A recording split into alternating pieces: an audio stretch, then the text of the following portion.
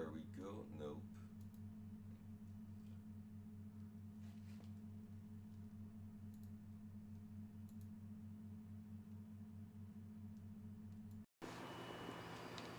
There we go. Now we're talking.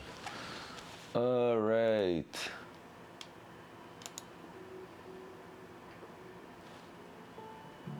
I'm gonna need to turn up the music over there.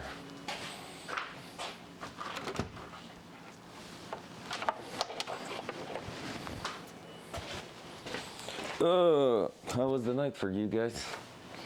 Some of you were still there when I left, and you are already awake this morning. You are crazy, guys. I'm talking to you, Hawk. That's insane. And now the music there. Shit its pants. Connected.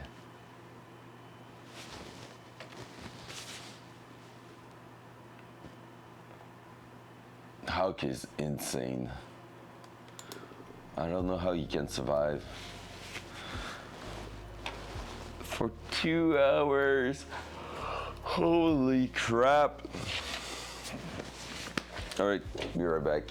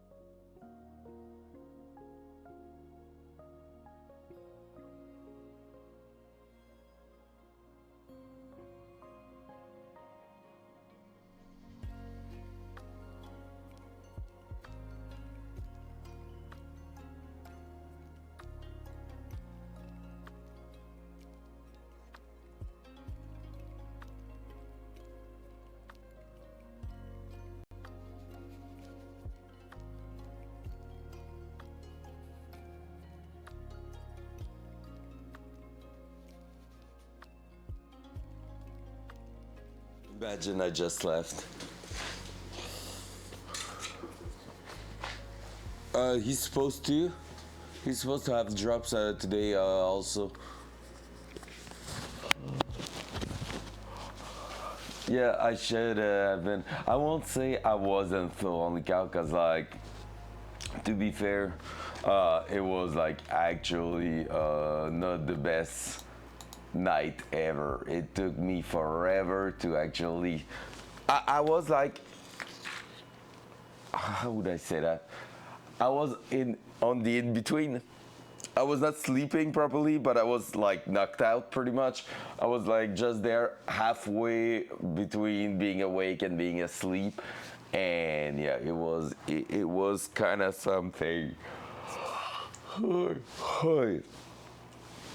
Alright, I'm gonna have to check why the direct tip isn't working, because yeah, I see it there.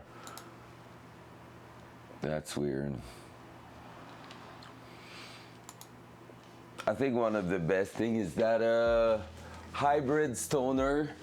Thank you for the follow. 6 hours ago when I was asleep. Best content out there. All right, guys. I'm gonna put back your sounds, and I'm gonna click that. Unpause successfully. And I'm gonna do that. Oh, holy freaking hell. All right, time for a coffee. Let's rinse that. We're gonna take a look for also the fire. I'm gonna try to start it back. It's not too cold.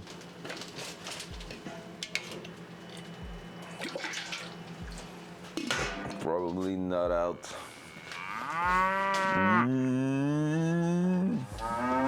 Fuck yeah.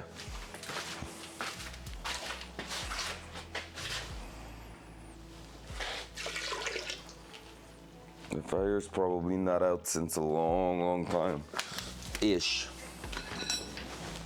I'm gonna see the ish.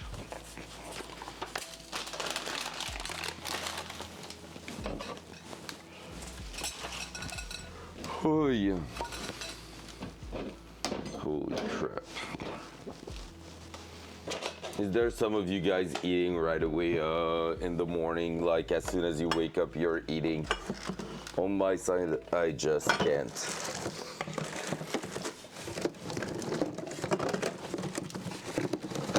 Like I've prepared everything to be able to cook on stream a little breakfast, but I don't know if I'm gonna be actually able to. All right, cold brew coffee, best brand in the world, the Stoke.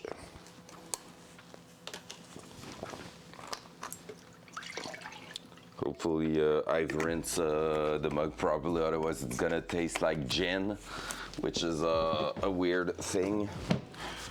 Hup. Oh yeah, man. I think this morning it's gonna be all about taking the setup out, the actual sleeping setup out, and then working on wiring. Not sure I'm in the mood for welding. Up. And a proper coffee. Hey Grabby, good morning. Oh, sleepy for me? Heck nah. Look, no. I'm not sleepy. You are. Up. Do we still have some leftovers in the fire, or do we need to start from scratch? Oh, just a tiny bit. I don't think it's gonna be enough. I don't think it's gonna be enough. Gonna give it a try, but I think the torch is going to be the answer.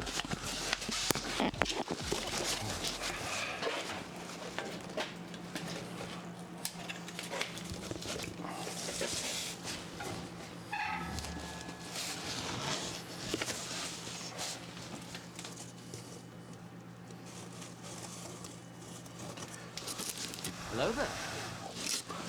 Hello there, Danny. Bon matin.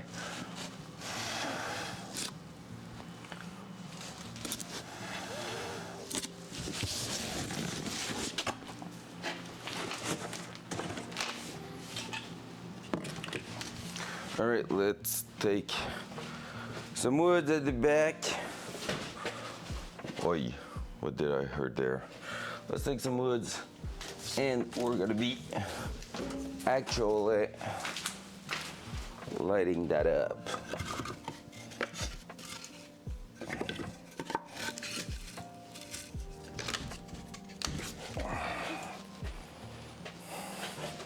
Let me take a smaller chunk for now.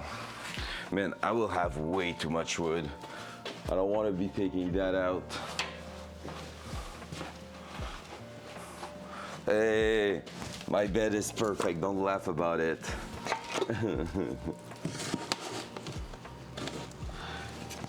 You've never seen something as perfect as that, okay?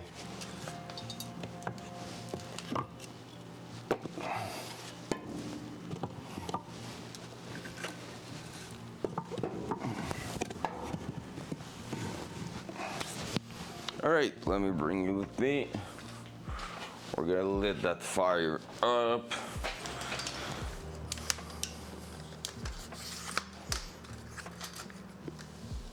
Dual side. There you go. Let's take the torch. We're gonna warm that place a little bit more. It's not too cold, so it stayed quite hot enough for the electric heater not to start.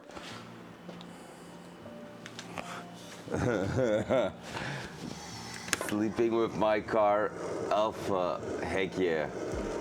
I'm an alpha, confirmed.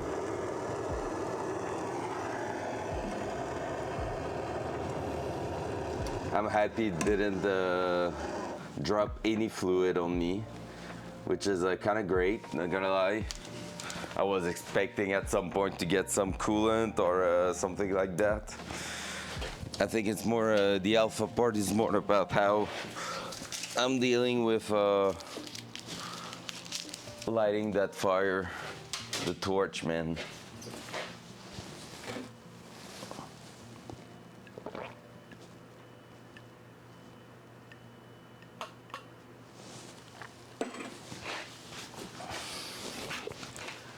All right,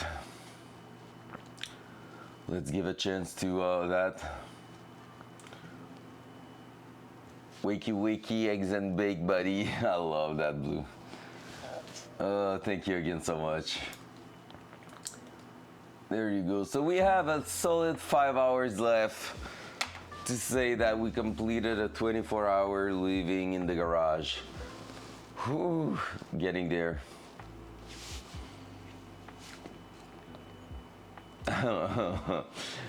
Seems like something people are already doing, Danik, on YouTube. A stream where I'm just burning woods. I could. It will need to be better than what we see at the moment, though. It's about to get a second shot of that torch.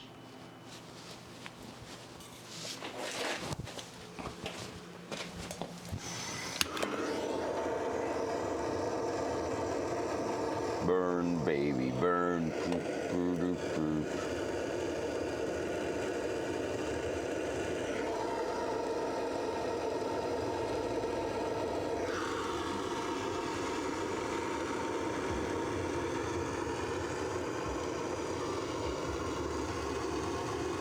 There you go. Now we're talking. That's what we want to see.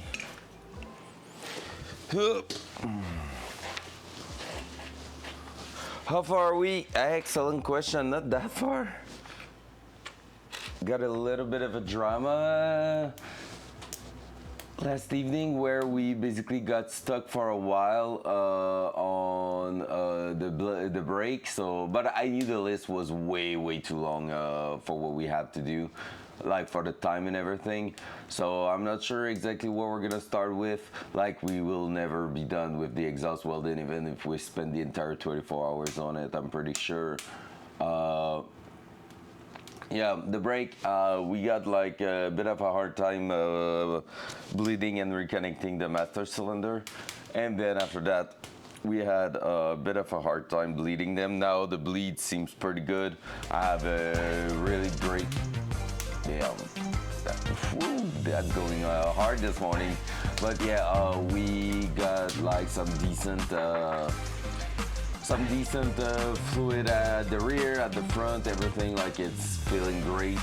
But the pedal is kind of soft a little bit, so even if I'm pumping it for quite a while, it stays a little bit soft. So either there's still air in the system, or I'll see more when I start the car, the pedal with the brake boosters going all the way down. So, because it's weird, I know I have something, like I can feel it, that there's something at the bar, like on the pedal, and I'm asking myself if there isn't like a big dead zone at first, and that's something I cannot really say now. So yeah, like it's hard to tell right away if it is actually something or not. So yep. Otherwise, if I'm taking just another look, vacuum lines, we realized there was something stuck at the mall. Good morning, Dad. Front sway bar link, we could get it done really quickly. Reinstall the interior won't happen. We still have too many things to do. Yeah, I think the in and out connector wiring is going to be mostly what we're gonna target today, at least trying to determine what we need, what we don't need, and yeah, just go ahead and take a look at all that. And can I unpin those? I think I could. Interesting. Cool. They really just bought a bunch of those connectors to Haltech, that's sick. Alright, so the fire's starting slowly. Oh, my head this morning, guys. Oh. Everything's great. Those 5 hours are gonna go through really fast. Oh gosh. Alright, that fire started.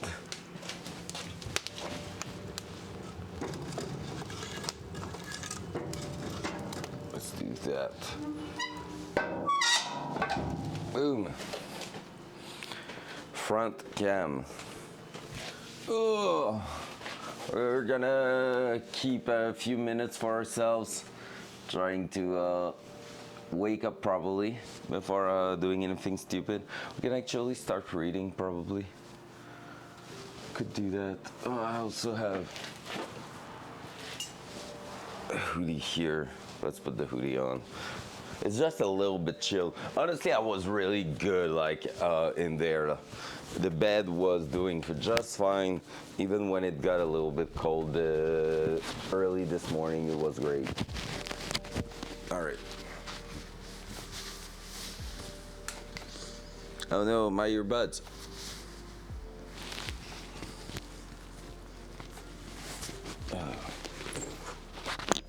That there. Oh.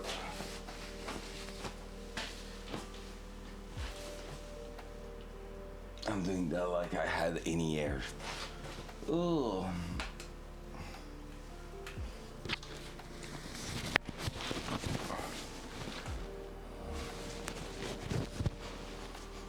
So, see, the car stayed there, everything went fine, no big deal, not even close to dying. Do I need to remind chat I did install that hoist by myself? That car lift is all done by myself and my girlfriend's brother. All right. Let me check. Oh, that's some brake fluid, I think, on my keyboard. Yikes. Another thing we love to see. That, and we're gonna start working slowly. My brain is not made for that.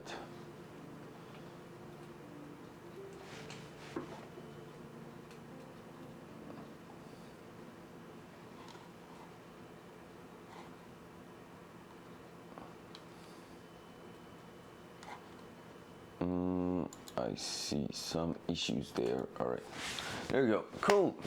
So, what are we up to? Like I said, I want to take a look at those two things. So we have basically output and input on those. I don't know which one is which. I think this is output and this is input. I'm not sure.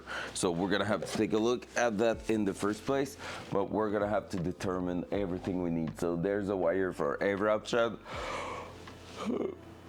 Oh, sorry. Oh my gosh. I have a bit of a headache. Oh, calm down. What up, Turtle? How you doing, sir? So we have a bunch of input output that we can use on the car, and most of them are already pre-pinned, and that's gonna be the one, I think. Just need to find out.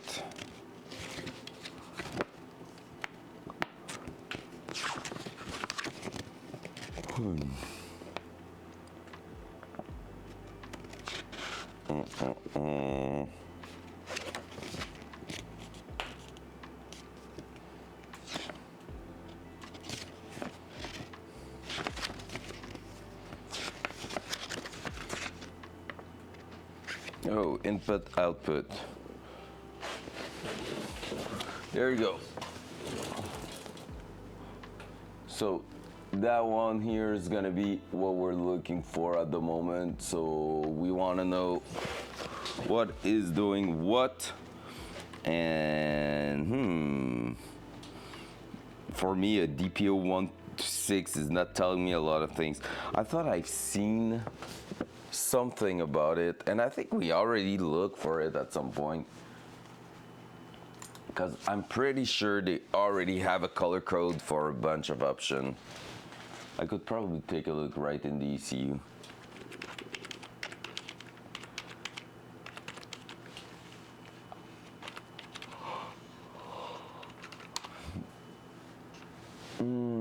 Let me check that. We're gonna go over there. So, Turtle, how was your night? I hope it was better than mine. Mine was decent. Chat didn't troll much. All I had was a few follower and resub sounds. Only Cow got scammed because the tip didn't went through Bitbot. Need to take a look at that for real. That sucks that it didn't work like that. And I wonder if it's not because the tip are not going on publicly on the stream. But I don't know how to make them go. Like, it's not that I care.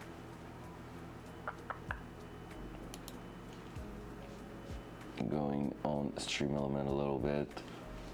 Gonna have a look. Yeah, because I see it right there.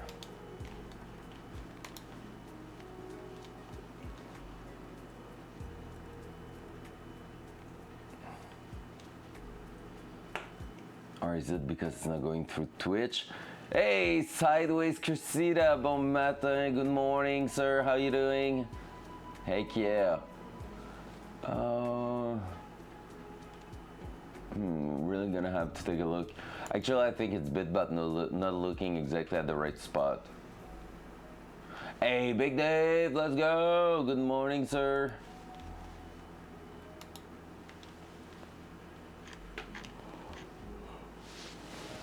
Hi.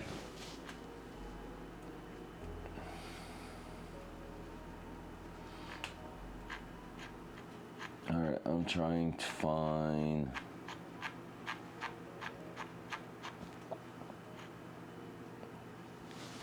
Man, I'm on some coffee right now.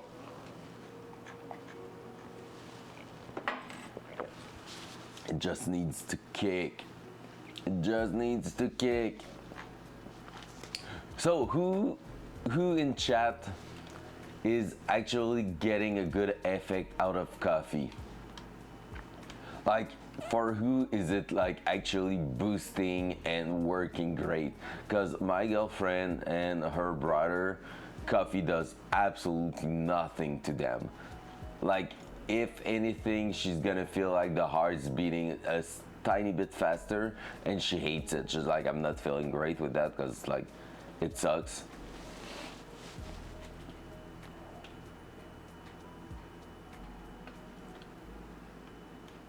Oh, for real?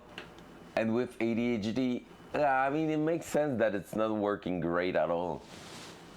I don't think it's the case for my girlfriend. I don't think it's ADHD stuff. But yeah, I get it. I get how that could be pretty rough.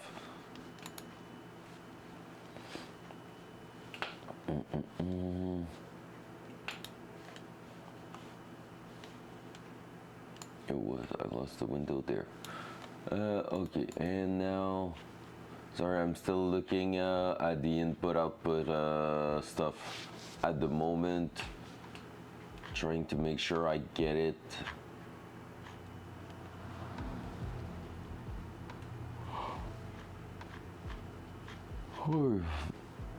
Output breakout, switch 12 volt, DPO, switch 12 volt.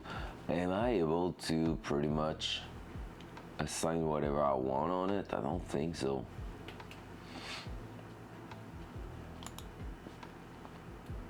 Plus 5 volt, that could be the actual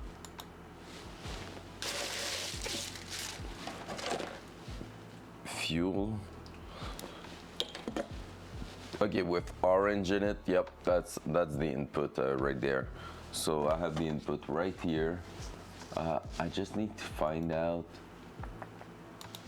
I'm pretty sure at some point I had something about how to wire like boost controller and stuff like that. Pretty sure it's in the Rebel LS. I'm gonna open the documentation about the Rebel LS and take a look. Okay, I'm there.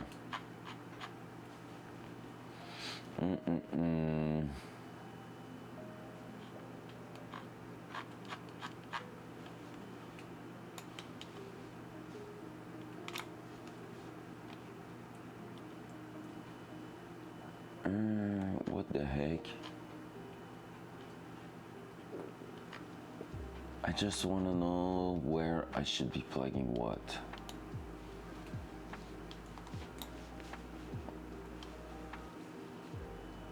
So let me do that. I'm gonna bring you with me at least.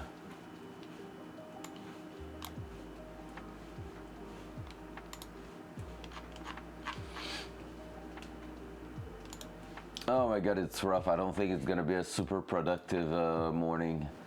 Not at all. All right.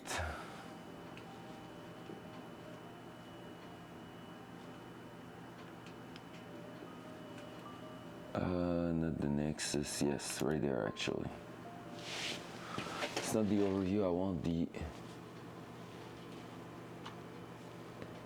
dock. There we go. Now we're talking.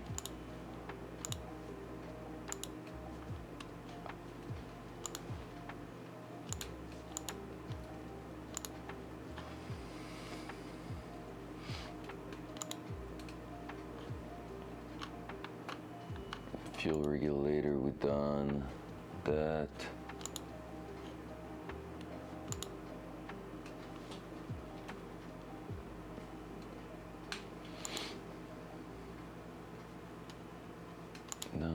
Done that.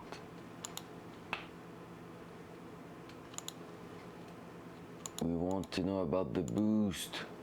I feel like they may have changed the dock. Because this is a, no, that is what we're looking for here. Spare input connector and the output. But there was something about the boost controller and all that.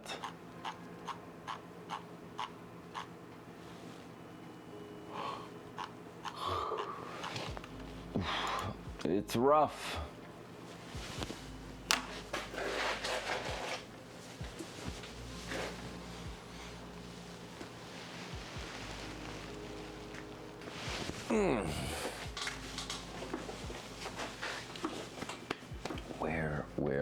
Where did I saw that? Was that in that main one here?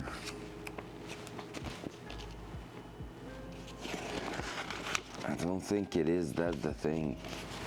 I think I'm supposed to have another one.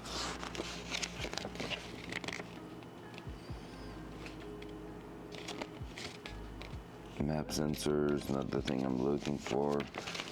I know I've seen at some point.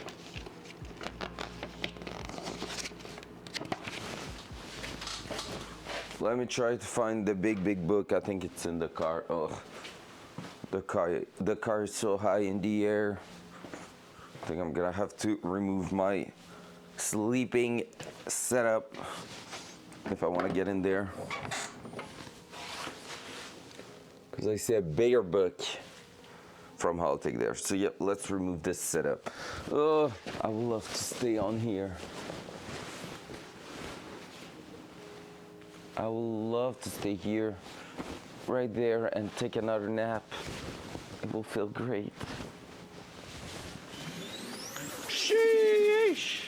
Sidways Cressida is looking for more power for the last 3 months. Heck yeah!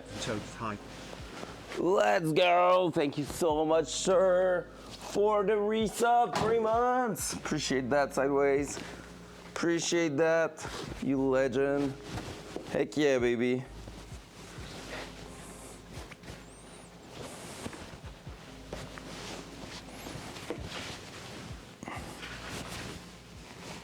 All right, that, up, that.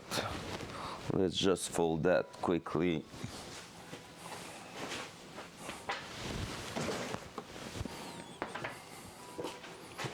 Just like that.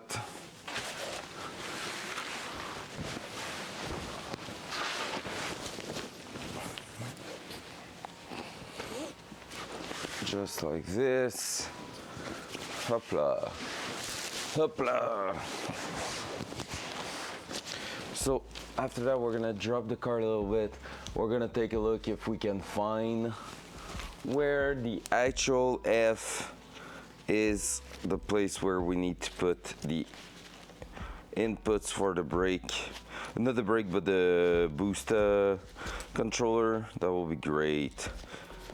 Starting to wire that up will be freaking nice. And after that, we're gonna see what type of inputs we still need or we don't need on the car. I feel like I'm gonna have plenty left. My idea is to maybe run one more sensor on the engine to make sure we have a lot of healthy checkup when we're gonna be tuning it. And by one more sensor, I'm talking about a crankcase pressure sensor, so we know if the boost is actually putting too much pressure in there. Shouldn't be the case, but it's mostly like if the PCV valve, I think, is going out. Up.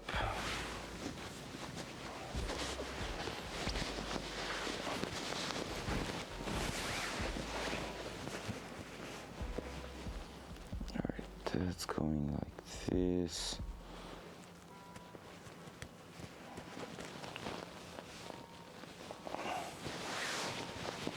At some point, we're gonna have to make ourselves a little breakfast. Nothing too funky this morning, probably just some eggs in a pan. I have 2-3 more eggs that I brought with me, so probably eggs and a bit of meat on the side.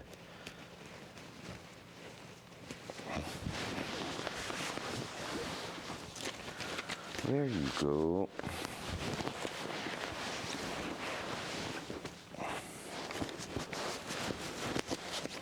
Boom.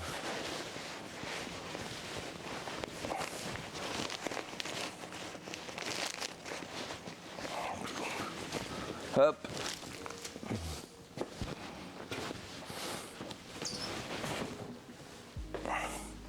We're starting to be efficient now. Getting all that out of the car. Up.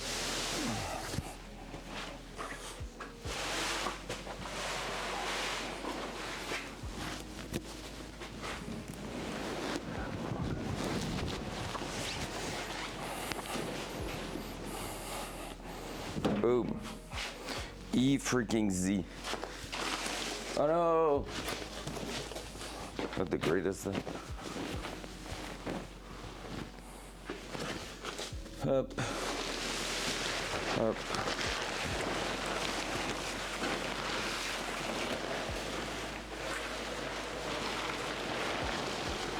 There we go. Bam! Easy. Heck yeah, baby. I'm still on the page sharing. Gonna do that for now. Oven is started good.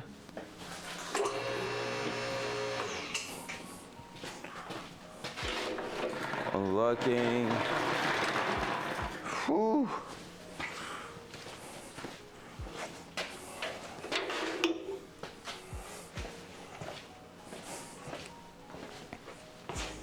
We're gonna go grab that book in there.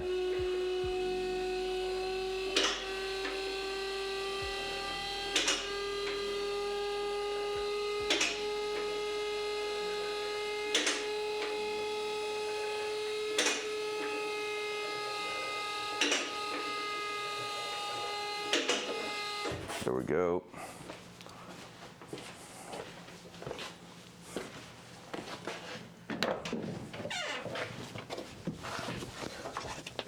There we go. Rebel LS. The quick start, I don't think it's the quick start book I'm looking for, but hey. Oh, it's also the quick start, the other one. So there we go. We have that. Let's read a little bit.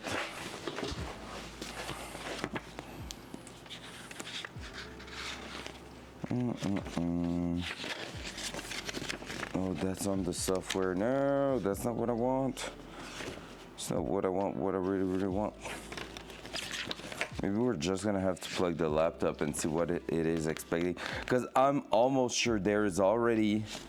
Oh, there we go.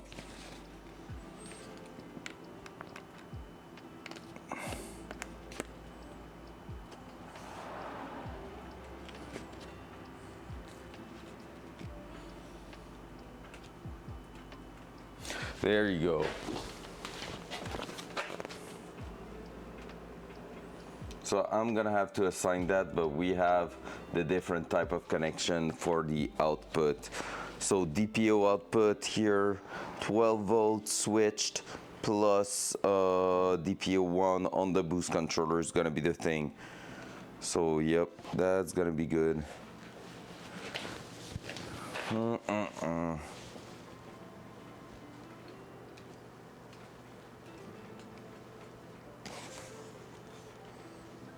Hall effect sensor. What is a Hall effect sensor? Huh, never heard of that. Hall, H-A-L-L.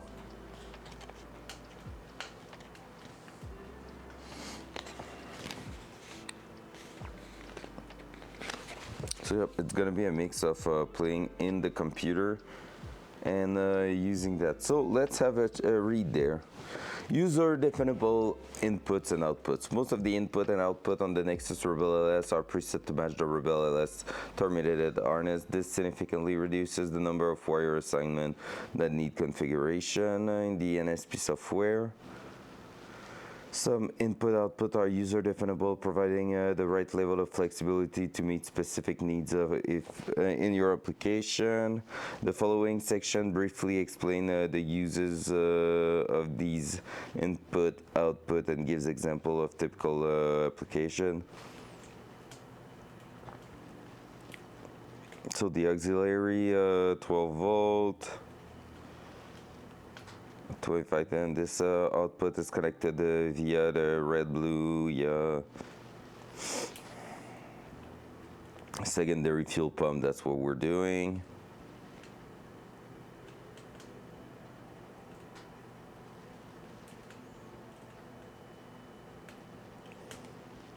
Additionally, this can provide this output can be configured to control the starter solenoid.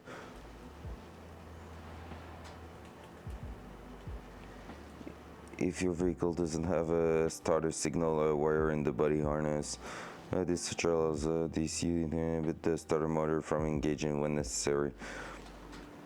Oh, that's cool.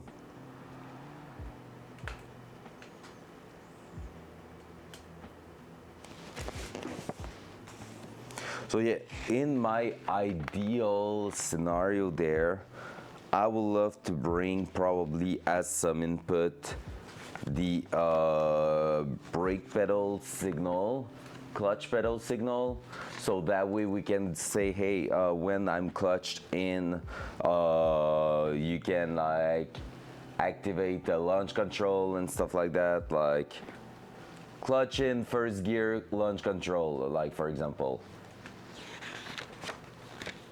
I would still need to press a button, but yeah.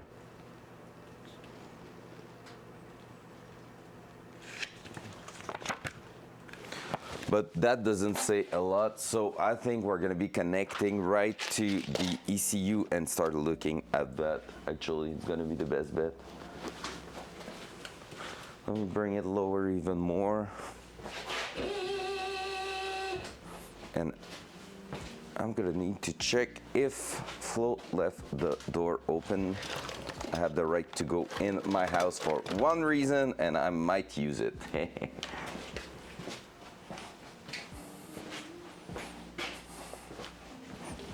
But I'm pretty sure my girlfriend will have locked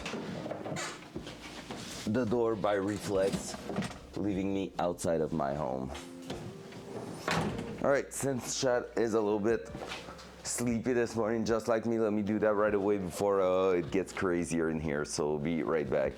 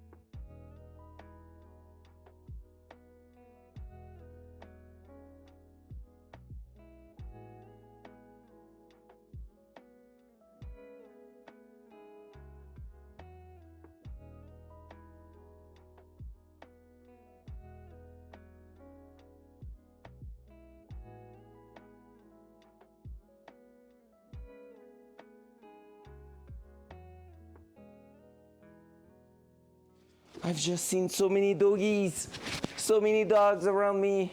Hell yeah, best life.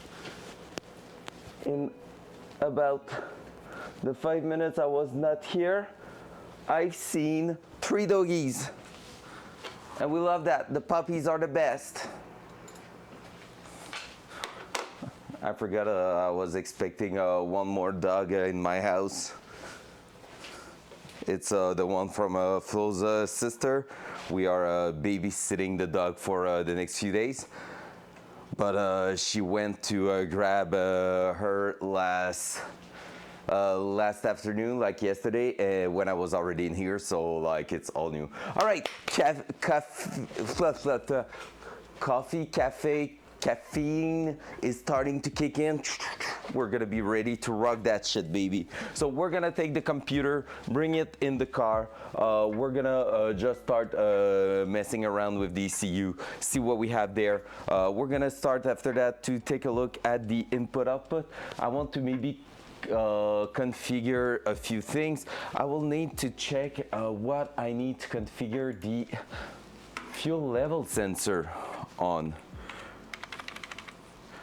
Haltech input fuel level sensor. How do you need to configure that?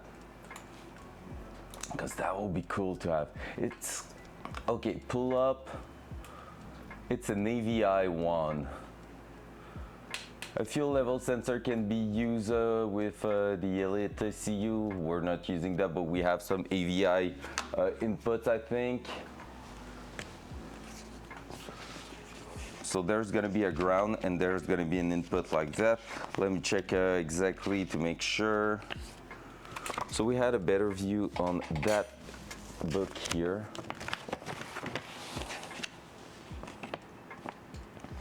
Oh my God, guy, we are the 31 of December. Are you saying 31 or 31st? I'm always like confused. But you know what that means? We are finishing 2024 today.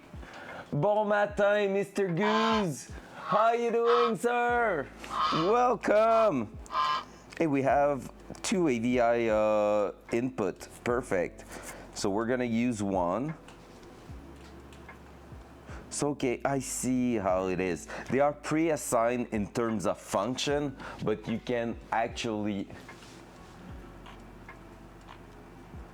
Huh, that's interesting.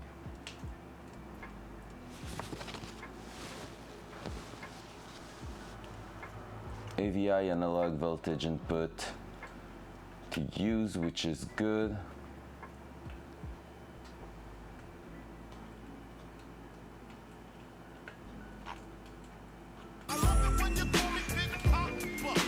Heck yeah.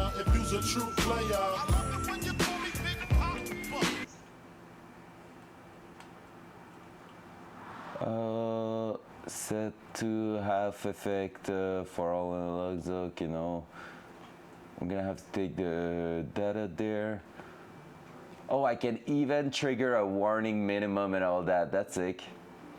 But I won't need that, but yeah.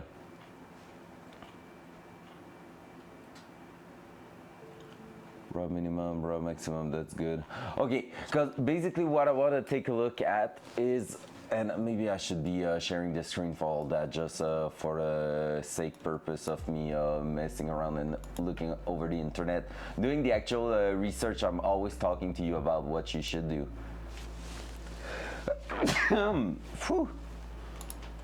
And the coffee's starting to kick in, by the way, Big Dave. It's feeling great. So basically, fuel level sensor, what I would like to do, do you guys remind yourself what is our problem right now? Do you remember what is the actual problem that we have? Right freaking now, the fuel level that we fitted on the fuel tank is doing the opposite thing. So basically, Datsun decided back in the days, hey, you know what? We won't go by the standards. We, instead of doing zero ohm of resistance empty, 90 ohm of resistance full, they decided to do 90 ohm of resistance empty, 0 ohm full. You know what that means? That means our universal sensor we fitted in there is basically telling my gauge, hey, you know what, sir? You right now at 0, you are full.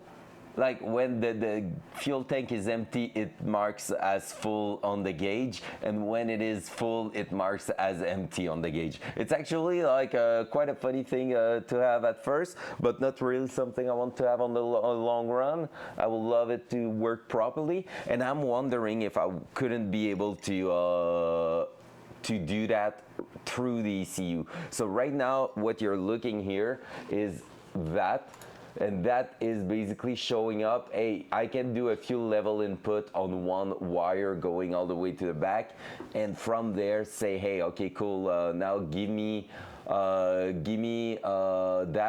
and I can like switch it on some voltage, calibrate it and all that. And with the calibration, I'm wondering if I cannot use that to actually send it to the gauge afterward.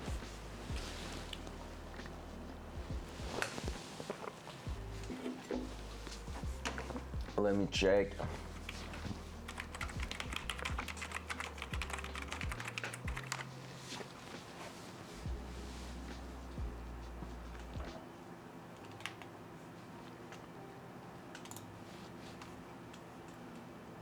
Fuel letter ducting can be used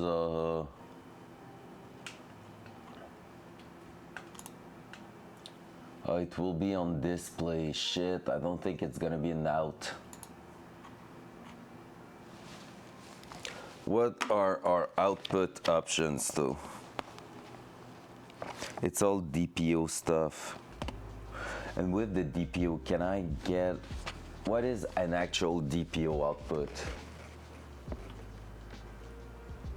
Oh, wiring, wait.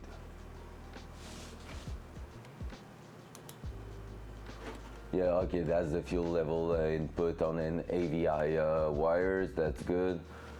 I don't know what the pull-up is.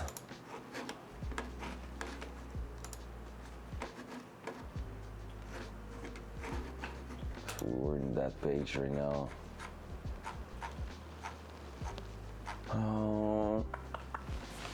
That means, okay, we're gonna take a look at the definition of the Alltech DPO generic output.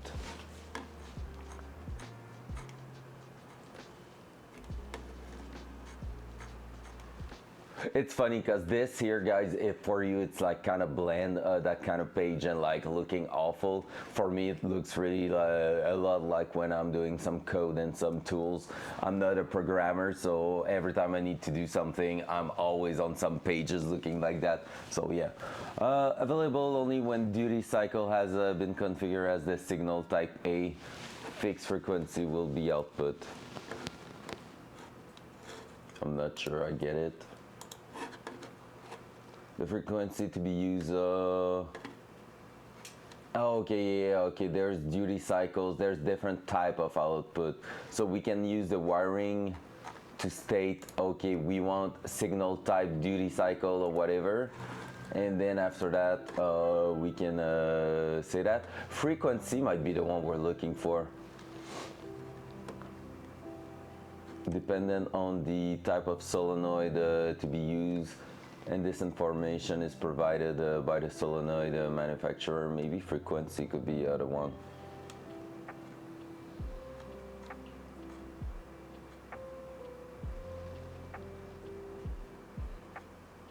Available when the state has been configured. Yeah, of course.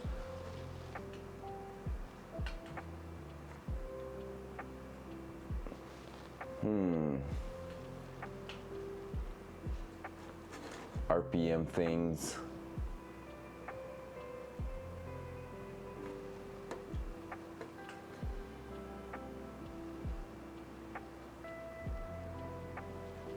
I think that we're gonna be looking at it.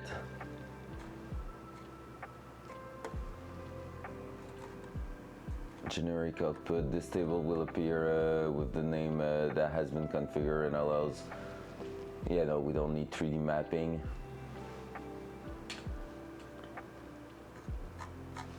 Yeah, so basically, maybe we can take a look at the DPO with a condition based on the input from. So I could say I go wild and put my fuel level input onto my ECU and then take a look at what's going on there. I'm gonna need to figure out which wire is doing what. I'll just go back at the fuel level. Yeah, there's a ground and there's the actual signal. All right. Well.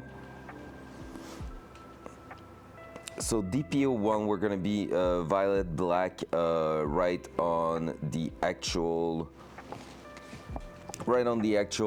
boost controller, so that's gonna be great. After that, DPO2, we might try to bring in the fuel. We need to take a look at, no, that's gonna be the input, so AVI1 for that. We're gonna take a look at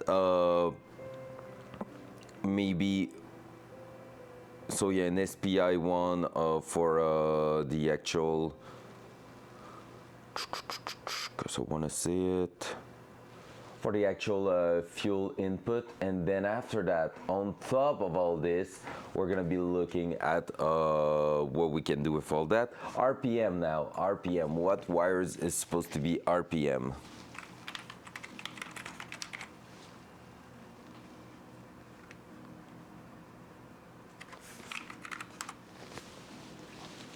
Tachometer.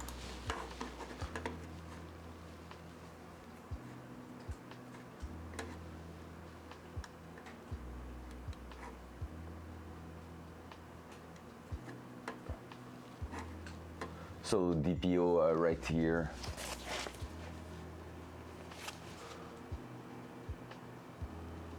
Huh.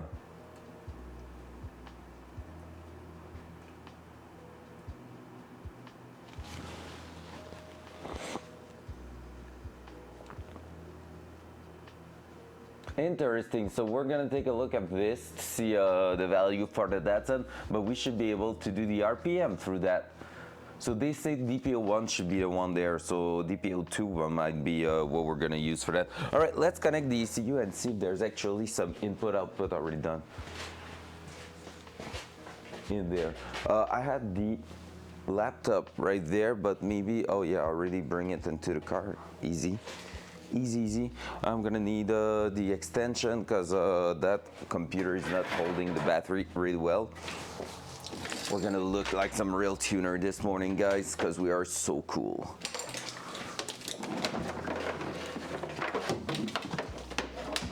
That. I'm staying into my pitch for the rest of the stream. Screw that. I'm not putting back some heavy pants. Heck no. Okay, so there we go, that, and I'm gonna bring you over here in a few seconds. Don't worry.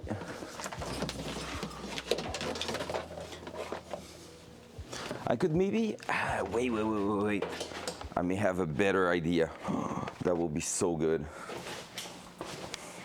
Well, let me try to go on the other side and bring the bench over there and take the cable out of here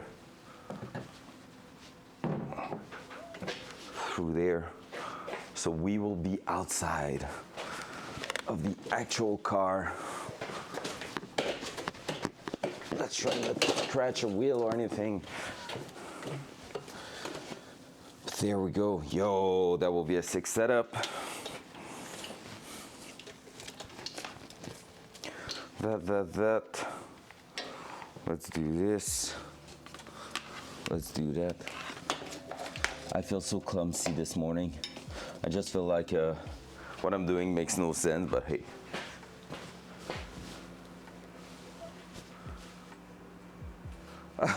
For real? No shot. That's weird.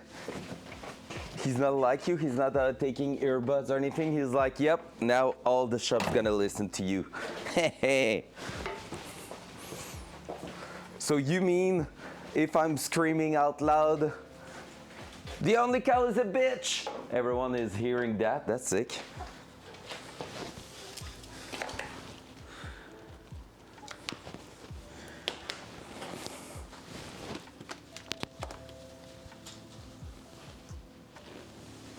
Open up, motherfucker.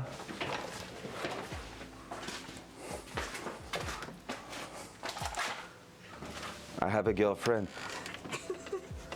Non, il n'y a pas, Y a pas de... peur de nounou. Oh non, pauvre Timo. Merci, il était trop content de voir nous. Oui, mais il est venu nous salir. Puis dès qu'il a vu Cléo, il est reparti à la course de son bord. Ça fait depuis tantôt qu'il retraverse dès qu'il voit Cléo repart. What? Pauvre nounouille. So the neighbor dogs is afraid of the Flo's sister dog. He's been coming on our side because basically okay, that's something I should specify. We basically told the neighbor not to worry with the Terran limitation technically for our side of that of the home and their home and all that, because we love it. Yup. That was too funny, too easy to try. I heard Flo again. Let's go see Flo one more time. It's cool. I feel like an inmate and she's coming on her right to visit. Quel moitié. S'en fout de moi. Quel mon beau. T'iras-tu dans le garage? Non, non, non, parce qu'il y a un couteau à terre, il y a plein de shit, fait que non. Okay, bye. All right, her time, her right to visit me is over. All right.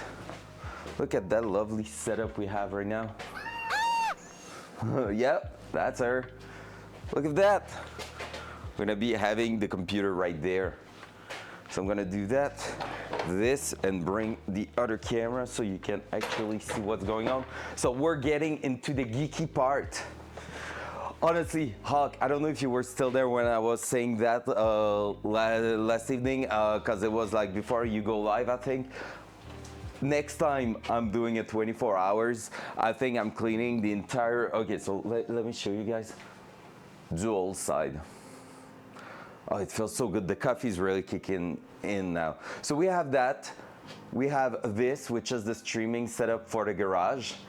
And I think I will be cleaning the entire thing there because I have plenty of like connection and all that there. And I will be setting up my monitor, my gaming monitor on top here, plus my computer, and actually have Tarkov in here. If I'm doing another crazy 24 hours or something, I will be doing that there. And then I could be working on the car and then enjoying some Tarkov at the same time, all that in the garage. Imagine streaming Tarkov there and having the most epic background. People like I killed will be like, yo, what the fuck, that's a nice green screen background. And I'll be like, wait, what? You mean that green screen? Yes, sir, of course it's a green screen. And they will be like, what the fuck? What is a withdrawal? I think I don't get it. I think I don't know that word. And now we're gonna be right here, actually working on the computer.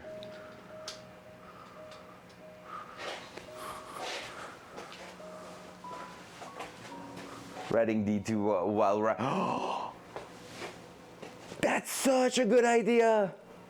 Oh, big love, Hawk. Tomorrow and after tomorrow and the day after that. Because even when my drop are gonna be done, I'm gonna be there. Hey. I'm just gonna pin a message. Go see Hawk during the evening. Kappa by the end of the week. Oh, wait. Man, ratting while actually, oh my god, that's brilliant. And actually, Stankrat did that. He did some painting, some cooking, and stuff like that while ratting. So definitely that could be doable. It will actually be a great moment to do that.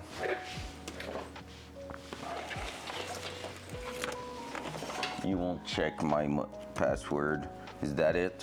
I think it's that.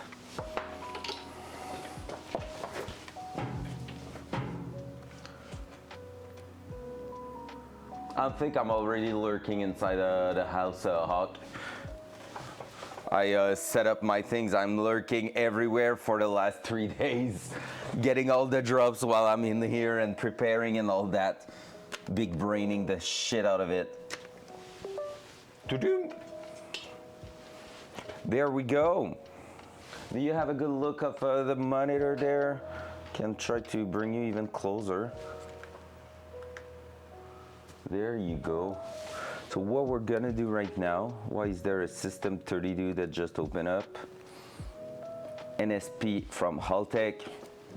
Basically that computer is freshly, is back to factory plus the Haltech connection, like the Haltech software, that's all. It's basically brand new and only used for that. We bought it, me and Flo, but like, she's gonna use it eventually. But for now, it's only for the Datsun.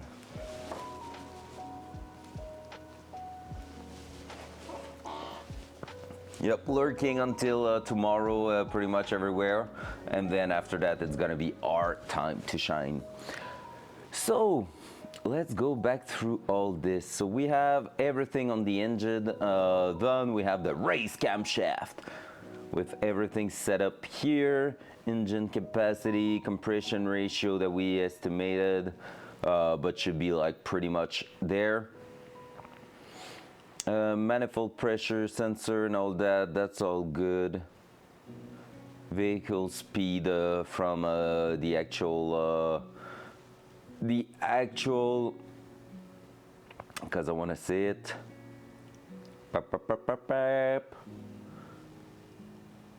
That. From the actual transmission, that's what I was looking for. So here we should be able eventually to take some stuff. What's interesting, you see here, well, I'm saying you see, but it's probably super small on your side. Basically here, those gray things are front left, front right, rear left, rear right wheel sensor. So we can take that, and actually what I could do, if I'm pushing that back, is try to fit at some point a sensor like a gear behind there or something that is spinning with the wheel like that, and actually get it to have a sensor reading the wheel spinning and all that, just so I can monitor the wheel speed and take that to use it as an ABS sensor. So basically, if it sees like a lack of traction, not at the front, but at the rear, since we are rear wheel drive, but we could take a reference on the front wheels and then go with the rear wheels. And if it sees a difference in terms of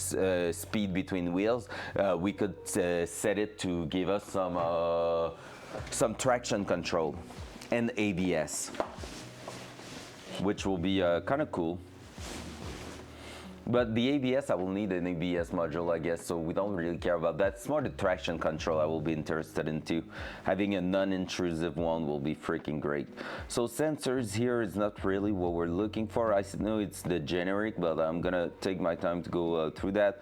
Fuel tuning, not what we're looking for. Ignition tuning, not what we're looking for. Even though I'm curious to know. No, okay, yeah, that's the maps and all that. Engine function. Throttle, we are cable, but I will love to switch that as a freaking drive-by-wire. So here, drive-by-wire, eventually we're gonna do that. Because right now we are not having 100% of our throttle, and that sucks a little bit. Idle control.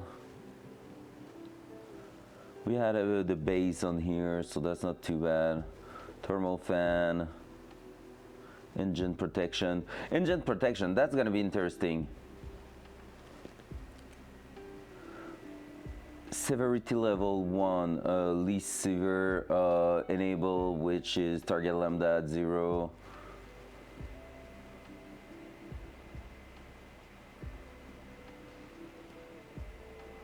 Oh, it gives us a 4000 RPM rev limiter on the basic one, 1000 RPM on the most severe one. Why is there a rev limit at 10,000 on the second one? Wait, what? I don't know what's creating that state, but I don't know if I want that to be 10,000 RPM. That's weird.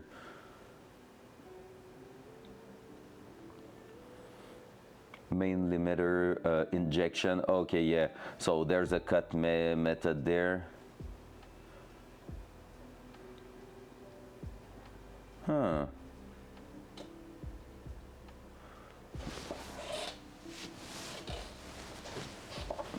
Electrical. Let's take a look. Can I? No, I cannot zoom the interface there. Best thing will be to actually be sharing that straight onto the streaming computer, but it's not doable. Yeah, I cannot zoom it more than that, guys. I hope it's not too bad. Engine starter control, no. Kill switch, no. But it could be cool. Engine bump. What is the engine bump?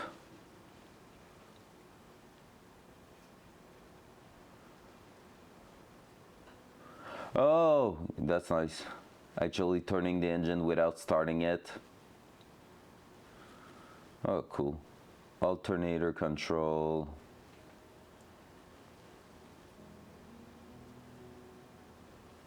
Don't know if it's supposed to be or not.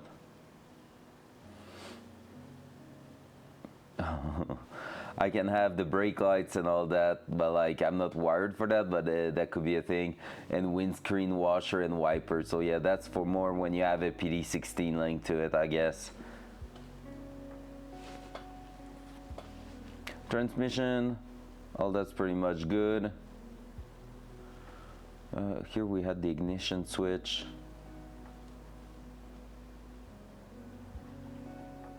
Oh yeah, and that's the one going to the ignition switch, so that's all good. That we're gonna take a look.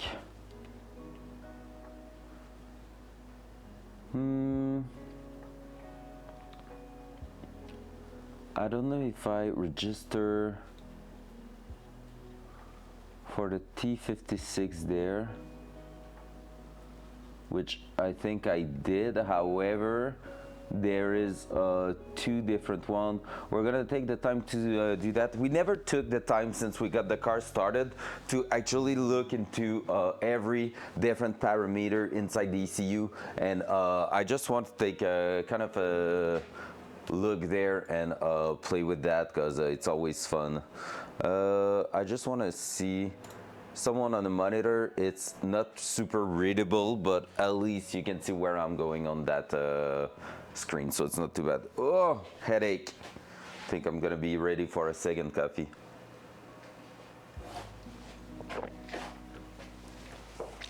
Oh my gosh. So I want my cell phone, which is on the stand there, charge it through the night.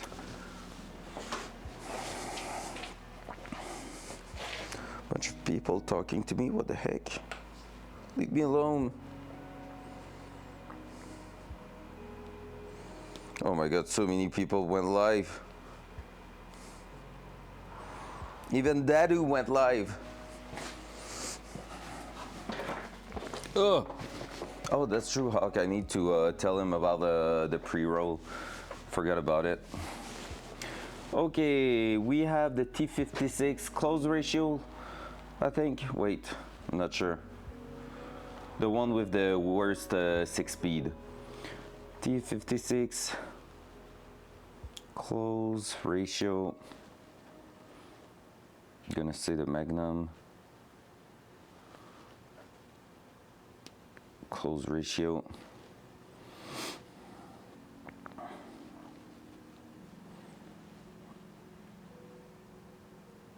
American powertrain.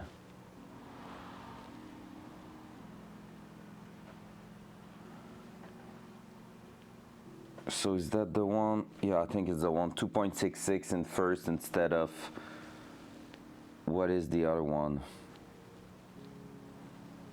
Close ratio versus wide ratio.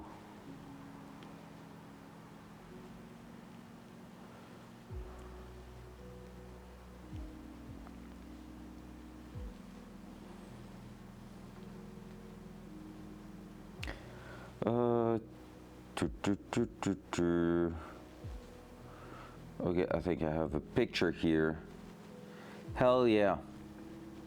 Yeah, so I have the 266.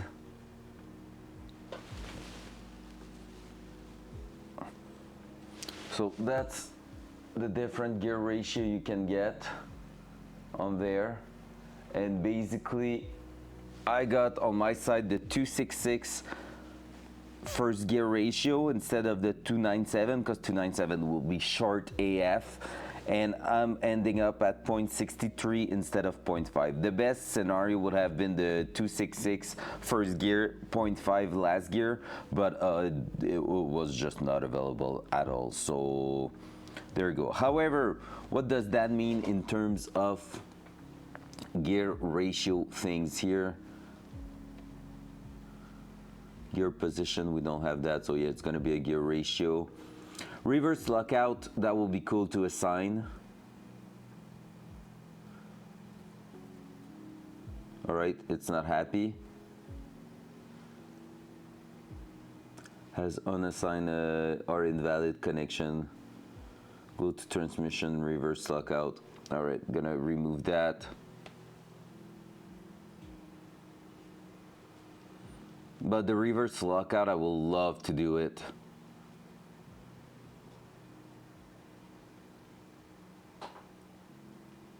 Okay, yeah, I can activate that, and I can go in here, and I'm gonna be able to assign a signal there. Switched output. So I'm gonna be able to activate that. So for those who don't know, okay, we're going full geeky, okay, right now. So that's really cool. The reverse lockout, we're gonna use one of the output we have for that. It is actually a little actuator, actually an actuator. Oh, well, it's an actuator on the transmission that will just take a pin into the reverse gear to prevent it from being engaged once you reach like some forward motion. Because the worst thing you could do is try to shift the fifth gear, and knowing that the reverse is right next to the fifth gear on that transmission, you could be hitting fifth gear and actually putting the reverse at full speed like on the highway, and put that in reverse, dump the clutch, and burn the transmission, explode it right on there. So basically, here I can tell it, I can tell to him, okay, as soon as I reach 5 kilometers or 10 kilometers an hour, lock my reverse gear so that it won't be able to get into reverse gear without being like at super low speed. So I'm probably gonna put 10, but yeah, we're gonna try to assign something there to enable that. So that's cool. So for now, I won't do that. I'm gonna unassign it just because, but we're gonna be able to do that. Also, flat shift, that's great. Flat foot shifting.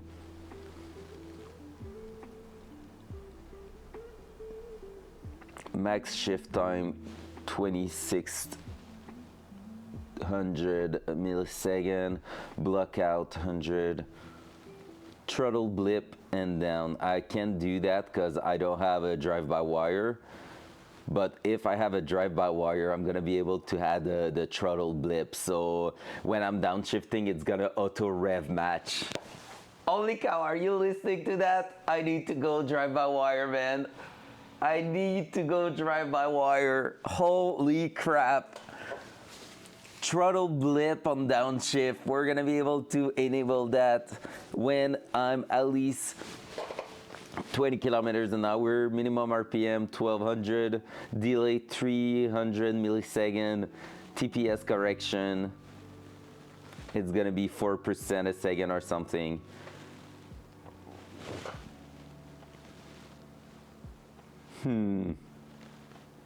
That's a trigger option.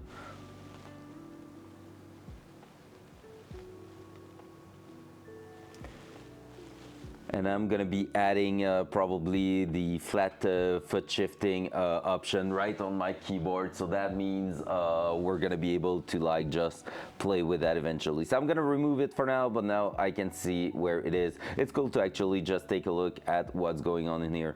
Gear ratio, back to that. Gear ratio for first gear. I don't know why it's like kilometer per hour per 1000 RPM. It's a weird way to talk about the ratio there. But let's take a look. How would that transfer? Is that what it is? Like here 2.66 is actually 2.66 miles per hour. No, it's not, because it's going down and that one's going up. Do I have unit option? Transmission gear, no. There's no kilometers per 1000 RPM, no.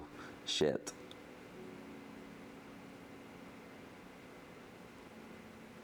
All right, so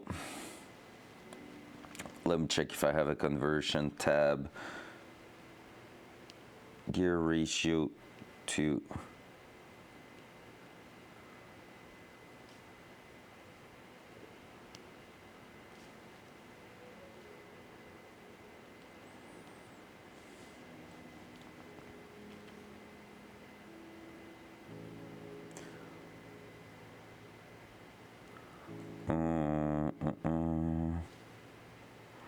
Okay, I have a calculator like this. I'm gonna check if it's actually working. Gear ratio at the back 3.54. No, we said it was a 3.70. Weird. That's a weird sound, Cressida. All right. It's weird because the kilometers per hour is gonna be based also on the differential.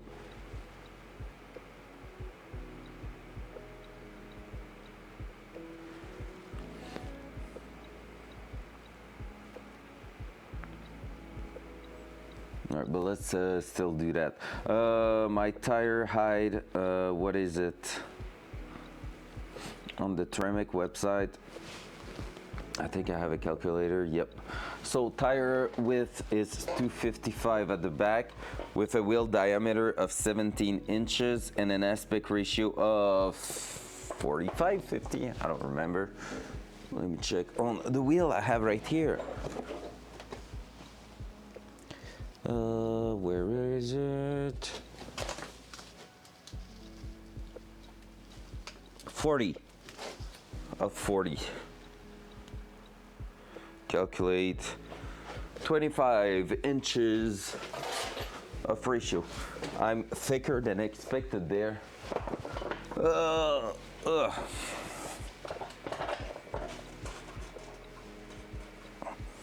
Okay, so copy.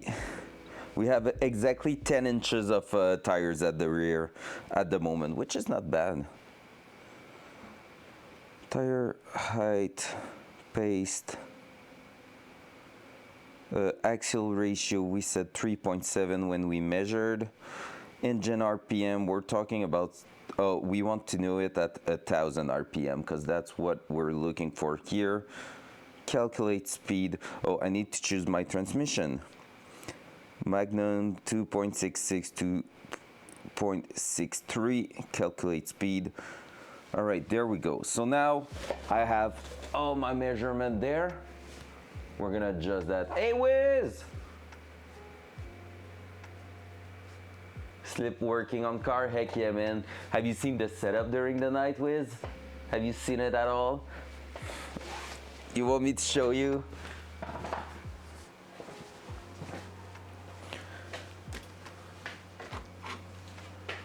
Well, you're not ready. You're not gonna approve, man. You're not going to approve. No one was approving, and that's exactly why I did it. It was just a phase, Mom.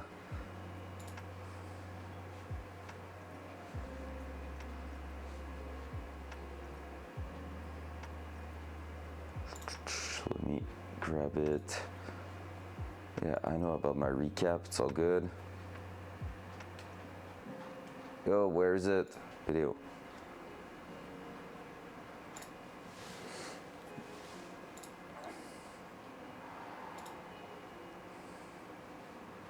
Do you approve that? Do you approve that, sir? Actually, not bad, Neural Fox. Good morning. It was actually decent. I didn't sleep well, but mostly because you approved. Let's go. There we go. So that was my sleeping setup. So I didn't sleep super well, but I think it was just because like not being used of having a light still on, because I kept a light just so the camera sees something. Not used to having music around, stuff like that, you know. So small little things. It was basically a bunk bed. I just put a freaking tarp, a mattress I have in house, and then sleeping bag on top and all that. Oh, I think it's a fetal we see at the back there. So yeah, so that was it. And pretty much what happened also is that the only thing I'm sad, only Cal did play the rooster at 6 a.m. and since he did like the tip, something bugged with Bitbot and it didn't trigger. So I was kind of sad with that, but we're gonna have a deal later on with the Bitbot uses and all that. So it's no big deal, but like yeah, it's just sad because he wanted to troll me and make me wake up with him going to bed because he went to bed pretty much when I was heading to bed too, so he had like 5 hours of sleep and I slept until 8 a.m. this morning. But yeah, so we did that because 24 hours stuck in the garage. Actually, the Datsun's looking freaking sick with that lighting. Honestly, I really love how the shadows and everything are shaping the car in that frame right there. Like remove the overlay there and it will be perfect. That's when we were just chatting, bleeding.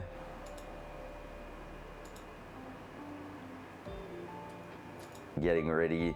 Look, hey, yo, look at that, preparing my bed. Like a freaking professional.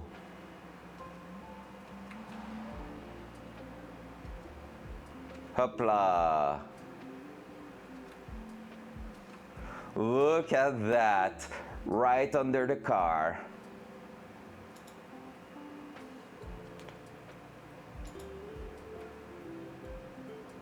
There you go. Oh, even brushing my teeth and everything. You know, proper guy. All right, so that was it.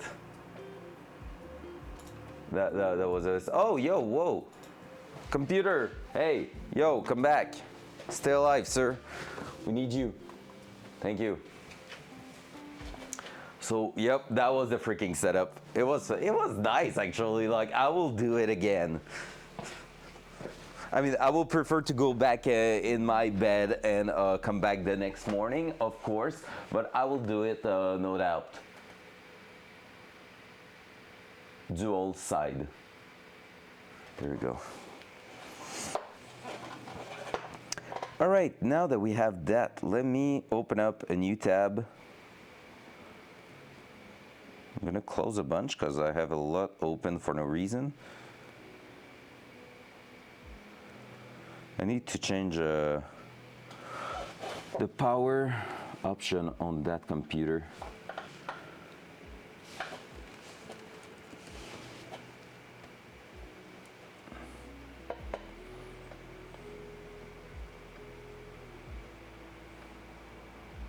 $3 now, more like make it 15, man. 15 minutes. You're not deactivating my screen for no reason, sir. Let me clean some stuff.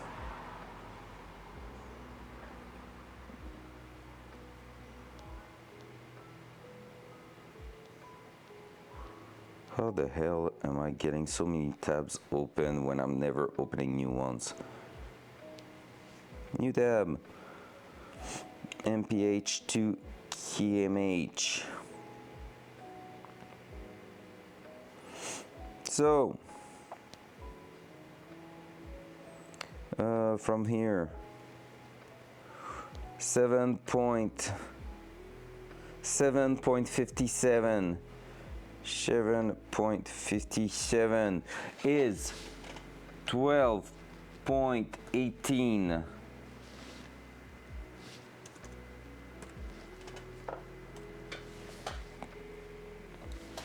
Kilometers per hour. Can I go triple digit? It's not okay, it's rounding it at 1 digit. Sounds good. So there you go. Then next one. So for those joining, good morning. We are actually in the geeky stuff. 11:31. We're just playing with the ECU. 11:31. So that's gonna be 18. The 2.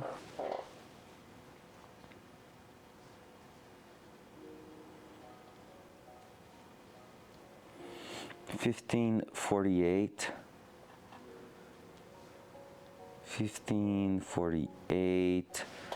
24.9. Oh, that one was close. Oops. 24.9.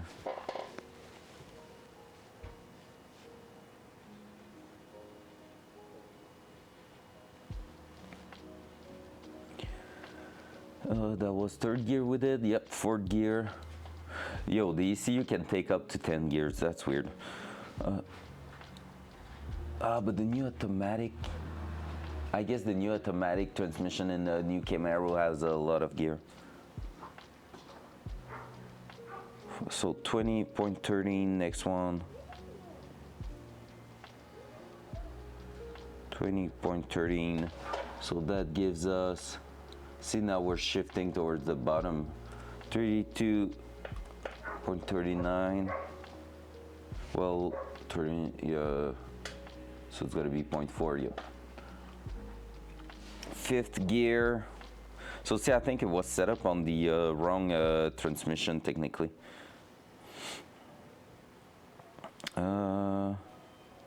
Fifth gear, 25.16. 25.16. 40.5. And last one. Oh shit.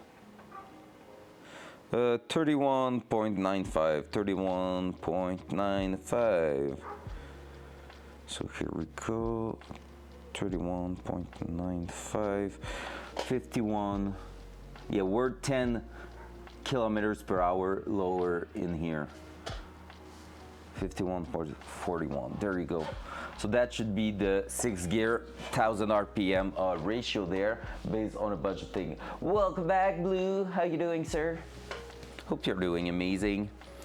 So geeky stuff here done. Let's save that as the new 2020. Yep. We save a copy of that. So now, basically, every time you're doing a huge change in your ECU, guys, like that software is really well done there. Every time I'm clicking the save button, it's making a new save file. It's offering me the option to do a new save file based on the date and the time it is. So basically, I'm doing iteration of it. So if something goes wrong, I can always load back the latest, like the last one that was working good. So gear ratio, we are done with that. Vehicle function, oh, check engine light, that's actually interesting.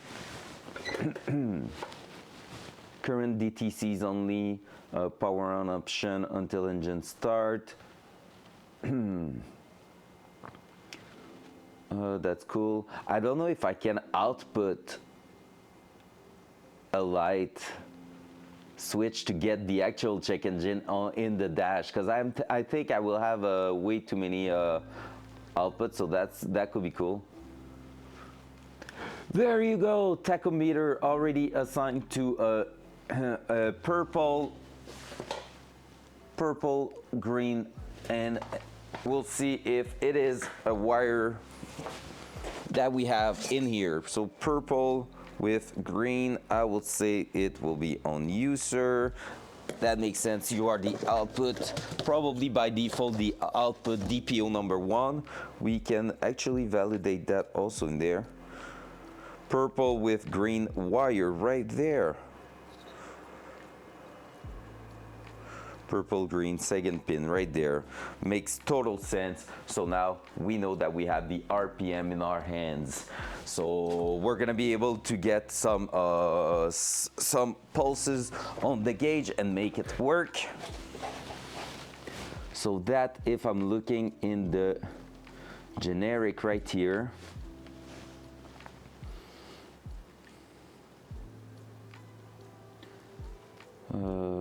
is it the can? Won't be that.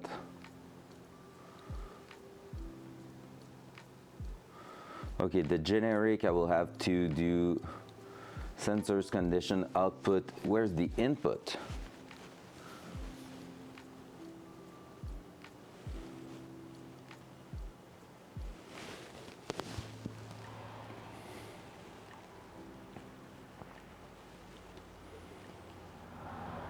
Okay.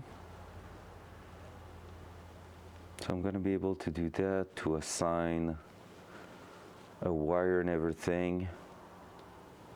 So that's where it's gonna get interesting, because I'm gonna need to set up some of those, but it's gonna be weird. Also, where is my keypad right now? Is it still connected? Let me check. It's still there. I should be seeing it. Maybe because it's not powered at the moment. Weird. Maybe I'm gonna need to switch the key on to get it to show up.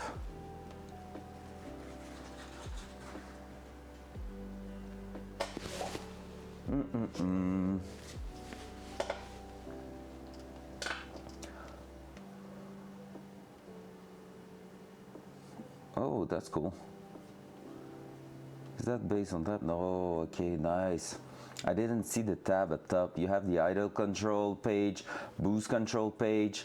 So boost control, I don't know if here I will be able to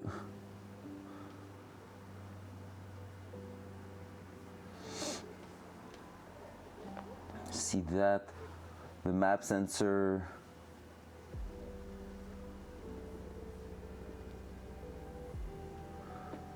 All right, so I'm gonna be able to set up that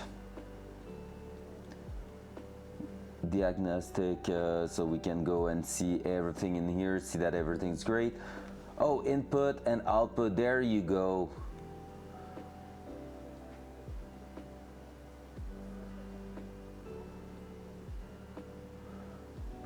Oh, and the one that are assigned there, fuel pressure sensor, oil pressure sensor, throttle position.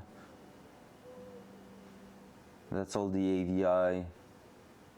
Coolant temp, air temp. Okay, that's sick actually.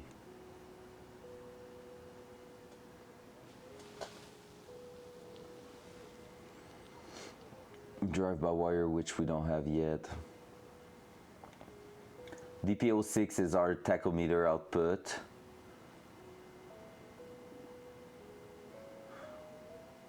DPO5, 4, 3, 2, 1, nothing. So the one might be the one we're gonna use. Vehicle speed sensor on SPI 6. So that means, wait, vehicle speed sensor is it not going through the actual transmission that? Oh yeah, but we have only a few on the connector, right? Checklist, good question, Blue. It's actually not that great, I would say. Sorry, you're going through that over again. I was not taking the proper place.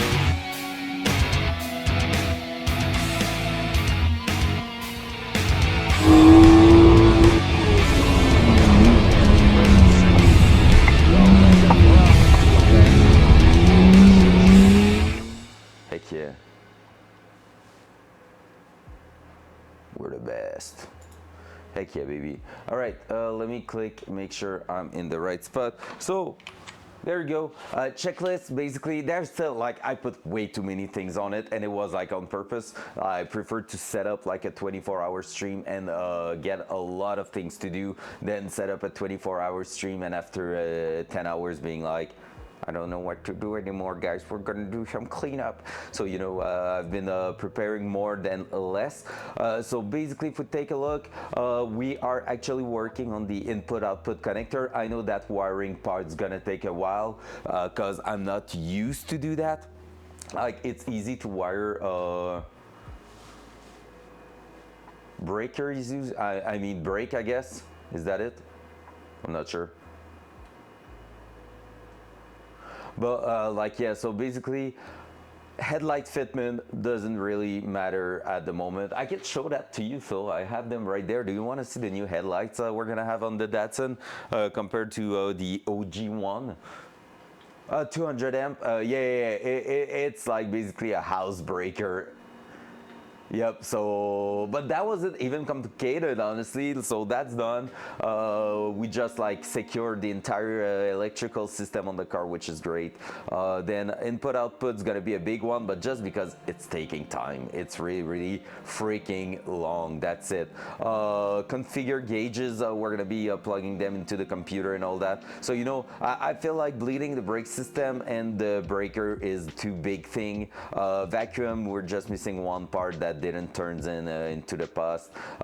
Sway bar link gonna be easy. Boost leaks, that's gonna be rough to test, but like it's gonna be worth. Reinstalling the interior, stuff like that, welding the exhaust. So exhaust and input output are pretty much the two real big thing left on the car. Brakes, we still need to validate that it's working, but yeah, we'll see that eventually. All right, let me show you the new headlights. It's really, they are really looking good. Because basically, I tried to keep an OG style, but with modern stuff. So, am I right saying it's LED inside them? If I'm remembering correctly, it's LED, but I just don't want to say anything stupid right now. Let me check. So, it is from Octane Lighting.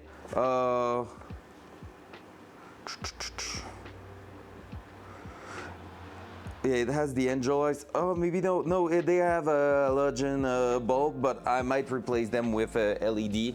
So it's an H4 bulb on them. But yeah, let me show that to you if I can take them out. What's up, Mr. Pound? Good morning, sir. How are we doing today? So the only thing I hate is that it's gonna bring more wiring into the engine bay. But I think they are freaking looking great. If I can take them out of there, which seems to be a mission impossible.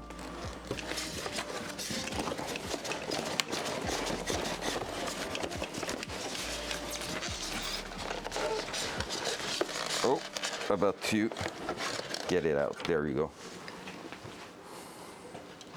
So, well, you have the OG one right here, and that's gonna be the new one. So they are clear. And basically that ring around is gonna be lighting up. So there's gonna be a ring light around it. So before, after, before, after. So yeah, that should be lighting up properly. So super shiny. As you can see, the bulb is blue, so it's gonna be like a white, like a super bright white piece there. So that's gonna be great. Only thing I need to figure out is how to mount them. To be fair, and I think I just noticed how. Is that it? Maybe. Yeah. Gonna have to figure out how to mount that, but yeah, so basically that should be kind of a plug and play, super bright thing, super clean. So yeah, and worst case, if I'm like, nah, I prefer like the OG one looking like that, being a bit more blurry and all that, duct tape, maybe not. So maybe I will be going with something a little bit more classic, but like I paid for those, they were not too expensive, and I found out I have some more of those ones on the second floor. Gorilla tape, yeah, absolutely. Now it's just like basically the big weird things with them is that the mounting harness is kind of weird with a bunch of screws and all that. So we're gonna be looking at that eventually, but not today. Absolutely not today. Dual side. But yeah, I think they're super nice. It's mostly gonna be about wiring the NGLI to bring that into the car, maybe on a switch, maybe on the actual daylight switch, or just powering them all the time. We'll see eventually. Woof, there's some woofing outside. Okay, cool. So now that we have that, oh yeah, I was about to take a look at the diagram again. So the boost controller, and I wanted to know how many AVI do I have. I have 2. So that's the AVI I see there. No, SPI. SPI 1, 2, 3, 4, and that's it. The 5th one is used. No, 6th one is used by vehicle speed sensor. Hi. It's wizard time.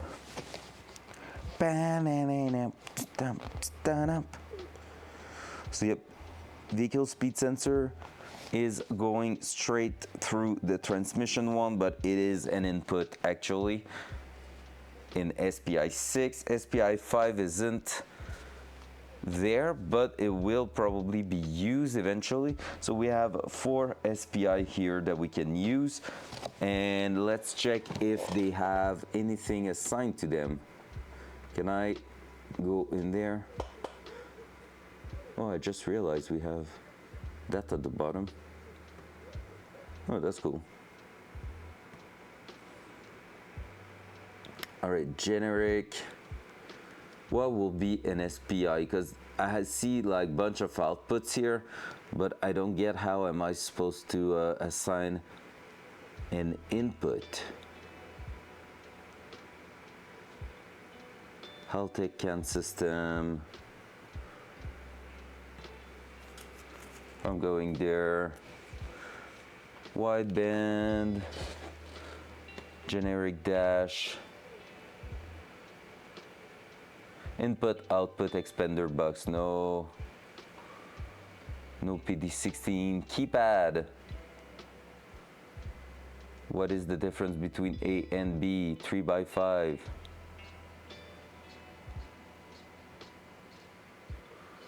Oh, I think it's because I can run 2, that's it. Yeah, wow. Description. Center console is got to be the description.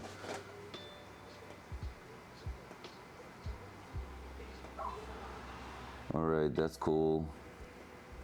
Now that we have that, we're probably going to be able to find it and use it somewhere in here. Which is freaking nice. Nice.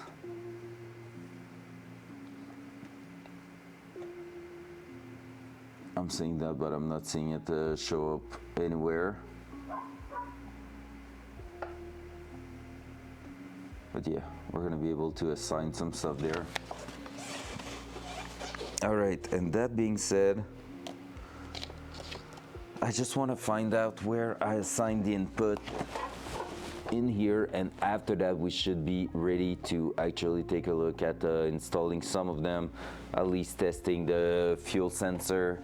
And yeah, I will say fuel sensor and boost control will be the two main things we want to check.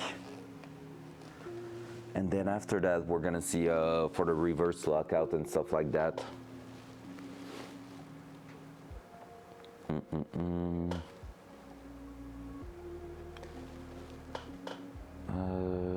I wanna go in the generic again. Maybe not. Vehicle function. Oh, cruise control. Yo, that's gonna be great. Buttons we were gonna be assigning on the keypad. That's gonna be so good. That's gonna be so great. Cruise control function that we're gonna be able there. Traction control, what do we need for that?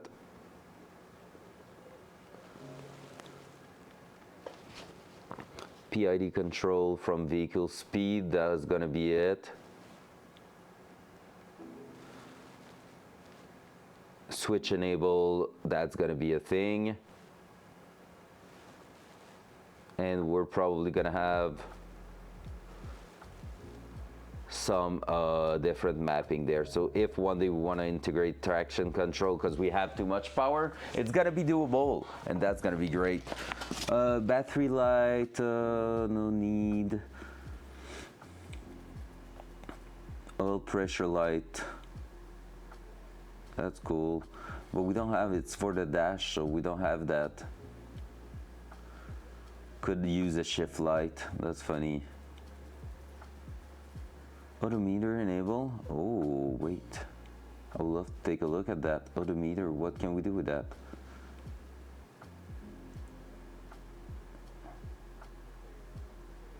Not much. Okay.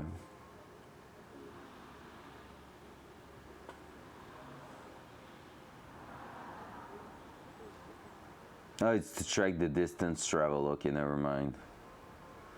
We don't really need that.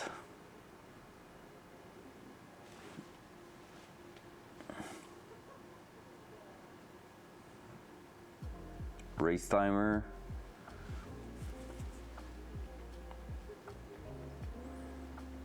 I'm gonna guess it's for data logging in here.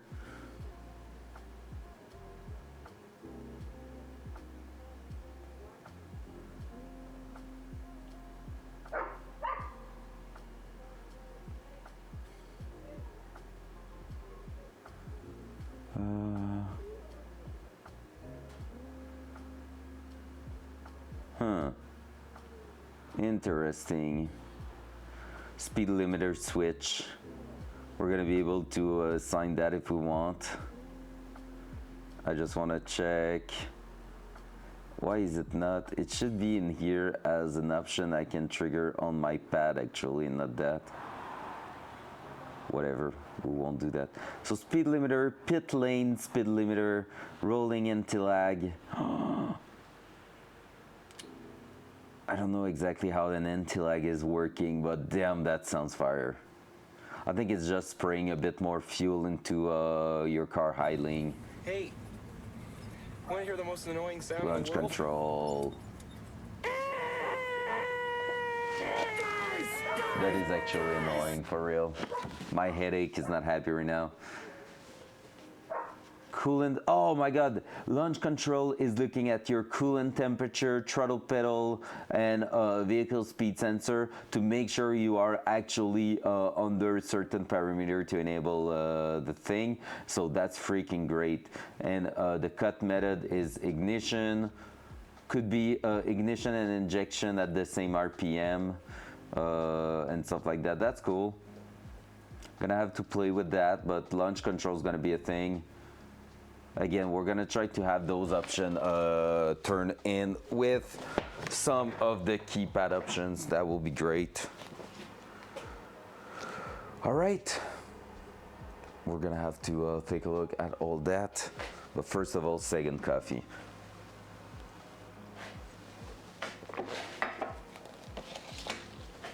Ugh. 3 hours and a half left. Let's go. Man, I'm so tired. Whew, it's rough. So, you want to see the greatest coffee ever in the greatest, no, the ugliest mug ever? Front cam. So, ugliest mug ever. And I'm gonna bring the best coffee ever. That's what I'm living for. That's what makes me go through all my days at work.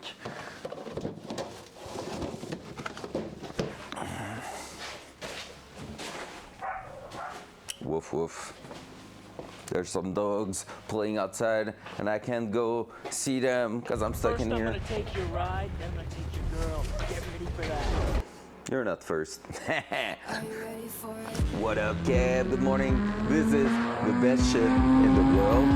So, 3/4 of that.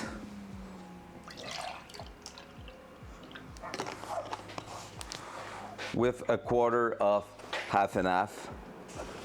Best freaking coffee ever. Not too sweet, not too strong. Just amazing and tasty in your mouth. Fresh, cold brew stuff is great. Up.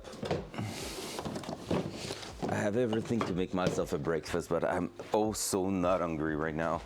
It's crazy. That's best thing, best coffee ever. And now all you have to do is go for it. How you doing, Kev? Hope you had an amazing late night or whatever.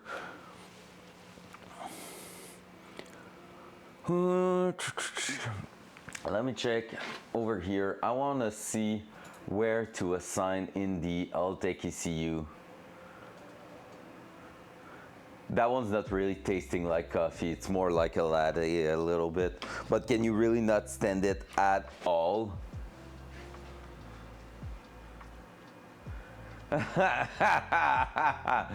Why would he be stressed? Come on. Not the best mug, the worst mug, Neurofox. Come on. I wanted to say.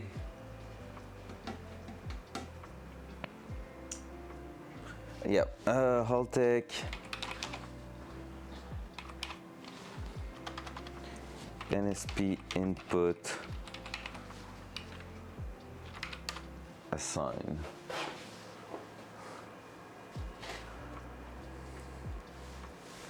Oh, there's a training course for the Haltech NSP. That's sick. Haltech configuring inputs. Let's take a look at that. Next we're gonna find our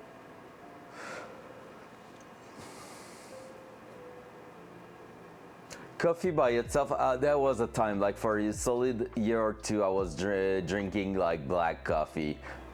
I think I just lost my taste for life at this point. But like now, yeah, I love it with a bit of sweetness in it.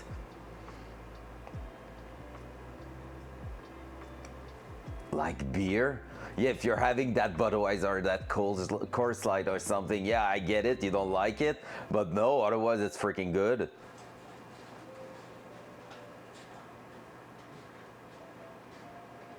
It is for the sick kid, of course it is. Are you talking about the beer there, Neurofax? No, I'm kidding.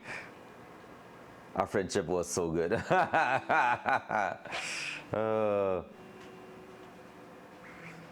She does. Our map pressure sensor. Now, this is going to be where we actually go and set if we use an external map pressure sensor for our hull tech. So we're not going to be using that nipple and running a vacuum line to our intake nipple. We're actually wiring in an external sensor. That's an old version of the ECU, I think, but we still have pretty much the same thing. Basic, and under map source here, we'd select this to What? external, Where? and that's going to signify that we want to wire an external wideband. Once we select external here, we jump back into inputs. Main setup, inputs. That's so simple.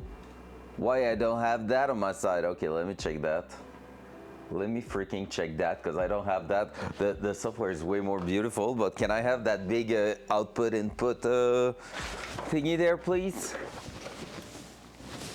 Okay, let's reset DCU, cycle it, perfect. All right, main. Now, vehicle info, highly modified turbo LS, perfect. That ECU here, is it engine configuration? No, he was like on fuel, but I don't think it was a matter of where he was in here. I think it's a matter of finding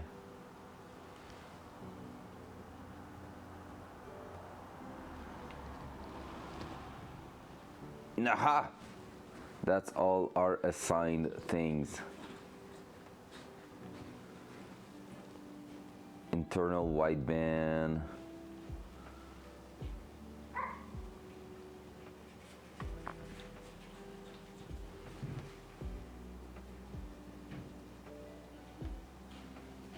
Ignition, stuff like that. Okay.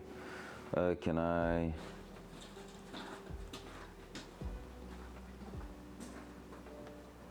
Just hear my girlfriend outside. I want to say hello to her, but I can't.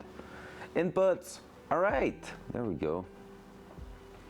AVI1, AVI2, map throttle, application 1, application 2, outputs DPO 1 to 5. Inputs SPI, that's the one we were looking for. Oh, that's cool. And there's the virtual output. And here's our keypad. All right. All right. Now, if I want to find them, can I jump? Oh, that's just an I/O report. I cannot jump in there. Imagine if I could just click that. So at least we see on my 3x5 keypad, all that, my 15 buttons are right there. So now if I want to jump into that input, let's say that SPI1 isn't used. We were talking about bringing the fuel level sensor through that one. We could actually jump in, but I need to find out where it is for that.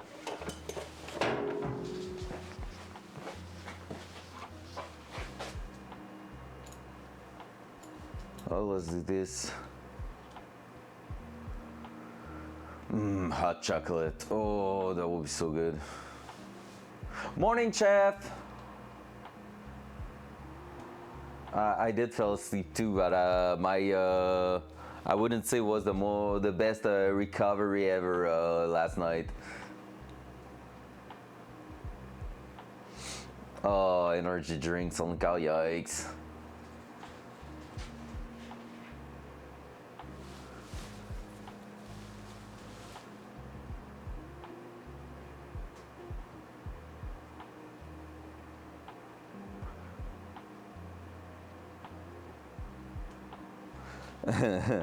And Flo will be in your team, Anarchy and Only Cow. Flo is hating coffee. Wait.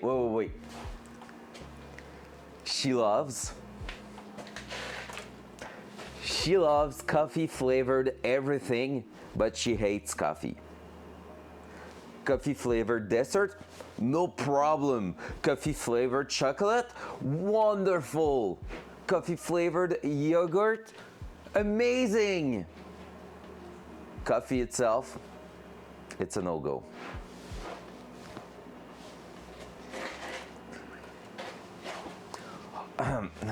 Neuroflux, does she like Starbucks? My answer to that's gonna be really freaking simple. She is the perfect basic white bitch.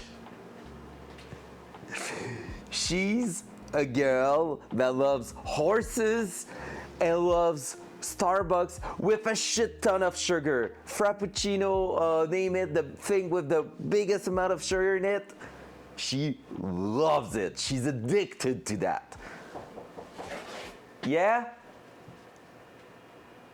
Hello?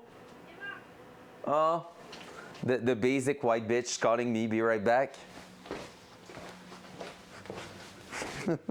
I hope she heard it. Morning, basic white bitch. Oh, il s'aime maintenant. Il trouve de son goût aussi. Il la montre. Il essaye, en tout cas. Je comprends pas tout le principe, là, mais. Trop cute. Ben non, ils ont joué ensemble. Ben, j'entends ça depuis tantôt. Puis c'est qu'à la Le fin- monde dit Flo. Puis j'étais en train de dire que t'étais une basic white bitch parce que on parle de café, de Kev qui aime pas le café, Onika qui aime pas le café. Puis je disais t'aimais tout le café flavored stuff, mais pas le café. Puis là, Jen a demandé est-ce qu'elle aime le Starbucks. Fait que là, j'ai fait ouais, ben, je vais t'expliquer le basic white bitch. C'est une fille de cheval qui adore tout ce qui est le max de sucre au Starbucks. Oh, trop mignon. Bon ben, moi j'y retourne. Il me reste juste 3 heures riches. All right. All right, see guys, I told her I called her a basic white bitch and she's not mad at me. Hey. That's the kind of relationship we have. But like, okay, think about it. Me and Flo are the most North American stereotype couple ever. Doesn't seem like it, but she's wait, you sleep, that's cheating. I have the right to sleep, Siphon. I slept under the car. I was on stream though. I'm not going to work for 10 hours, for 24 hours and making a lot of mistakes and hurting myself. See, that's the point. But yeah, so basically think about it, guys. When I say we are the stereotype of the most like North American couple, she's a girl loving and being passionate about horses, and I'm a boy passionate about cars. If that's not your 1990 perfect boy and girl stereotype, I don't know what it is. Like teenage boy, teenage girl, like it is right there. Smart enough not being offended by the truth. I mean, it's total fact. She's addicted to Starbucks, and you know, like it's just, and I'm just like, oh, car parts. So we are the best stereotype couples ever, and that's the best. No, she's a basic white bitch. And I'm a basic white bitch. So there you go. Basic white couple bitches.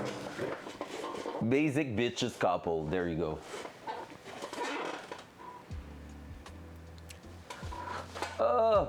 My brain's not braining too much this morning, not gonna lie. It's hard to look at that computer, but it's better than welding for sure at the moment, because welding, I'm not having enough brain for that. Now, can I get into my input-output tab somewhere to actually assign those? Because right now I see them. I have the DPO here. I have the SPI there. That's what I need to get assigned. But I don't know where to find them. That's the IO report.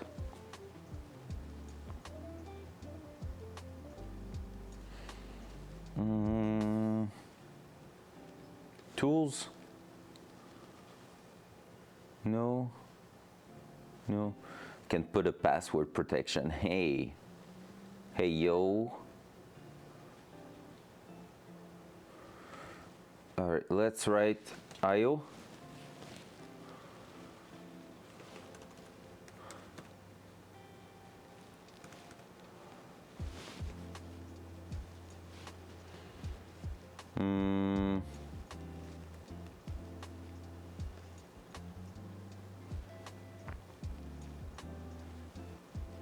Okay, it's showing me absolutely everything.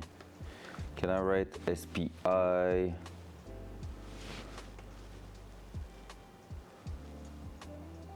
Not really.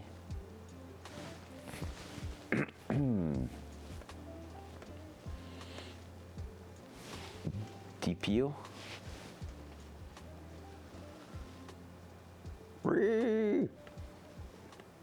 Okay, we're gonna try to be wild.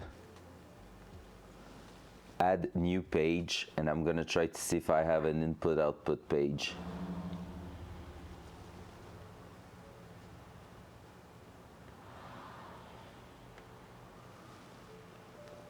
Our wiring stuff.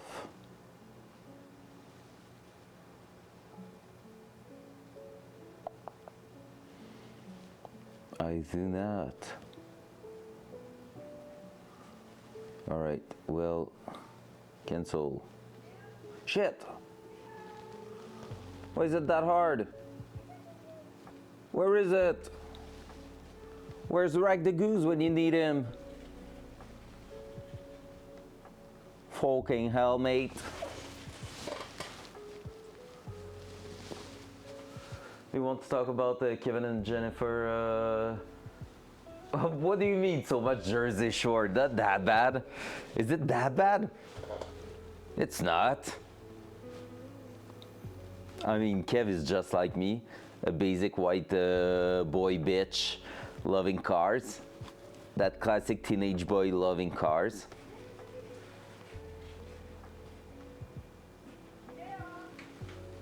So on that, and he's a geek. He's a proper geek.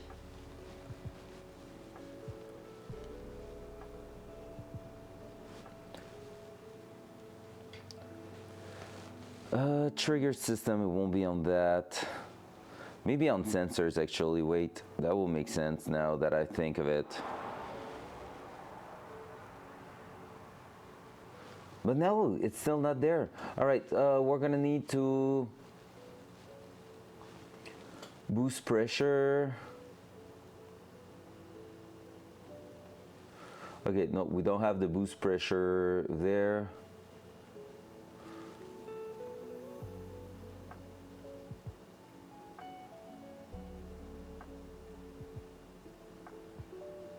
Oh, okay, no, it's if we have both of them. Boost pressure, I'm gonna need to go.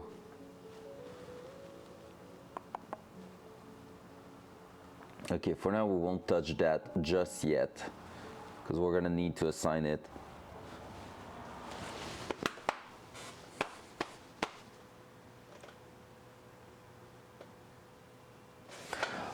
Oh, we have them there.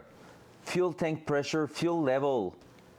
Bam. And if I go fuel level, there's no wired link to it. So now we're gonna try to plug it, bring one at the back and try to get it done.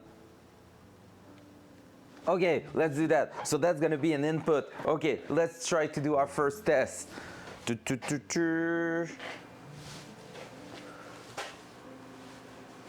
Oh, fair, Kevin. Kevin in his 2000 Honda Civic or 1996 Honda Civic, popping the rev limiter every corner. Well, every stop. Nothing to do in a corner. All right, so we said, which one was the input and output already? Let's go take a look. I'm gonna jump into the car from the driver's side, take a look at that, and we're gonna try to figure out if we can bring that to the back and link it to the fuel level, which will be freaking amazing. That.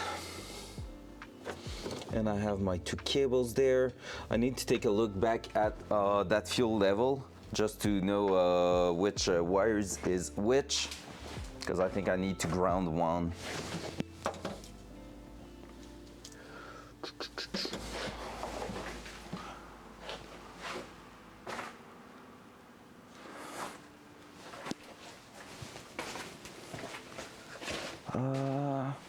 Because I really think I'm gonna need to ground one of them, so I'm gonna go back on my Amazon thing. with the vape. Oh my god.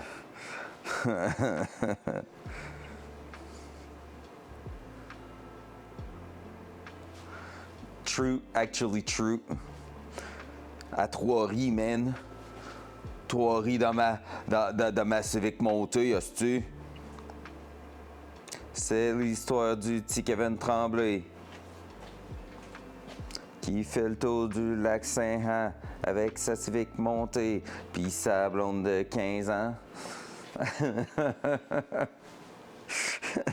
For those of you English speaker, basically we have a song around here in Quebec, which is basically is the story of Kevin Tremblay with his modified Honda Civic doing going around in the Saguenay, which is a region. With his 15 years old girlfriend. So it's just like the classic Kevin in a freaking modified Honda Civic. A really nice way to describe what is a Kevin. 15 years old girlfriend modified on the Civic. I lost. Oh yeah. I wanted to go on my Amazon, check for the fuel level sender.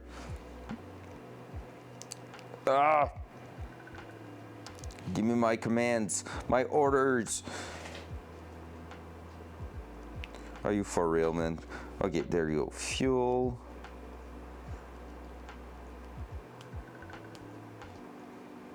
Where is it? Where is it? Where is it? Where's my... Oh, there you go. I don't want to buy again. I just want to take a look.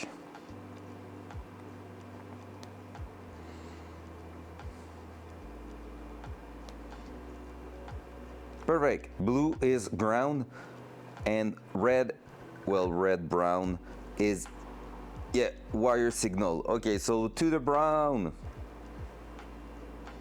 Gonna bring that to the brown thingy, so that's perfect. The car has a sleep option. I'm done sleeping, Dan, so it's too late. Have you seen the setup, sir? Did you see it? I can show it to you. Show that to Wiz a bit earlier. Won't be too long, because we're already gonna be on the right spot. How you doing, Dan? I hope you're doing fantastic, sir. Why do I have sounds?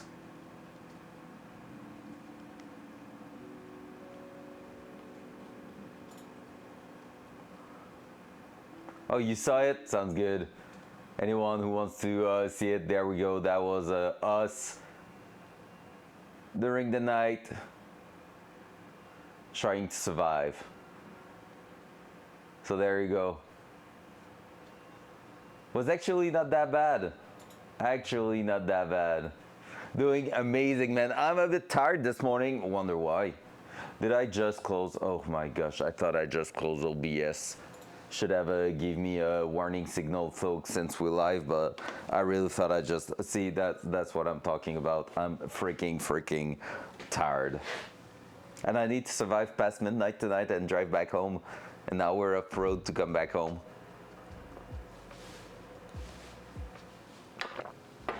Yo, my fire is already dead. Oh, it actually burned quite fast this morning. All right, let me grab more wood. So we're gonna bring our first signal wire to the back to get an input and try to get the actual fuel level as our first input ever, just to test it. I know we're not gonna be done anyway with that today, and that's no big deal. At least if we get it started, we're gonna have a chance to get it somewhere and get just used to it. Actually, it's pretty much that. So I think I should bring you guys, so we're on that view, so I can move that without giving any sickness to anyone. Hopla.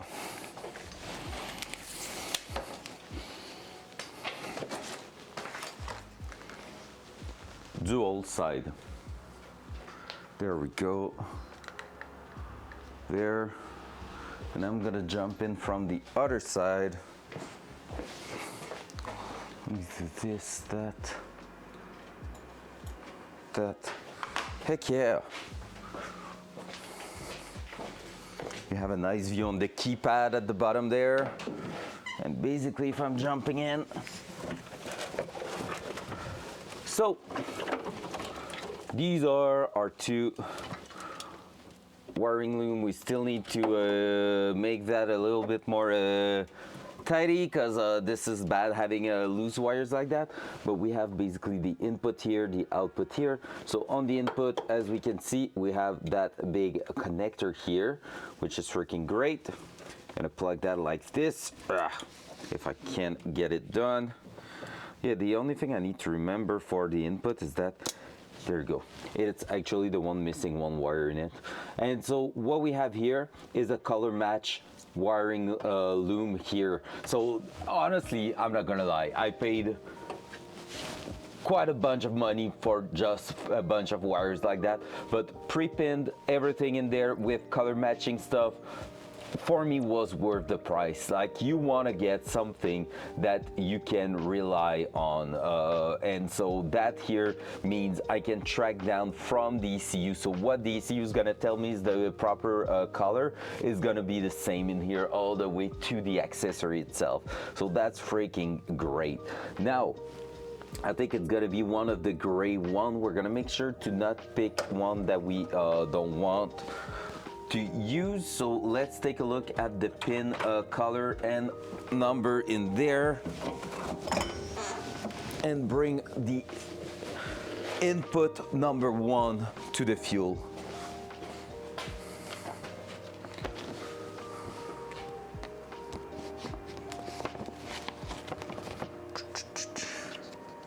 Pas le VTech, Kevin.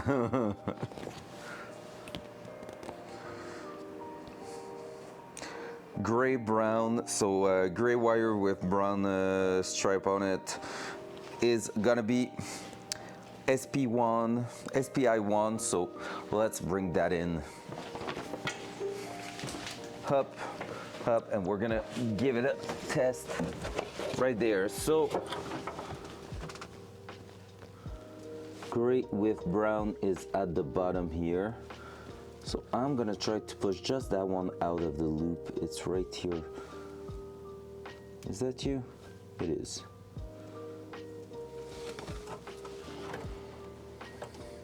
I bought the one with 10 feet of wires, so we're gonna have plenty of it.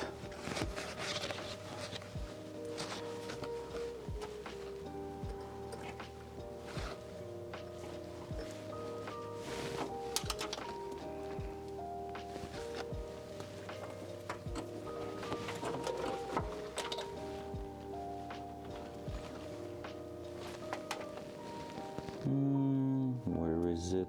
Where is it? Where is it? Probably the one stuck there. No, not even.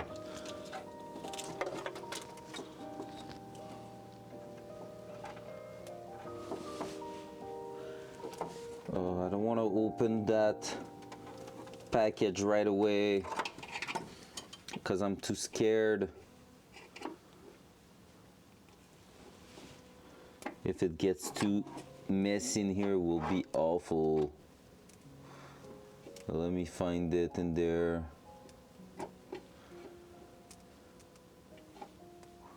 Where you at, little wire? Show yourself. It's you, right? Yep.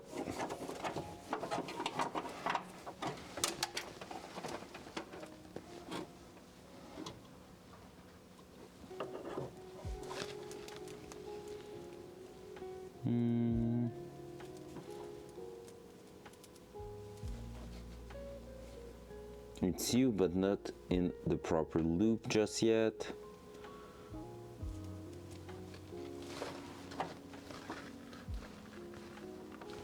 Not in the proper loop just yet. So there's at least 2 loops left.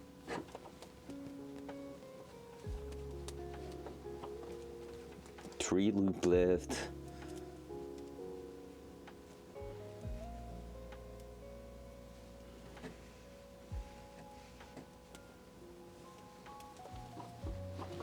Oh my god, so many loops. Yeah, I guess it will be easier to just open it up.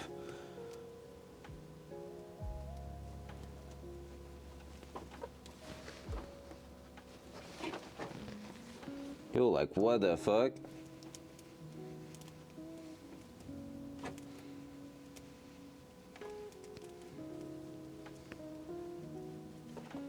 Alright, there's way too many loops left in there. I'm gonna cut it up and let's cut it open.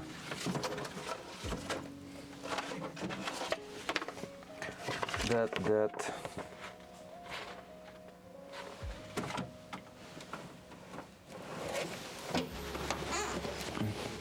Oh, I think I just figured out what SPI meant. It's spare inputs. Is that it? Little cutter. We had that yesterday somewhere. Hey guys, I'm gonna be right back. I really need to go back to the bathroom, so be right back and see you in like 2-3 minutes, and we're gonna keep going. I bet that before the end of the stream we can get at least one input and maybe one output working, so be right back.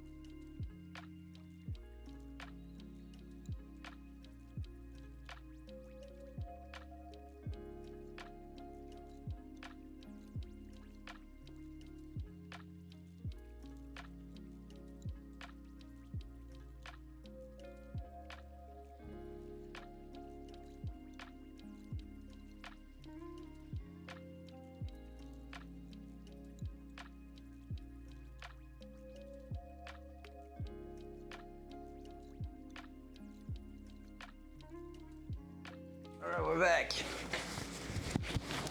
Wiring time, baby. I think we're gonna end up the stream later on with cooking. Cooking and chilling. So, cutters. That's what I was looking for. And I can't find them quickly. So, they are probably somewhere weird.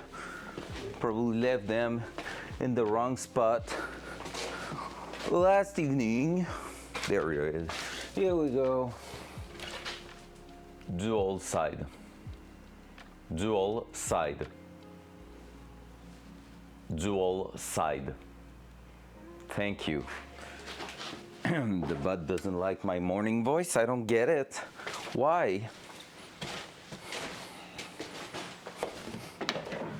Up. All right.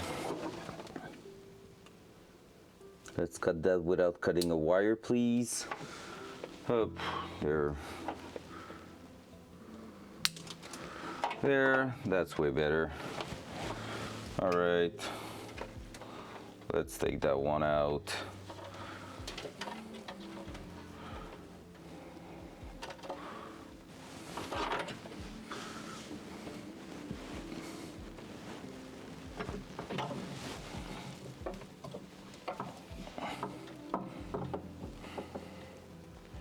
Oh, that's why.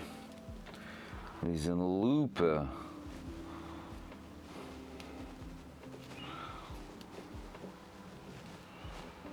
There's a mess. It's an actual mess in here.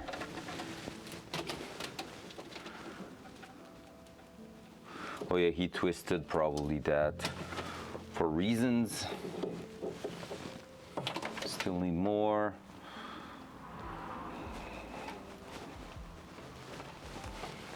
There's gonna be part of it that's gonna go through the frame rail to, well, not that one, but in some other ones, we're gonna be going through the frame rail for sure. For the boost controller at the front. Nice spaghetti that we have here. Don't get stuck in there, sir. Please.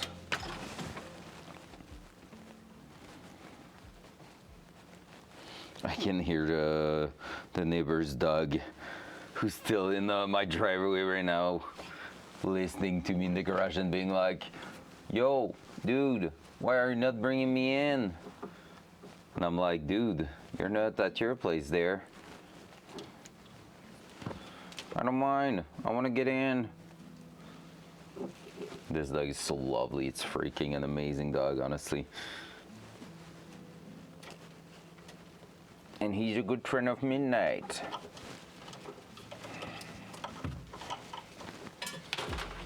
All right, with that, we will have plenty of length to at least test the signal. So we're gonna do that. Let's try to read it from that. So we're gonna be opening that up. And are we crimping right away? Maybe just twisting them for now, testing the input. So we're gonna do that. We're gonna get also a ground. So let me bring you towards the back so you can see. And then we're gonna try to open that up to get the signal. Front cam. I don't want you to get sick because I'm gonna be moving that quite a lot.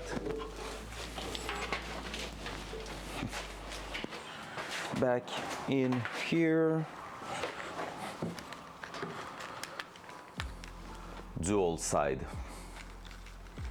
All right, there we go. So basically in here what I'm looking for is this. So we have the grommet here that was going through that. We're gonna put it through those wires eventually. Need to probably rework my negative and positive side here.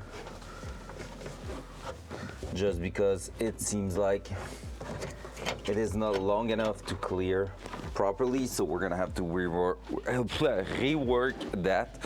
But yeah, basically here I have two wires, the blue one, the brown one, that is my input output.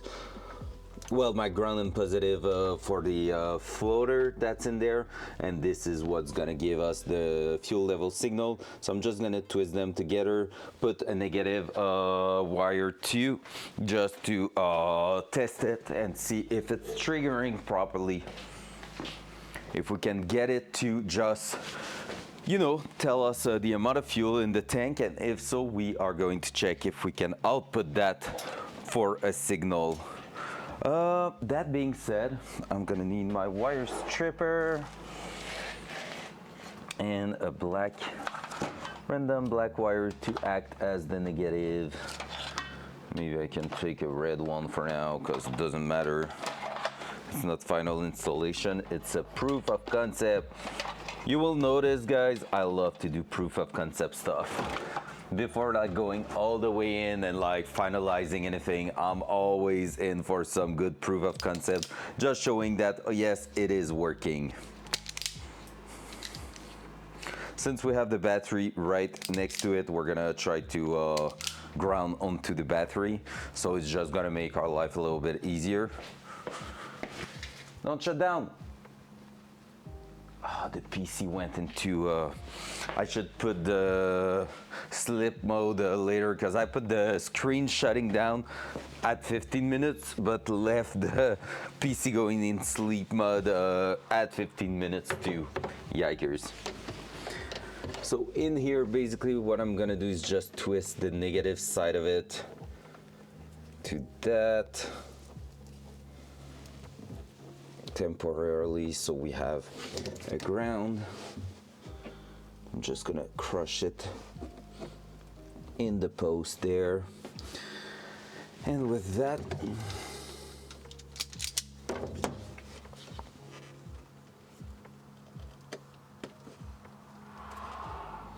just like that, we should have a signal going through. So if we're going back, front cam. There you go. If I'm bringing you back to the computer, we're gonna try to cycle through that.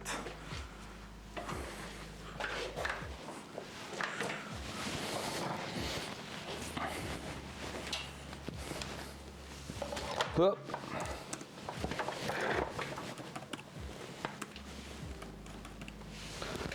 Dual side.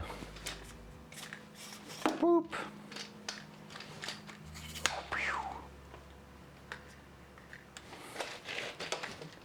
All right, there we go. So,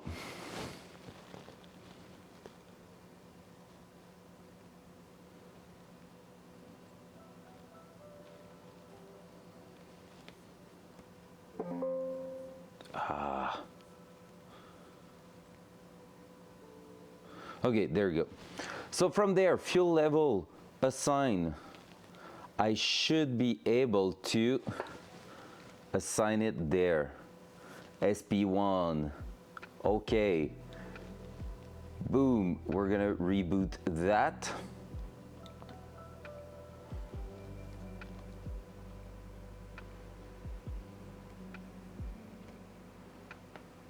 And right there, if I'm picking up that, the pull-up was set disable earlier. No, enable. Let's see, can we?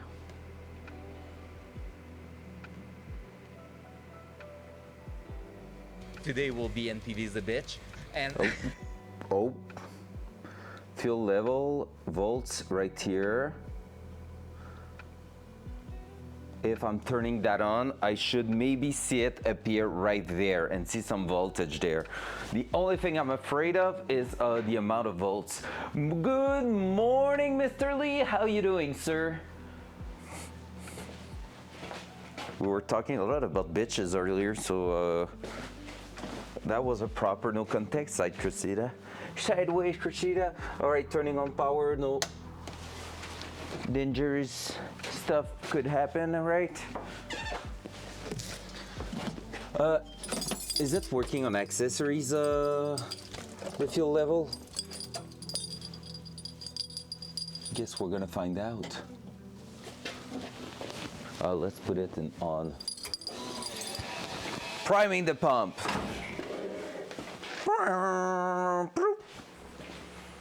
Do we have anything? It does show something.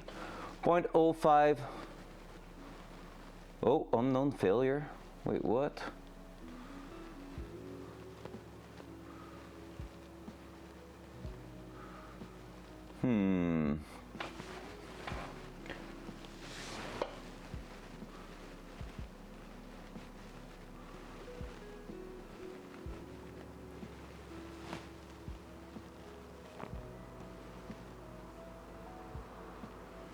Yeah, I know the engine is stopped. Fuel pressure expected.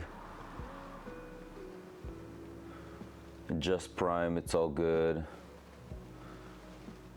We see all the voltage, we're not bad.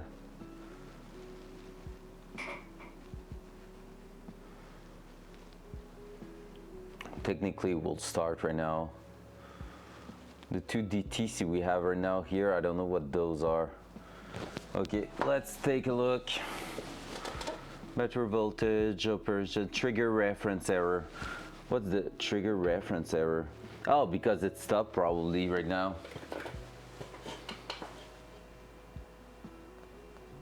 Why? What do you mean, Dan? Last day of 2024, heck yeah, and I'm working on the Datsun. That car was supposed to be done in 2024. I don't want to talk about it. I'm pretty sure if we were about to start, it will work.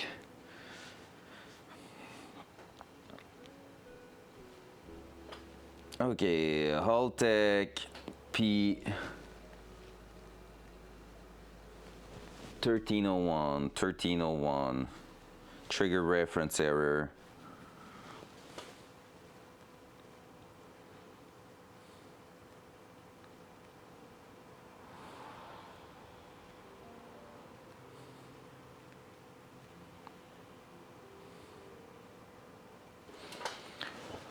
All right, so this is basically mostly because we're not cranking. The actual code right here is because we're not cranking the engine, so that's why it's not seeing the crank position just because we're not cranking.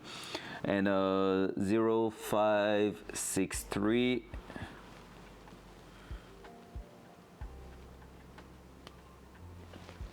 Let's just check. P05.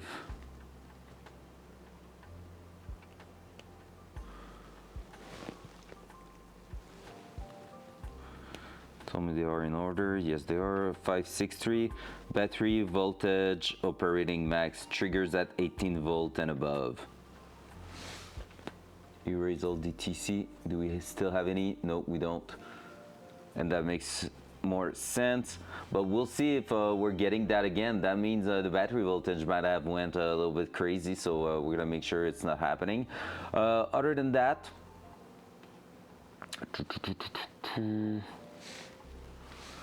that might be just a spike out of nowhere. Here, fuel levels.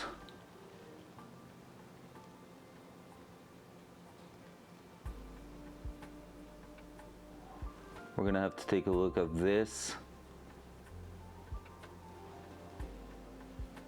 But the wiring seems to work.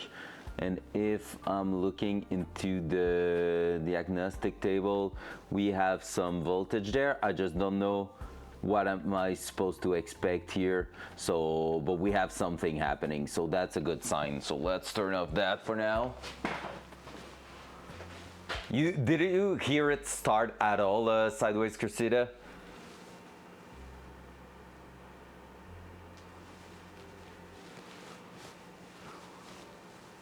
You're playing Minecraft, let's go. I love that.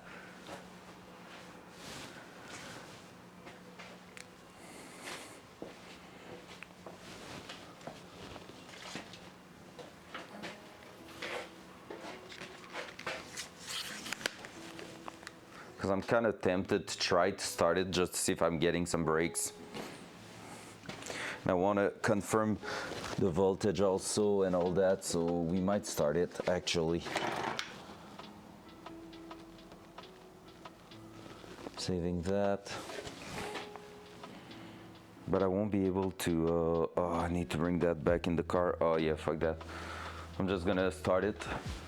All right, Sideways Cressida, it's your moment there. I'm gonna show it to you. I'm gonna start it really for a short amount of time, just trying to pump the brakes a little bit.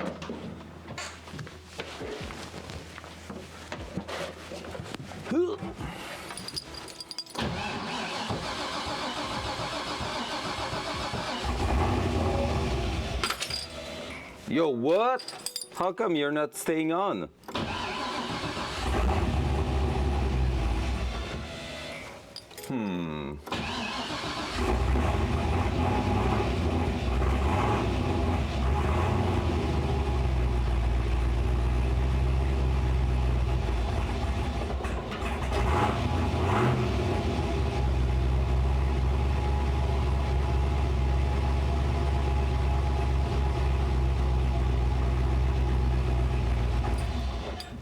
We have brakes confirmed. Chef, if you're still there, I was right. Cycling the vacuum once, it's good to get pedals on the brake.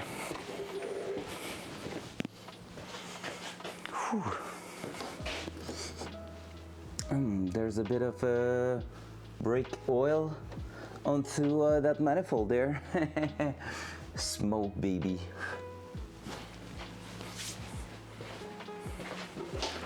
Oh, I hit it. So basically the pedal just changed its feeling totally, Chef, when I was, compared to when I started it the first time.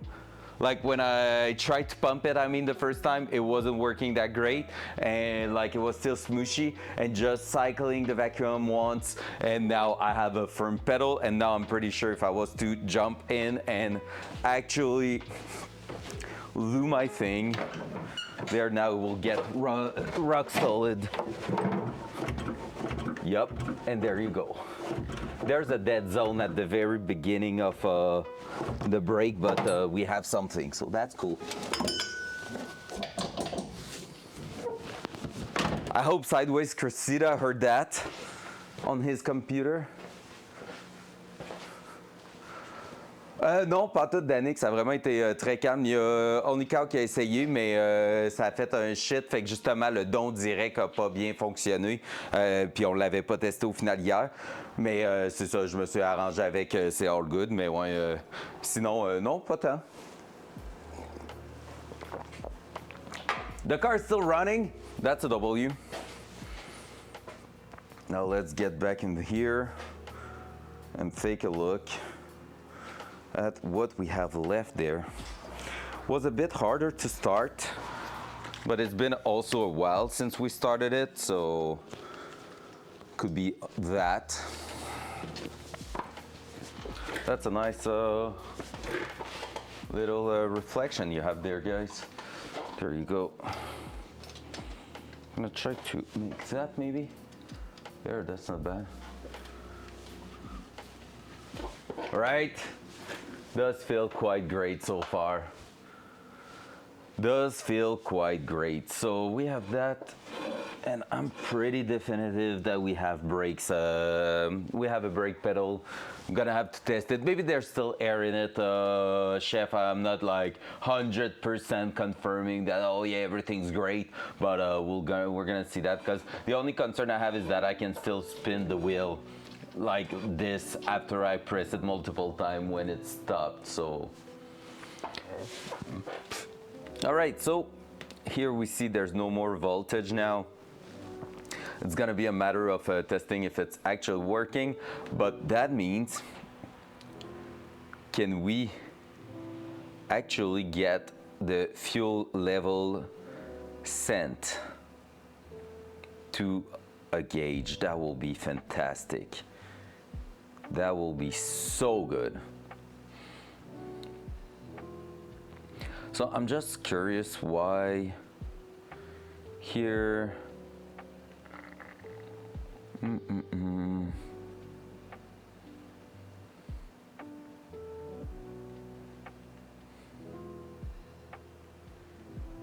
Maximum voltage and all that. Let me check the spec of my float in there, just to make sure. back on Amazon. Because this is actually a resistance, it's not really a voltage. So you're running a voltage through it. And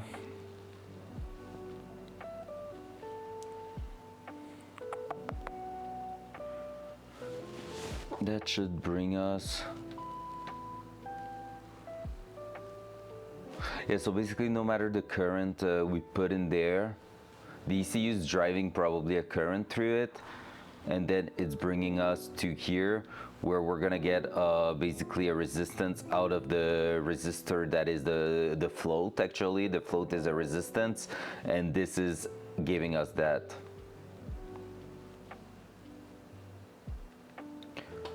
And that's a 80-liter tank. Why would we go with volume? I'm not sure. Did it change anything here? It went into percentage there. And volume now, that will just be that. I'm gonna try that for now. I'm gonna check again. Haltech, fuel level, sensor, wiring and setup. Okay, so on this side here, right in there, they go as. Why do I have a mid? Like 0, 2.5, 5.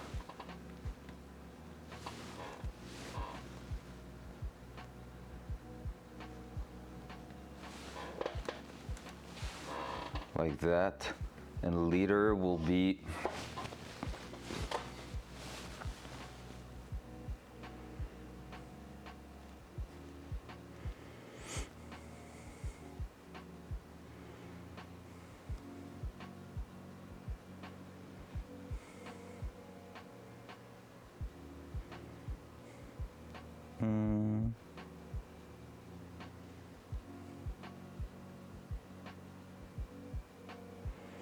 Why is that on AVI and not SPI here?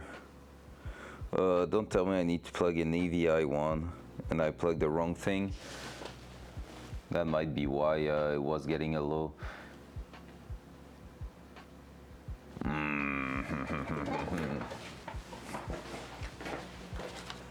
Disappointed! Okay, let me check. In that one I didn't have the actual input output names, right?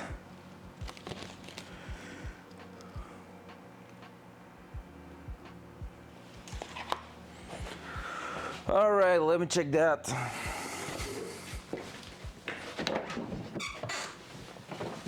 Ow.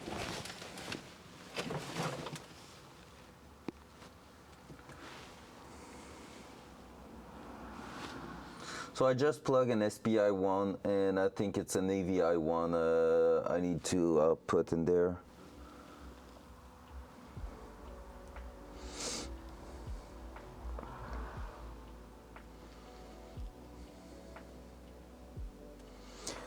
This node allows you to assign the input the fuel. It's not recommended to wire the fuel level sender directly to the ECU due to large fluctuation in signal. Please wire the sender via a fuel level signal conditioner.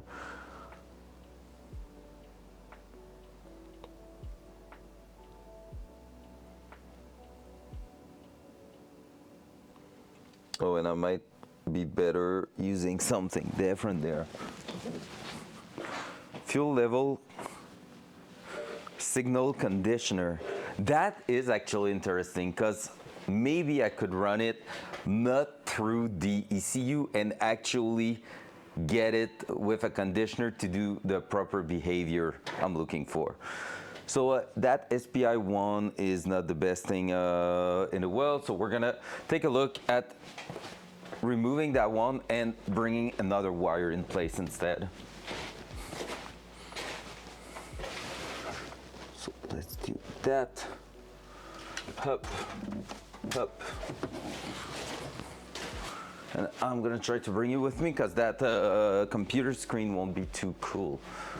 Oh, by the way, just so that you're still in the sleeping category. Oh no! Thank you. Forget about that. And I'm still marked as sleeping right now. When I did it last night, I was like, oh yeah, I need to not forget about changing that when I wake up. Guess what? I forgot. Done. Thank you so much. Oh, wait. Just chatting. Done. All right. Should be better now. Oh my gosh. Oh my god. You had to, right?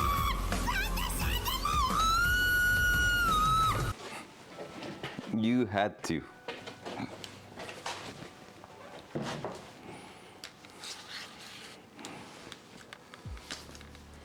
Some people are working Flo. Come on. Not your problem, I guess.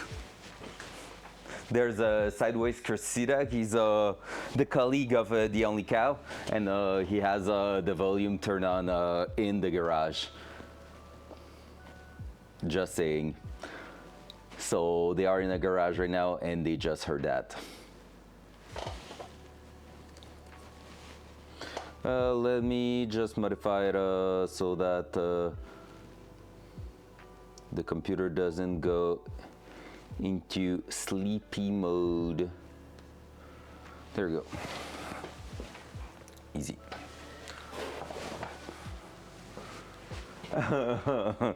Don't be sorry. It's part of the game. It's the fun part of Twitch. You never know what's going to happen.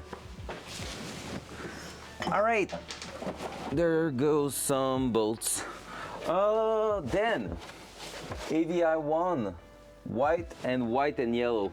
So let's bring the white wire through that. The spaghetti noodles.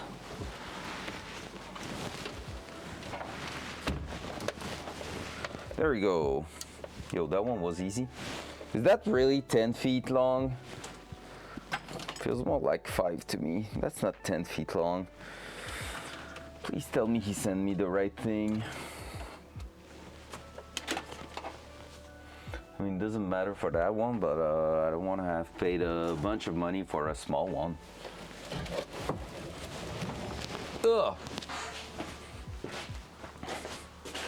The guy's super smart, though. He did the extra step to get me that while Post Canada was Canada Post was actually like not happy with anything in the world, just protesting about their condition, so there was no delivery done, and he managed to put that into another services that he's not usually dealing with and get us something. So there we go. That, gonna reassign that wire, turn that on again just to see if it's changing anything. So assign white AVI. Okay. Resetting the ECU. And we're gonna turn that on one more time just to see if we get a better voltage. Even if they say like ideally do not plug that straight to that. Now since I guess it's because the float is actually turning on and off quite a lot.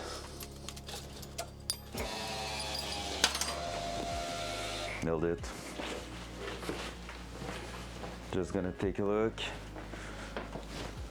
Still have a 0.05 volt of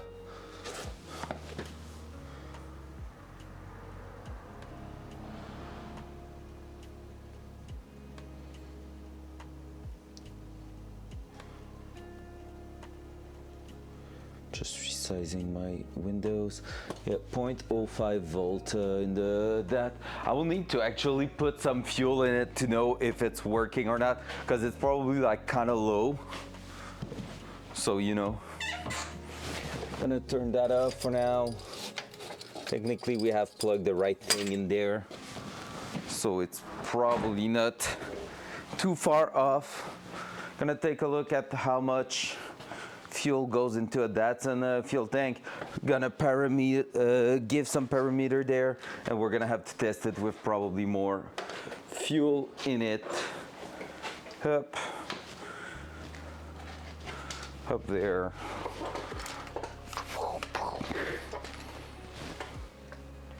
There you go. So basically here, what we're gonna do is go there. So it's based on 100 liter right now. So we're gonna do a 0 here, straight line, because it's really linear at the moment.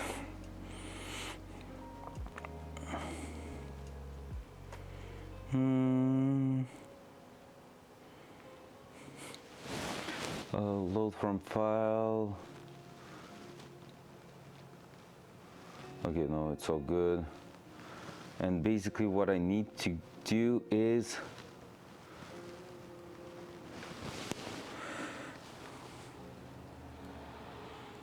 no voltage, no resistance when full. So that means actually it's gonna be the opposite way right now.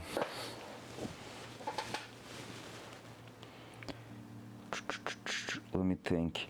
If I have no resistance when it is empty, that means we're gonna have the full voltage. And if we are going through 90 ohm when full, that means we're gonna have no voltage left. And all that based on Datsun 280 ZX fuel tank capacity 80 liters. So that will be technically at 0 volt, it will be full. Halfway through will be half, and 0 at the end. There you go. That should be a thing. So the am I 90 ohm full? So yeah, at 0 volts, when the voltage the lowest, it will be full basically, and go like that. That makes sense. Now let's check fuel sensor conditioner Haltech. Let's see what the fuel level sender signal conditioner is doing.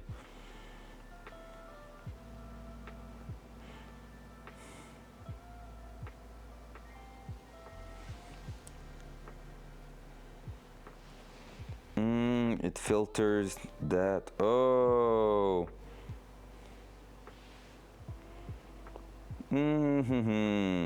All right. You're dropping on me like that, Mr. Pound. So, what does that mean exactly? That means I shouldn't be grounding that exactly there. I should be going through my signal there and take the output. Is it? I'm trying to think. Something's wrong with the wiring I've done right now, because basically it's like it's going through the sender from the ECU, but there's nothing providing a current in it. I don't think the ECU is actually providing a 5 volt through it. I had some residual things a little bit, but like nothing too crazy.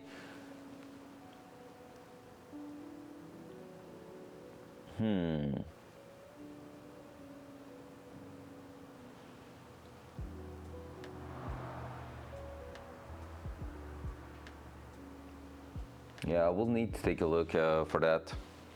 All right, I don't think that's the main goal here, so let's keep going on something else. I think I'm gonna disconnect it, and for now I'm gonna just remove it entirely. So the fuel level in the sensors here, we're gonna be turning that off.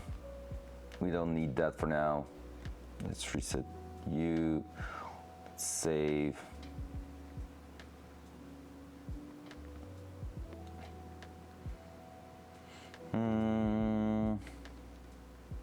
Track temperature, tracking it, or that's weird.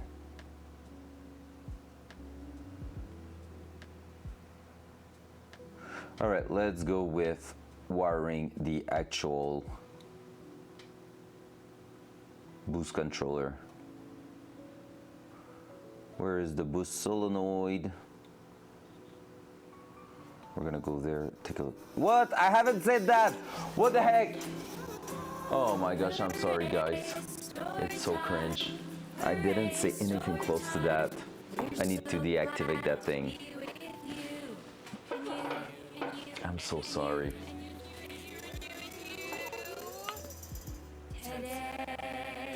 I'm so sorry. Way! Woo! We're all together! You! Hooray!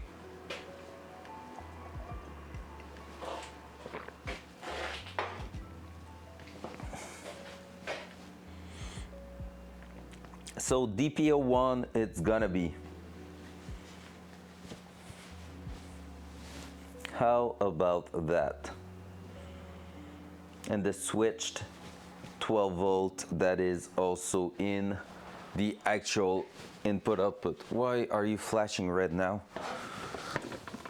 Oh, because of that. Okay, so the boost pressure, I have no clue if that's the one I'm supposed to turn on, so we're gonna have to take a look in. I'm pretty sure, well, I'm pretty sure it is, but we're gonna go our wastegate pressure. Wastegate pressure is gonna be the one.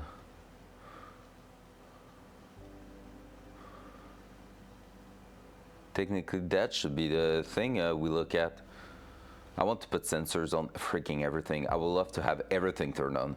Not at this point, but like, you know, it will be freaking great. So what we're gonna do is start by wiring, as mentioned, in the actual thing here, the boost controller, front cam.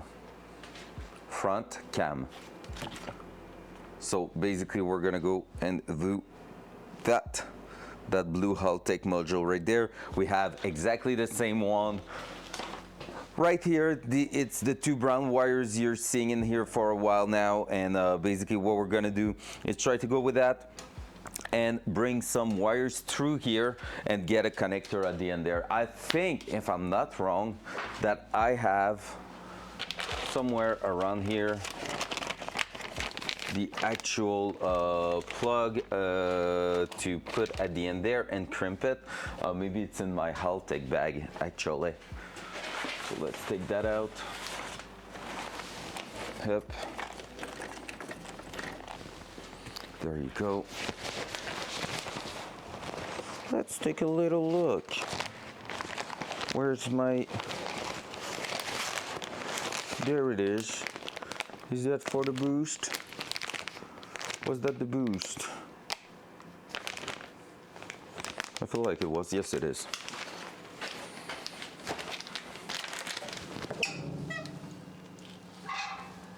Slow burning fire. Let me leave a bit more oxygen to it. All right, so we have that we're gonna crimp.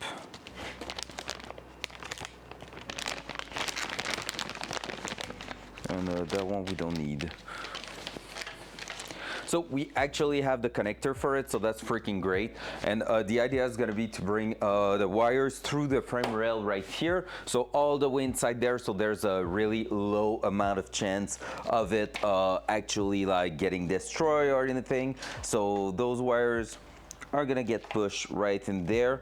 We're probably gonna cut them and make that super short, so we have the connector basically right in here, just hidden, but like still doing its job. I will take a look if I have what it takes to close that hole there in the first place, because that's gonna be also a nice thing. Dual side.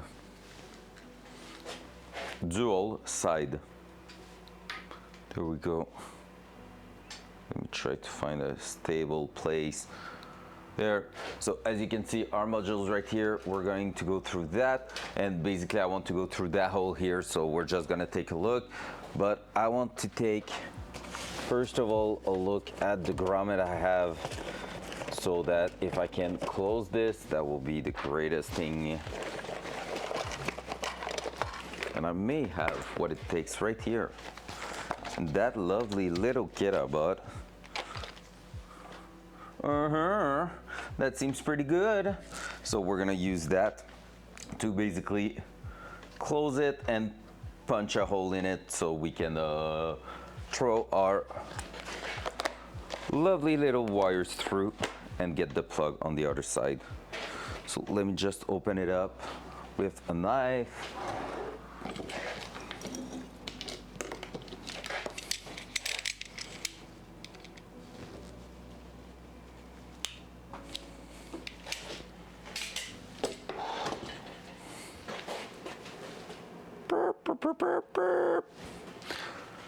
There we go. Which means I should be able to do that. And that. And now we need to bring 2 wires through here. So yeah, the idea is going to be to do that. Put the connector on that side here. Push that in there. Without any trouble, just getting that here and closing that. Bam. Like this, so it's gotta be neat, hidden, and protected. Exactly what we love to hear. All right. For the colors, pink with brown stripped, and then that other one there. I should be able to crimp that with this. I hope it's gonna be doing the job. That's technically the nice crimp for that, but those seems to be quite small. So I hope we're gonna be okay with it. I hope it's not a special one. Because I always had in mind it was Dutch connector pins, but it seems a little bit different.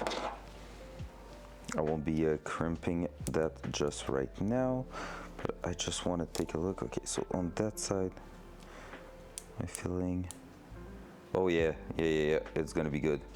Perfect, amazing. So that and going through, perfect. So on this, what we're gonna do is try to bring the 2 wires that we need.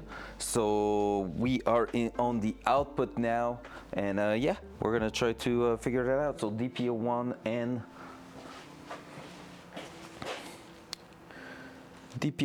the switch 12 volt. That's gonna be the thing for us. Okay, the fire started, so we're gonna close the door again because we don't want to die suffocating in here. Man, I feel like the humidity has been taking out of here for real now. All right, so DPO1 and switch 12 volt. The switch 12 volt pin A is here. All right, we're gonna know right away if we have some. Let me unplug that. And that.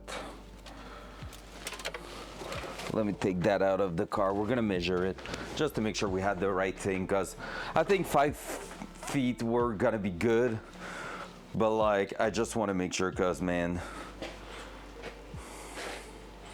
I've paid for it. So hey Jamal, welcome back, sir. It's been a long time. First start. It's been a while since we started it. It's been a while. We started it in August. It's running right now. We just ran it a few minutes ago to test a little something.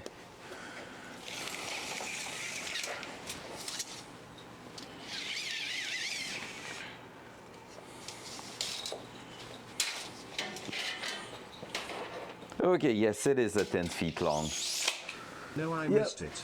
Yeah, you did miss that.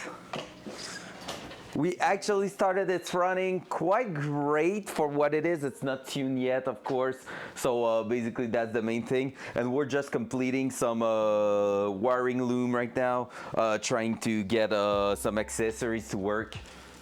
Oh, don't say that. You're back. That's what matters. But yeah, if you haven't seen it in a while, then take a look at this. Dual side. Dual side.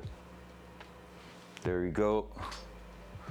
Take a look at that engine bay. So this is what it's looking now. And yeah, it's working great. Have a few little issues that we need to fix, including that. I have a little coolant leak at the thermostat housing, which sucks because we're gonna have to unplug it, put some gasket maker on it, and it just sucks because, like, man, there's a brand new gasket with it and it didn't do the job properly. So yeah, right now we're just playing with that, enjoying our time on the ECU. And if you look at the amount of time I've been live, we've been in here for a while. So yep, part of the game that. Well, let's connect this. Up, up. One day there's gonna be some automatic signal discovery to know exactly what signal it's receiving, I'm sure, on those cars. Because right now I need to assign everything by hand, but that would be cool if it was just figuring out by itself. Oh yeah, that's that thing. That's pin A, right? Yep. So we need the pin A, and we need pin B. So both wires next to each other, is that right? Oh, I was on H actually. A and B. I'm gonna isolate those two, because those two are going to come with us through the frame rail.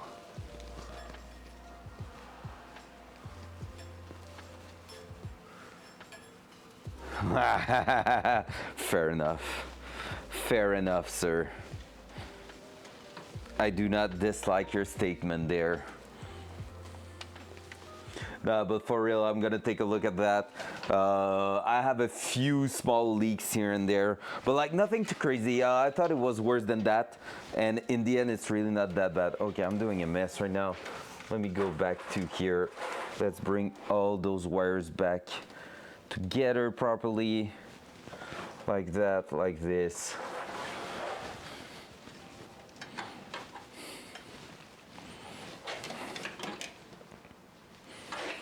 Because right now it's doing a mess. Up, up.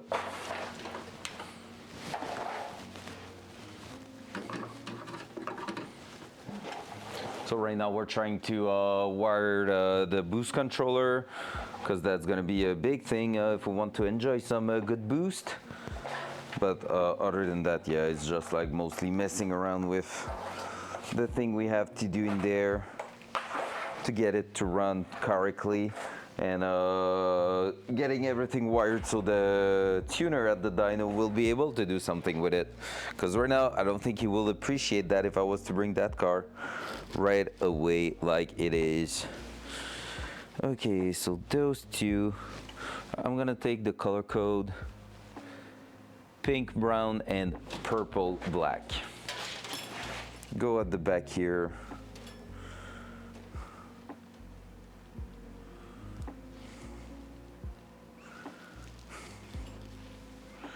It's those two, right? Yep.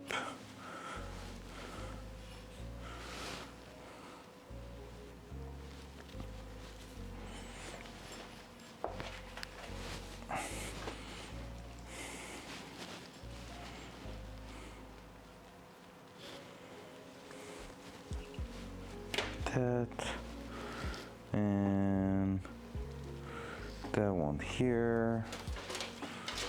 There we go. Then I can put that here. But yeah, no, it's going pretty well on the car. No, it's been a while you didn't saw it, but can't complain. Like, we had a few small dramas and stuff, but like nothing crazy. And right now we're just, like I said, playing and learning on the ECU stuff because I'm really not used to that. But we're actually getting our way and our head around it, which is freaking cool. Feel like I'm not doing too bad. I've seen worse. It's just like I'm really not used to all the signal input output type of stuff, so it's a bit intimidating at first for sure, but otherwise we are trying to survive that.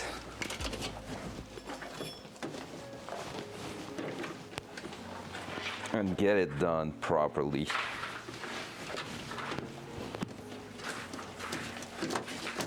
All right, I'm gonna refold all that like so, and now I have my 2 wires isolated here, front cam.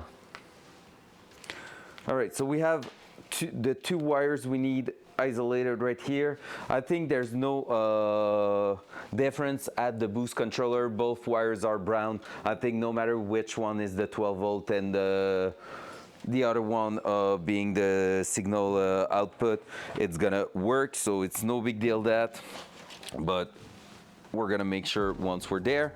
Now the biggest thing we have to do is to actually bring those 2 wires outside, and to do so we're gonna go around there, probably remove 1 or 2 things and try to push a steel wire through the frame rail into the interior there and actually get it from there and just tape the wires, because basically if you have, that's a good trick by the way guys, if you have a steel wire like that, you can just push it through where you need to go, so it's gonna be like a bit more stiff to push, and then you just tape the tip of your wires to it and you just pull, and it's gonna bring your wires with it, which is freaking fantastic. So there you go, little tips right there, and that's exactly what we're about to do. So let me show you right here. Dual side. So what I'm gonna try to do is push my steel wire from here, get all the way behind that, and then push it inside the car. So that will be the best way to get it done, I guess. And so yeah, we're gonna just try that, because otherwise I could do it in two motion there, one there. Yeah, I'm gonna open that up and we're gonna see, because maybe it's gonna just be right there at first and then bring it to the front. Where's my screwdriver for that? I think it's you. Hup. Yes it is.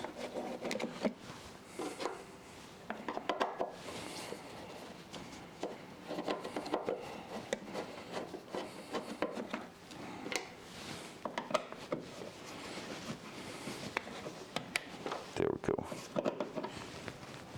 So basically I want to follow, what the fuck? I want to follow basically this right here and bring that back inside the cabin. Man, it felt like I was bleeding from the nose. I don't know what that was. Ugh. So yeah, we want to go inside there, and I think I have actually an access point there. Yeah, cool. So we're gonna bring everything in there, and I can see it right around there, so that's great.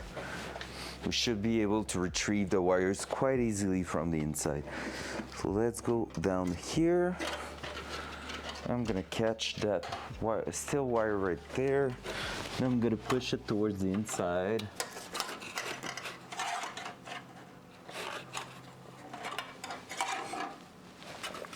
How's life going, Jamal?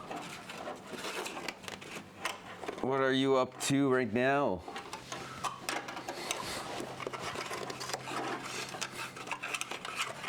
It really feels like I'm bleeding, which sucks.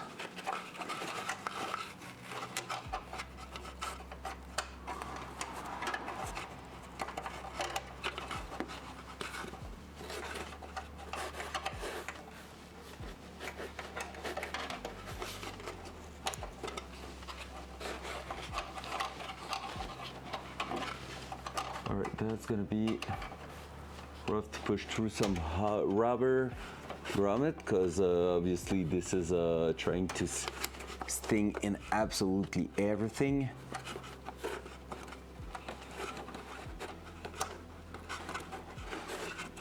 If I can get it done, should have a nice result.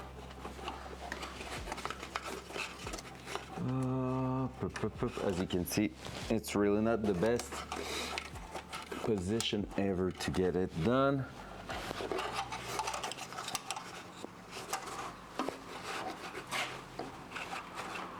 No shot. No shot. That's so sick. Congrats. Holy crap. I think we have one here in Quebec called Darwin. Is that in Quebec, Darwin? I'm not even sure it's in Quebec. No, I think they are somewhere else. That's so sick. Building freaking rotary engine, that's so badass. Only Kyle will appreciate that.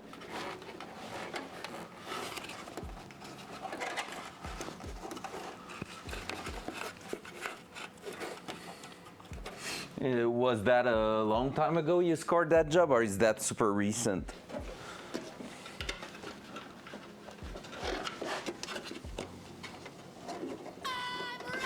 What up, Orange? Good morning! Heck yeah, baby. I hope you're ready. We're getting shit done right now.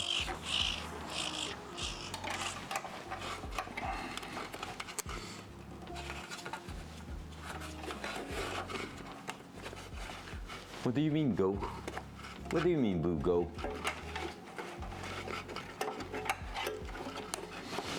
Oh, come on, man.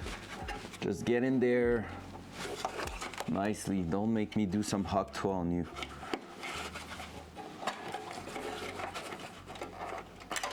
It's not working great. My technique so far. Gonna need to revisit that.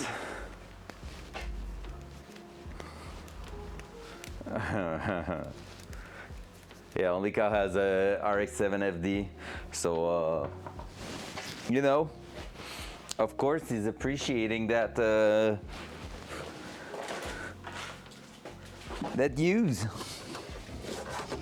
Do I have an access here? Maybe it's just too jump pack actually. Maybe that's what's going on. Let me check. Oh man, the spaghetti noodle right there is awful.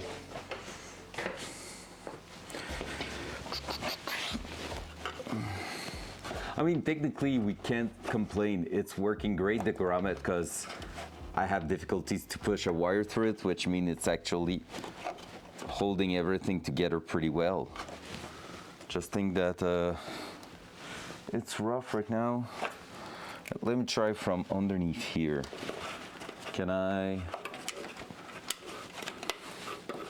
get it in there?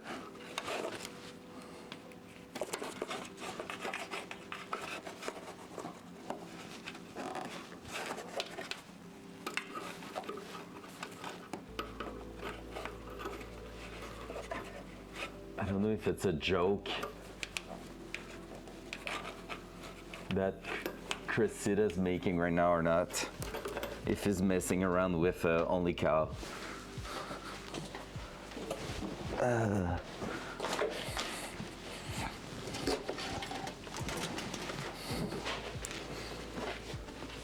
Get back to work.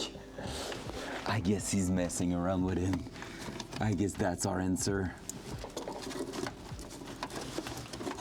All right, do I see my steel wire somewhere in here? I don't think so. So far, we'll be about that.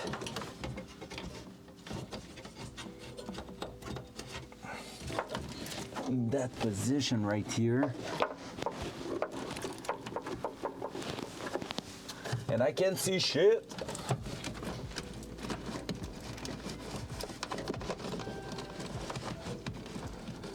Oh. Is that you? Oh yeah, I think I get it there. Yeah, boy. All right, what path do I want to go to bring that?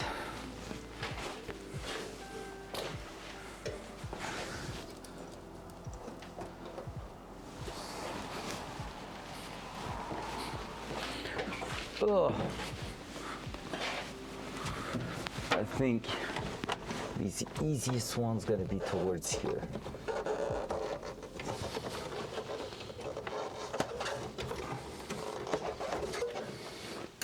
All right, have the steel wire inside.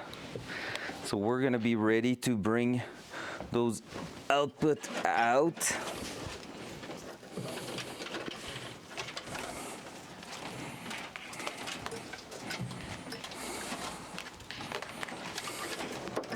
And since it's gonna be towards that, we're gonna be able to clamp on those, hold it in there, and pull it through here, I guess. So we're gonna go like that. I just wanna make sure I'm staying away from mechanical components of the AC. Well, not the AC, but the heater core. But there you go. Should be able to tape that together and bring that out. We're gonna try. That's what we're gonna try. So just to give you a better look, I'm actually working over there. That electrical tape, we're gonna just tape that together, and so we can just pull the steel wire, and we're gonna protect the end of our actual wires, just to make sure we are doing great.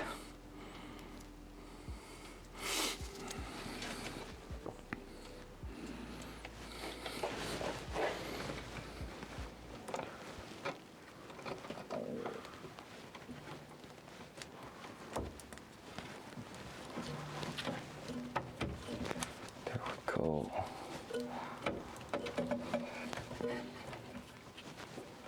We never got the end of the joke, Cressida.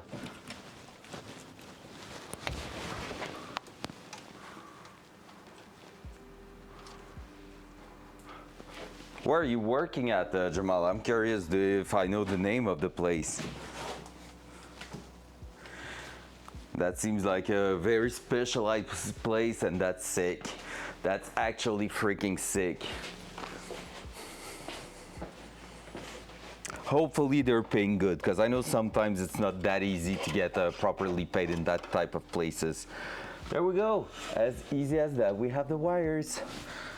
So now all I'm gonna do is that, and do the same thing, but through here, and then through there. Maybe I will try in one go, actually. So that's what I've done. So now just removing the tape, and see, boop, wire's still in perfect shape. No cut, no nothing, everything's good. That's what we love. So now I can leave it on the ground there, and can try to go from all the way here towards the back.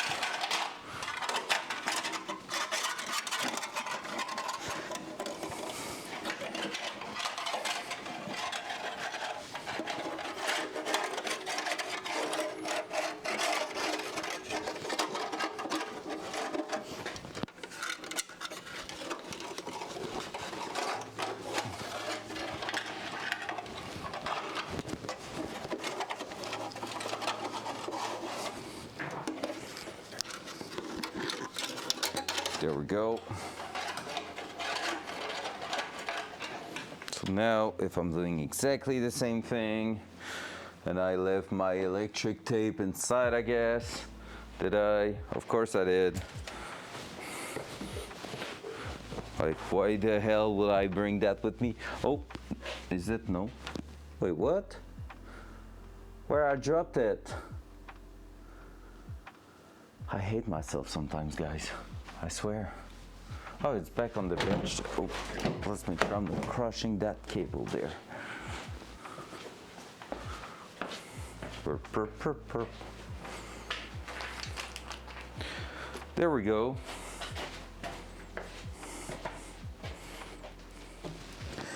There and there.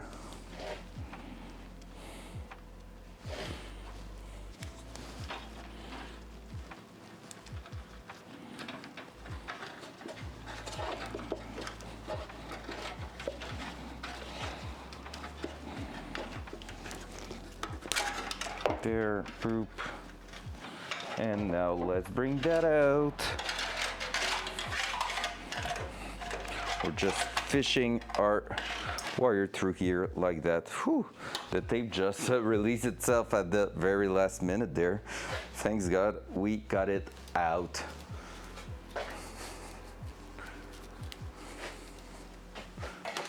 There you go. I'm starting to be hungry now.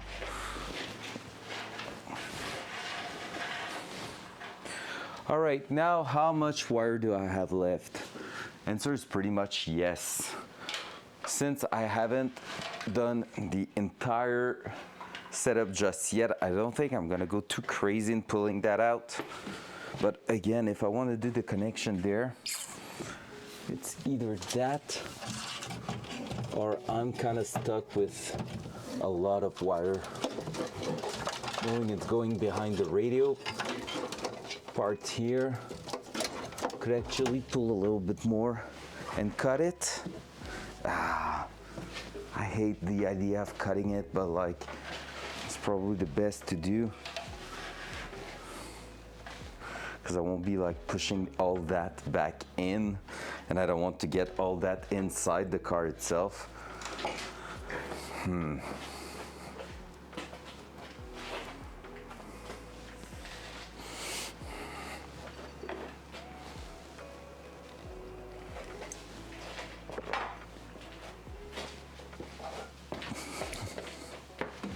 What's the main reason you go single turbo?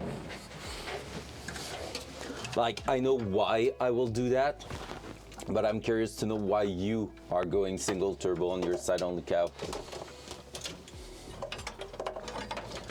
Because yeah, on my side it will be an obvious reason. Reliability.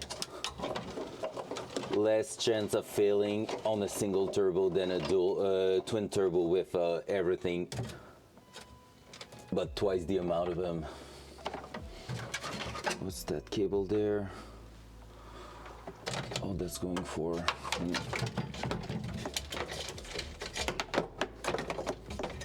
All the gauges wire is a little bit in the way right now. We're gonna keep that on top.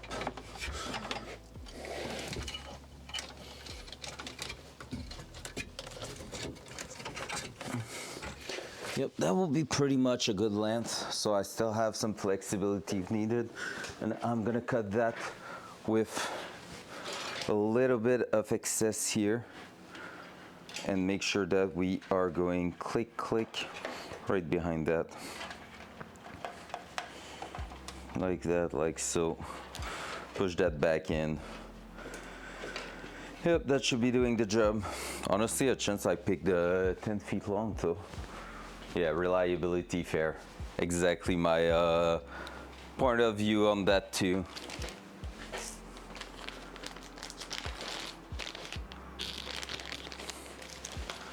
I'm gonna take a look at the Altec boost controller wiring.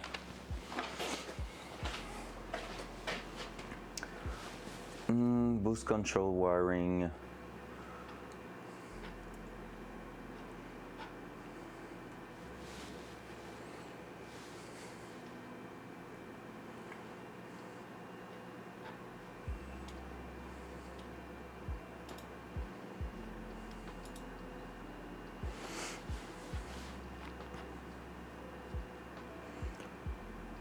Arm switch. What is the arm switch?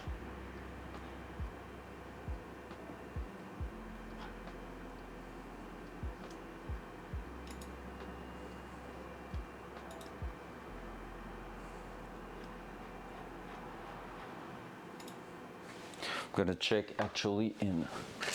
Oh, I don't have the book of the boost controller. Shit. Maybe it's in the bag still. Quick start keypad, we're gonna take a look. There it is. All right. Wire 1, wire 2. The part is not polarity sensitive and can be wired in either orientation. Perfect. Switch 12 volt and ECU output. Awesome. And we're gonna get the keypad starting guide closed. So there we go, we can actually wire the thing. That let me bring my wire crimper and all the gear.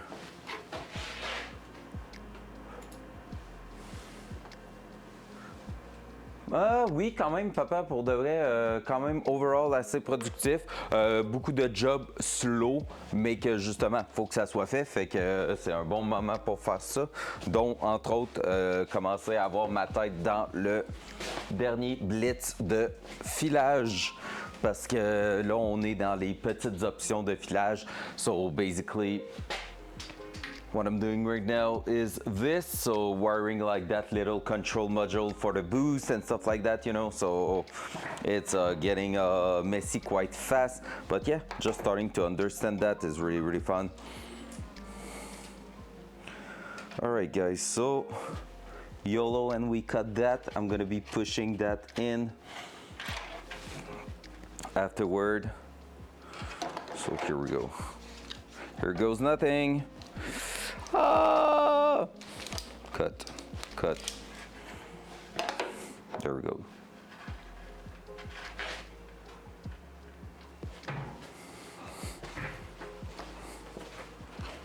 Oh yeah, let's go. Merci. Bonne journée à vous autres. Après ça, je pense que je vais prendre un petit break, puis à soir, on s'en va chez Kev défoncer l'année. Avec Daryl, Sam Mainville, tout ça, on va être toute la gang là-bas. Fait que une première année, je pense que je vais défoncer l'année entre amis et non pas en famille. Kind of weird, but freaking great. I feel like I'm losing oil here and I hate it. So many leaks.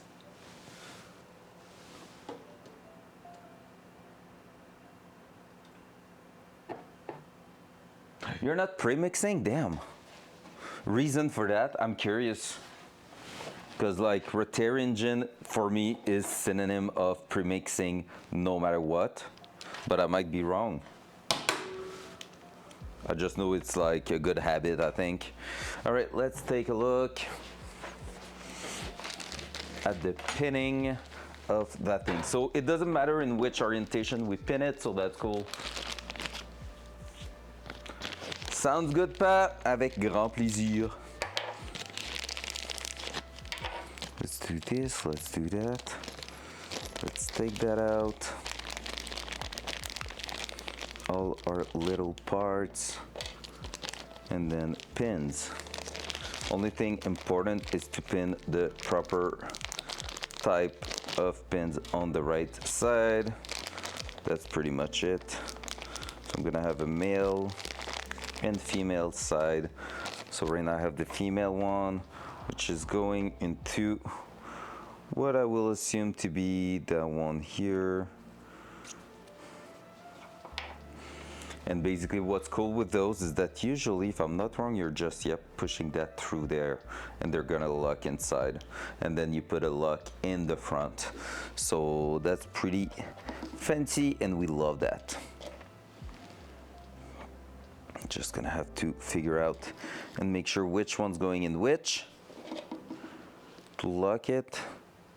Don't feel like that one belongs in here. I think it belongs in there. Hard to tell. Yeah, those track here will fit in there, I think. Maybe. We'll see. We'll see. It's some Dutch connector actually. They're just a little bit different to what I'm used to. All right, well, let's go. So we're gonna go ahead and pin that in here. So we just need to remove about like 1/2 centimeter of wire, as you can see here. And that's gonna be pretty much that. So let's do it, first one. That's even a little bit too much wire removed. So I'm gonna just trim it a little bit shorter.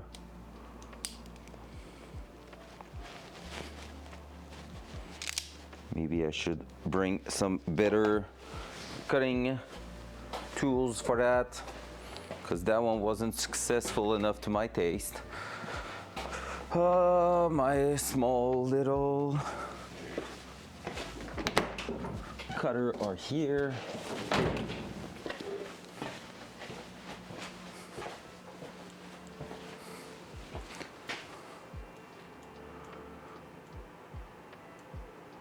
So let's go straight of the year. It's like that have big families fair. Fair. Sounds pretty chill.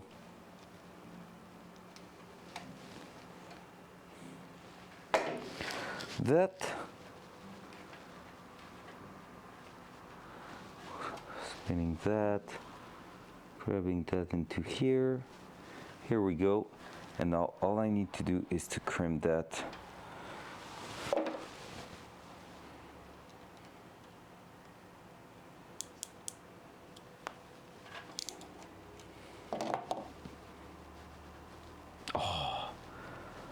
I love Dutch connector. Flawless. First shot, flawless. Done. We have a pin there. Need to do the same thing on the other side here.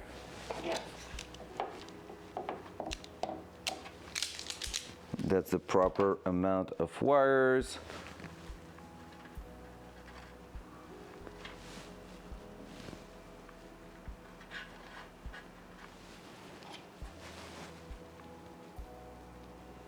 So I hope you're seeing that pretty well, guys, because it's freaking nice to do. So basically you have your wires, you just put the pin in there, and with that tool made for that, if you look here at the back, you're gonna see the motion in there. See, it's like clamping, it's like teeth. So basically you just push your pin through all the way to where it is sitting flush, and you just close, and that's it. You have a pin. So our two pins here are done. Now I need to make sure which one is actually the male and female connector. That's probably the hardest part. I will say the small one's probably the males, because like it takes less space, I guess. I'm gonna have to make sure it is the actual case. I'm gonna finish cutting that up here. So yeah, we want to go in there. I'm gonna make it quite short because we don't need too long.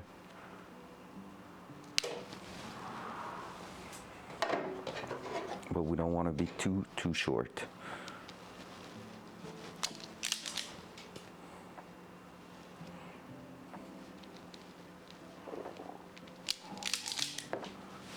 Nice two wires right there. That. My pins are still in there. Last month I started yeah, let's go. That's cool. Cause yeah, I know here in Quebec sometimes the tuning shop and like specialized performance oriented shop, the owner's making decent money, but the employees, it really depends. I know some really talented welders that were having difficulties to get paid for custom titanium exhaust and custom like intercooler and stuff like that, and like it sucks. It sucks when you talk to those guys and they're like, yeah, I haven't been paid for the last 3 months, and I don't know, man. I don't know if I'm supposed to keep going or not, because it's my dream job, but like, you get it? Dream job, but if the money's not there, how are you supposed to live?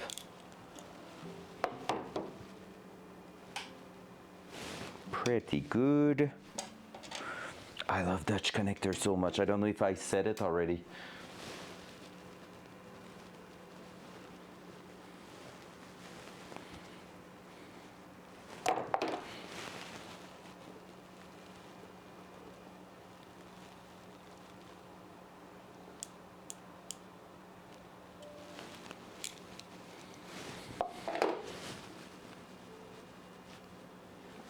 Nice.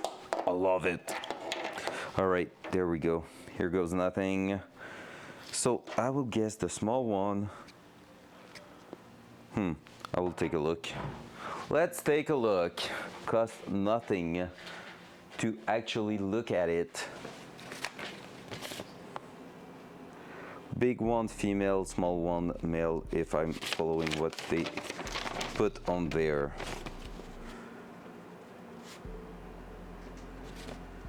Which will make sense.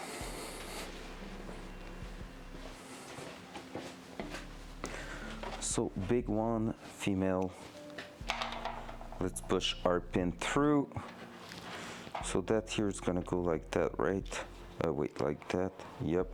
So we want it to be on top, so accessible. So basically now all we have to do is at the back here, there's the waterproof shielding that's gonna seal around it. It's like just a thick rubber. So just like that, and like this. And you wanna make sure you're not breaking anything. Like I almost did. And it should be clamping a little bit better than that. Wait, I'm gonna go like that.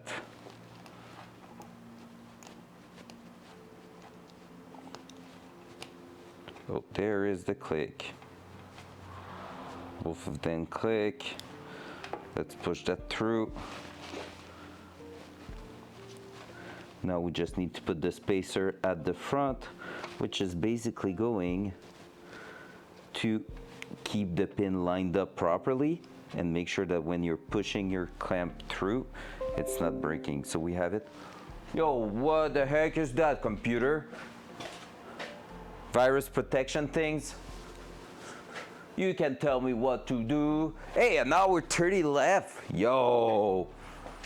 Heck yeah, baby. So now, as I said, I just need to figure out which one. That one seems to be for the small ones. Let me check. Yep, this is definitely holding the small ones. So basically all I need now, you see, I don't know if you can see it actually, but like basically doing that, it's really rough to keep the pin lined up because the wire is still moving a little bit. So this is going to hold them in place right there. So all I have to do is to push that right there. And I'm assuming it's going on that side based on how it's done. And so I should be able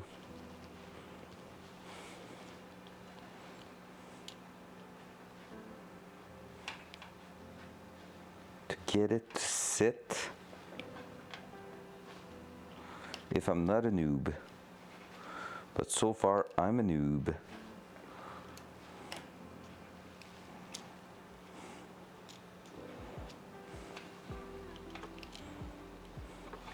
That's the hardest part, I think. How am I supposed to keep you up there and sending that in there? Are you supposed to go there?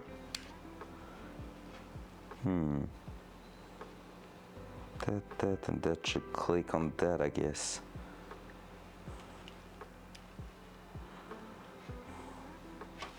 Let me try with a small screwdriver. Two-stroke oil, let's go. I kind of love that idea of using like freaking two-stroke oil in a gas engine in a car.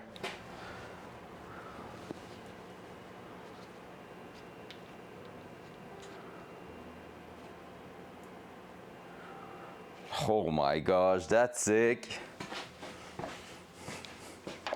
That's sick, but also just rotary life. One could say the same thing about Subaru, I guess. But they are so great, let's be honest.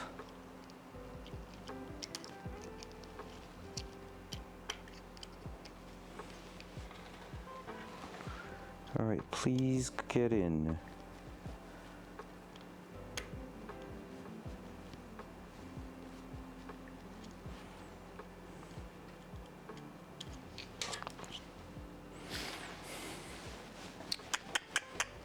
Why is it not sitting in?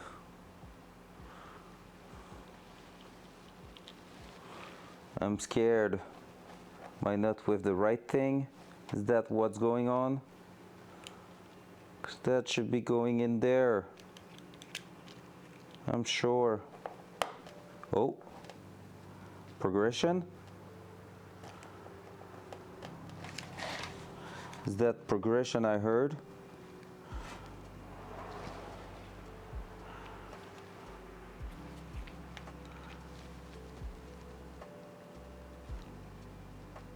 I'm so spooked.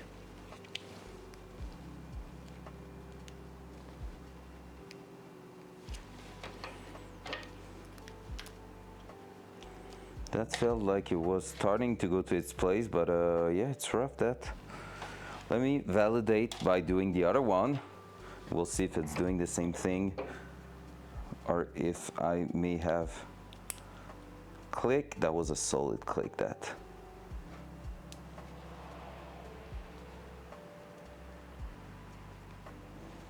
Come on, go through.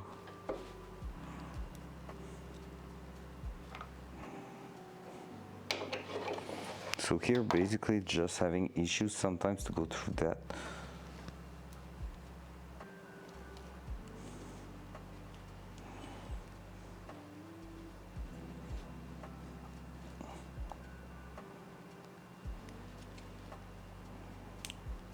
There we go. There we go. So here we have that lined up. That one seems pretty obvious that this is what's going on top here. Is it? Maybe it's not.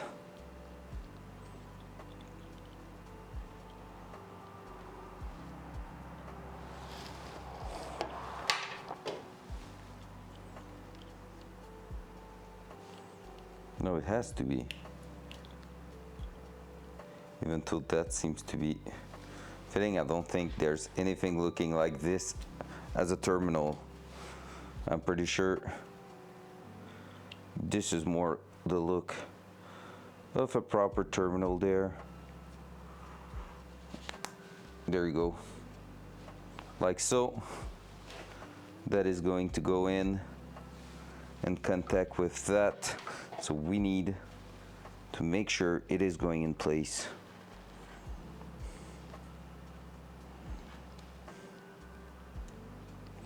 Is there a possibility it is actually that first? No shot, right?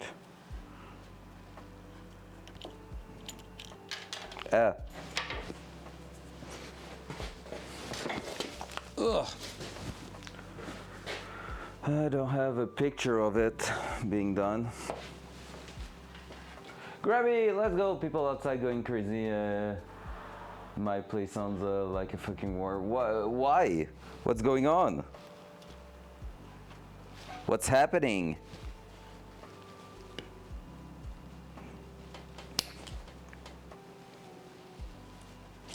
There was a click.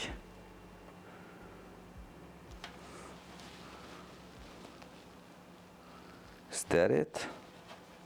Could be it.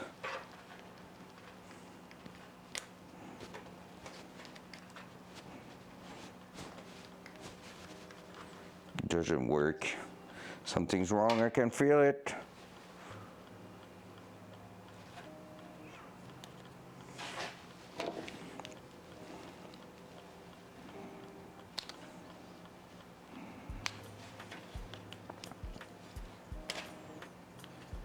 Oh yeah, something's definitely wrong.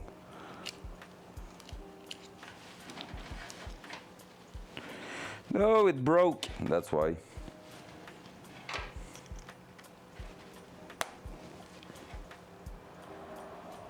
Yep, that's not doing the sound it should be doing. Alright, I might have screwed up, guys. Because the plastic tab just broke, which means that is not lining up properly now.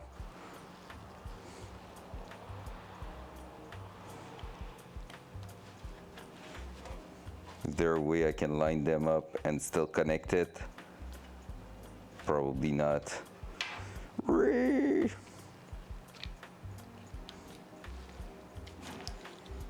will try to remove the pin and test something else.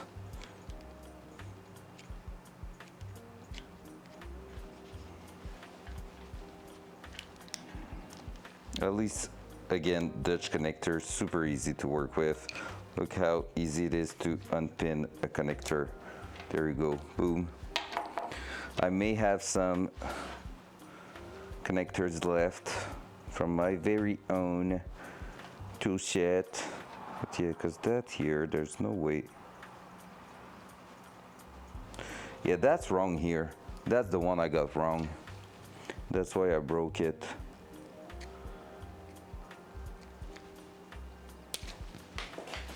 There you go. Pretty sure that that one's supposed to be like either like that or going into that other one here. But it's hard to tell, man. Really hard to tell.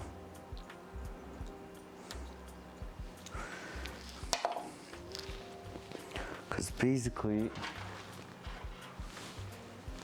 I just look at my phone and said, ooh, an LS. Wow. Wow. It's all good. I'm used to that type of comment. It's all good. First engine swap, baby. Gotta do with something that you have a lot of knowledge around the internet, you know? I'm okay with that. I'm not going to cry.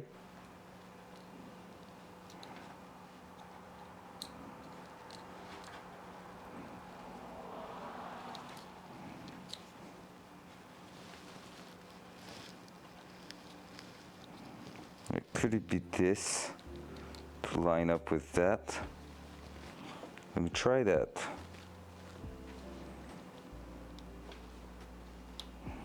Nope. But that doesn't work there. If I want that to work, I need kind of that to do this. No. No. Only thing working is that. But again, that makes no sense because I cannot get those through.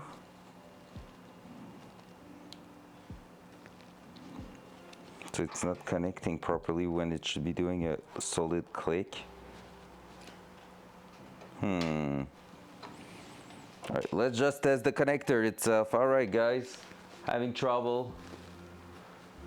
Nothing louder sounds of shooting in my games can fix. So let's go. What game are you playing right now, Grabby?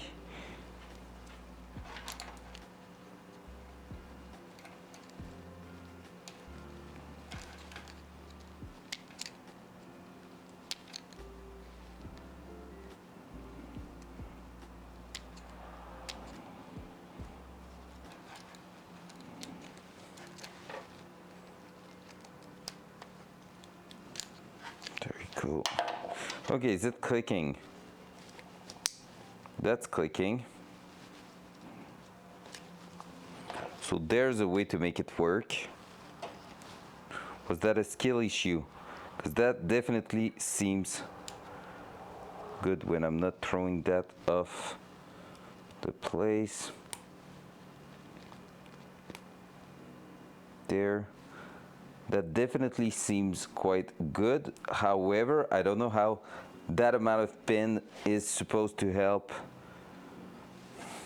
I'm really thinking maybe I got them in the wrong order, but shouldn't be. Oh wait, that might be exactly that. I have an idea. Look at this. Now remember, Dutch connector can be weird on that. So that, where's the pin in there? Right there. Helldivers 2, let's go. For the democracy!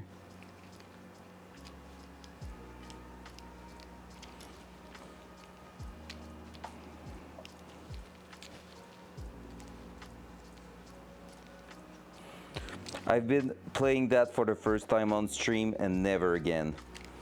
Never again playing Helldivers on stream, and for one really stupid reason. Have you tried to focus on something else while playing that game? Impossible to read chat. Way too many explosions and stuff, and like having to smash every arrow on your keyboard and all that. So yep, never again. Let me guess. These ones are going in here.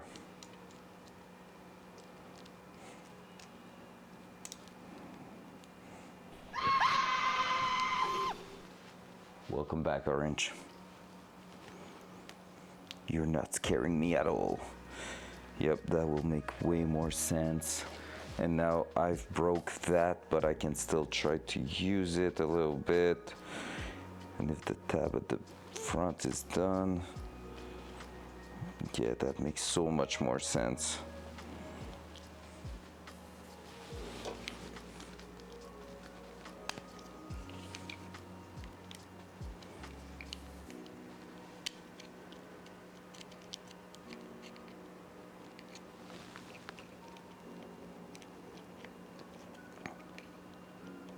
Small pins and the big connector.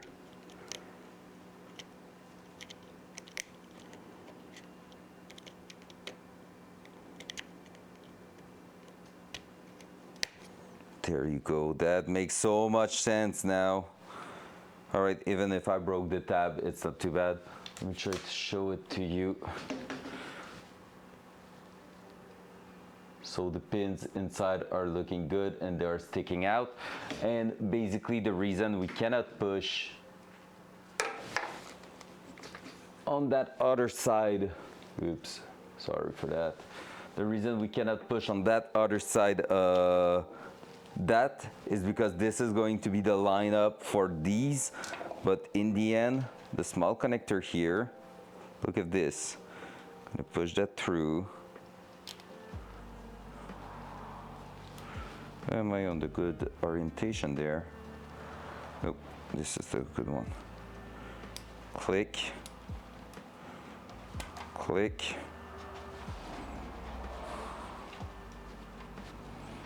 Putting that in. Always need to remind myself that, look at that. Of course, we don't need that to go all the way through. For what reason? Because basically, oh, and I'm about to break it too, no. There we go. Because basically, this is now lining up the holes. And so with that being said, should be able to just do that and click. Wired. Now we can push that grommet right through here. Trying not to over push it. That would be great. There we go.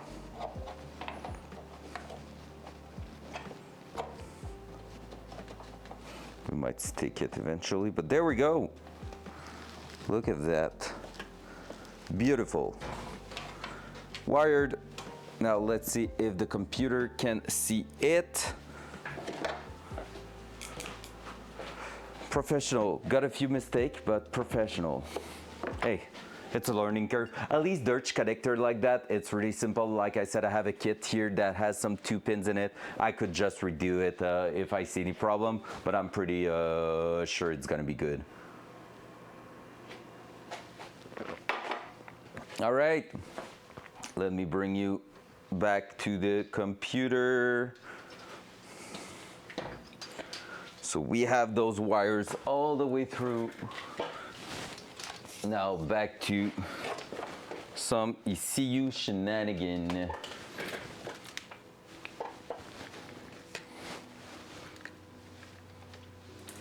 So here we are on that. Cool. Now let's go take a look how to enable that. That's the DPO, that's good.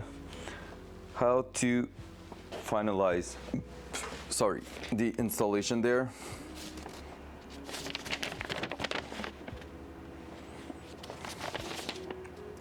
Yeah, termination, all that's done.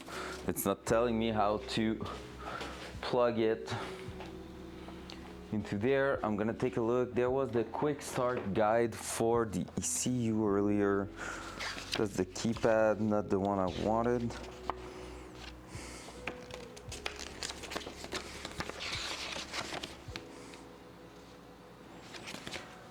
What I want on my side is the one, I thought I had a bigger guide.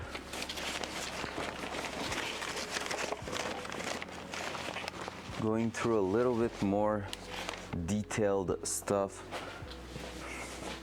Is that the one I bring inside the car? I think so.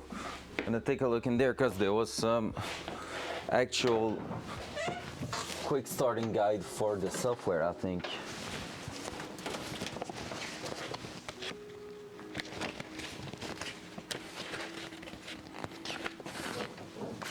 Was there? Not in that one for sure. Nope. Where are my books? Can't find the book. That's the quick one, I think, actually. That one right here was the one with the software configuration, am I right? Yep, right here.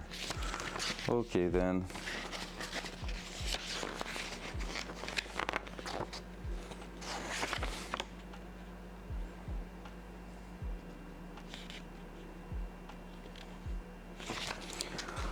Okay, well, we're gonna go with our trusty Google.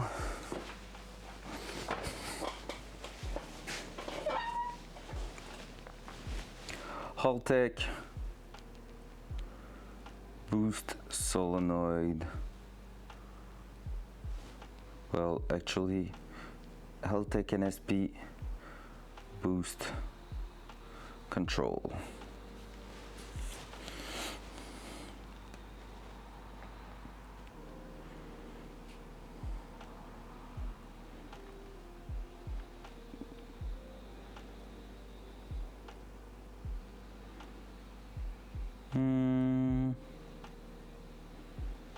Target boost pressure, so closed loop is gonna be the thing. So it's probably boost pressure here, because I don't have anything else. Boost turbo, that will be that, or wastegate pressure.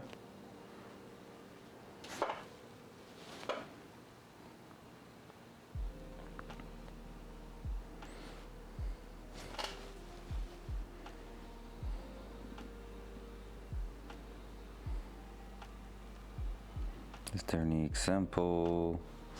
What are you here? That new tab. Okay, there we go. Example.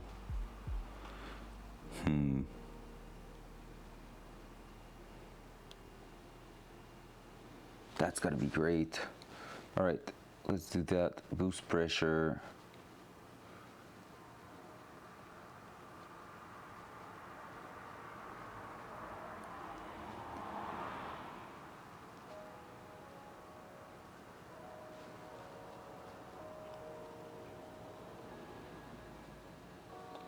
What's that? Select boost pressure. The TI style, is that it? I'm gonna have to take a look which one it is.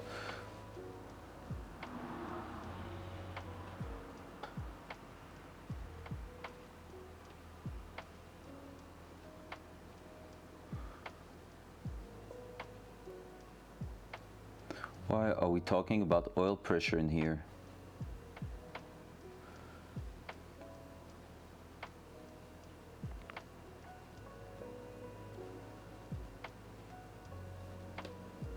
Okay, let me check for the wastegate pressure then.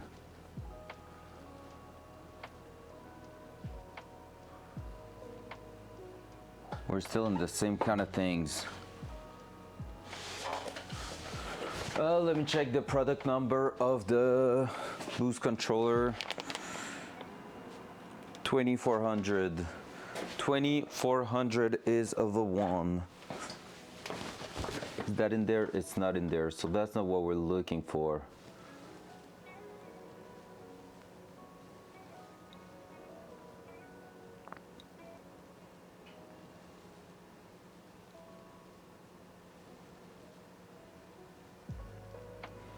but it should be that. Manifold pressure, we're good on that.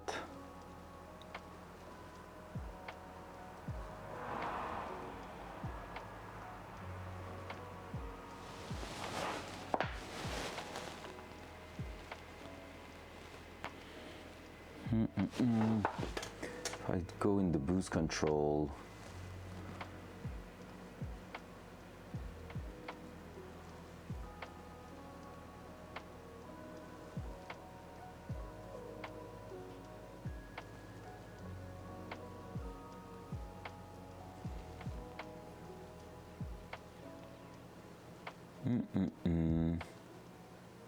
so basically, it's not like assigning an option to a wire, it's more assigning a wire to one of the multiple option DCU gives you. That's always what's going on with those. And that's where I'm having a bit of trouble going around, because basically you have to learn every single thing.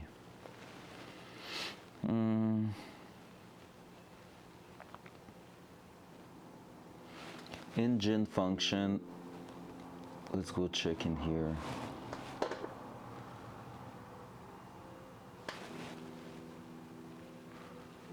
No, won't be in that. All right, let's make a quick boost.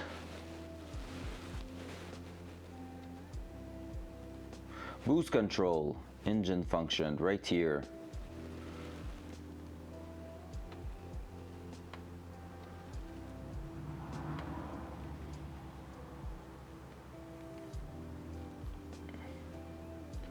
There we go.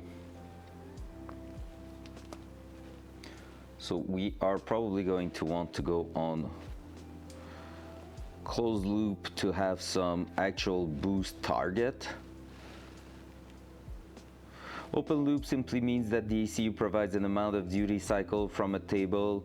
The ECU itself does not vary the amount in any way. It simply pulls the solenoid at the duty that the tuner provides. Nope. Closed loop boost control. Closed loop means there is a target boost pressure, so I want to go on that. Closed loop. It's going to be manifold pressure.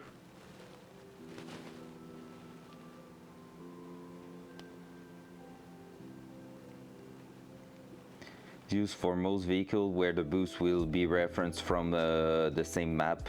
Sensor used for fuel and ignition control, so that's our case. And basically there we are going to have the duty cycle there, and this is the target boost control target pressure.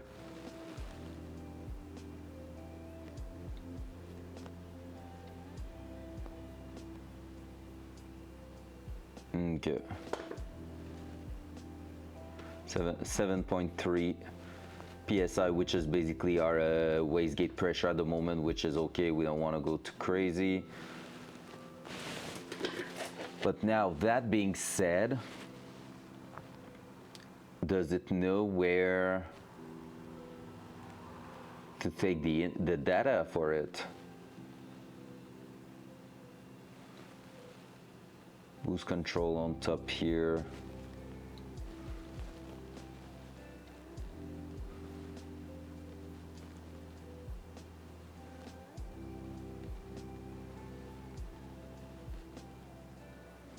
And that here is gonna mean I need to, oh, there it is, in wiring probably. No, I've done something stupid. Control Z. Oh, wait.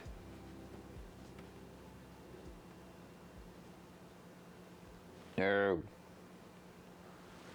When I'm gonna go back in the boost control, I have a map here that is not supposed to be there. Oh, there we go.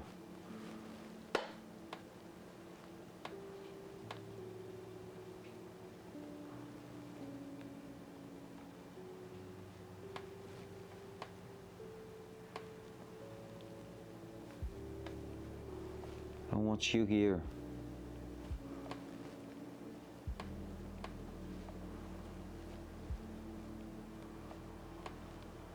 Where do you belong?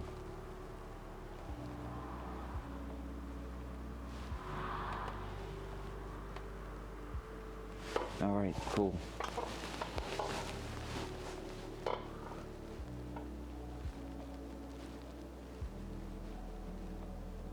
Wiring.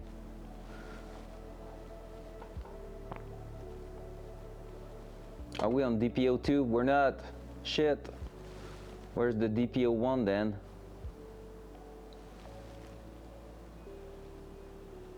One solenoid.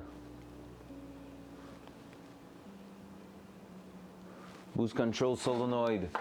We're not. Are we on that one? DPO 2, is that it? I don't think so.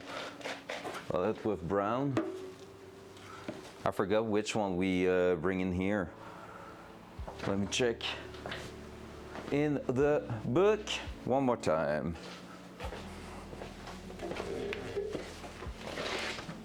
Ugh. We gave it violet and black, so DPO1. Ah, shit, so that means there was actually a pre-wired pin. Doesn't matter, because like we can just do assign, clear assign, and go on that one, and tell it it's that one now, which is okay. Doesn't seem to have changed anything.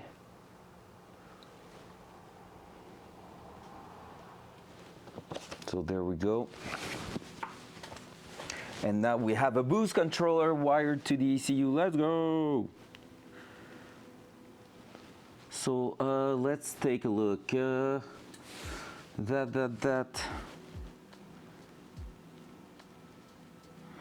So right now we're at 7 PSI. That's perfect.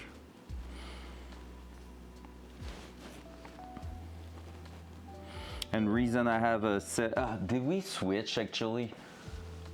I'm not sure we actually switched the spring. We're at 5 PSI wastegate spring.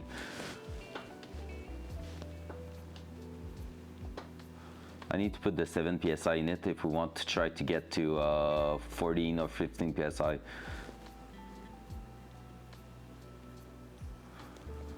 There you go. Boost control delay, that's cool.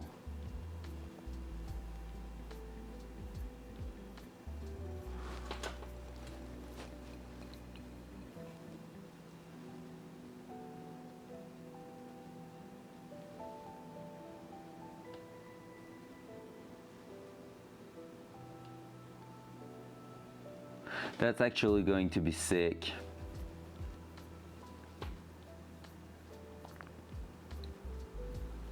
And basically the target pressure based on the RPM is going to be good too, because based on how much RPM we're pulling, we're going to be able to actually try to do that.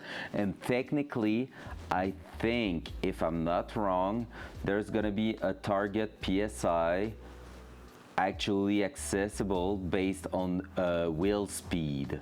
I just need to take a look at that, but I think there should be something like that.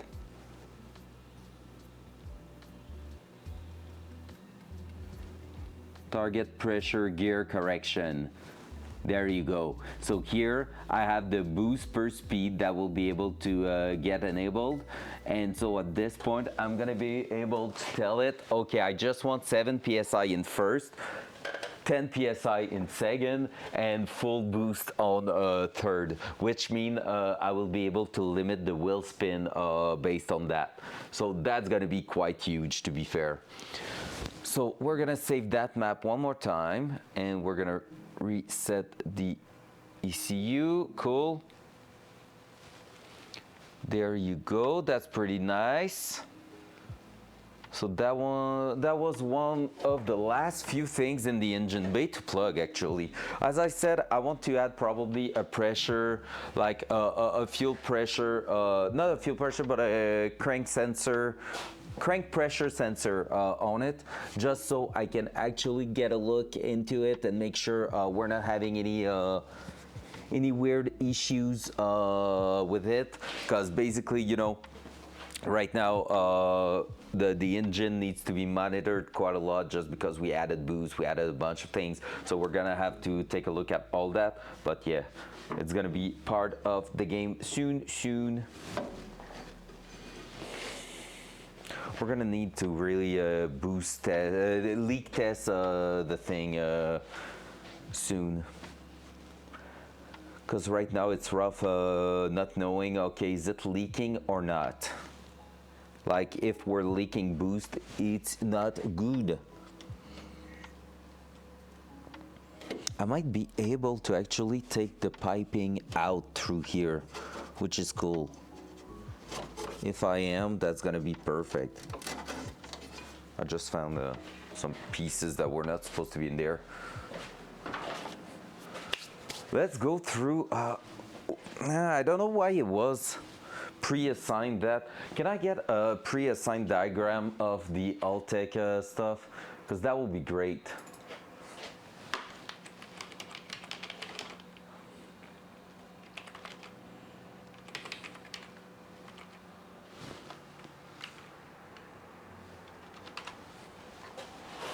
Rebel LS.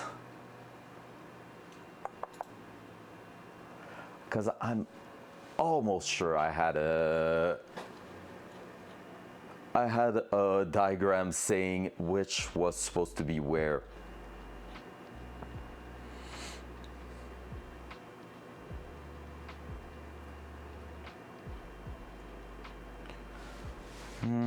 Boost control, 3D closed loop. I'm almost sure I got at some point.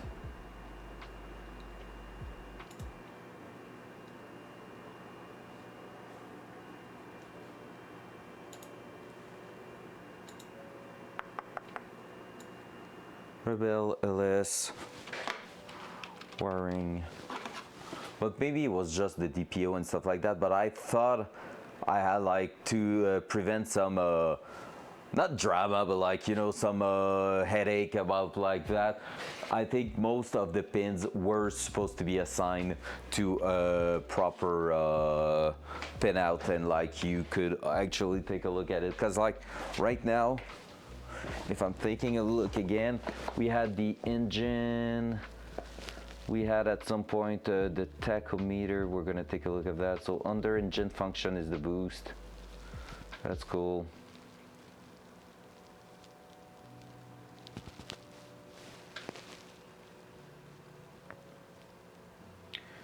So it was, I think, under ignition, right? Nope. Trigger system, nope.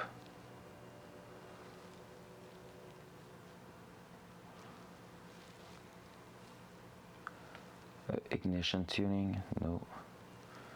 Engine function, throttle, idle control, boost control, fan, electrical, transmission, no. Vehicle function, tacho. Here we go. So in there, the wiring, it's A17.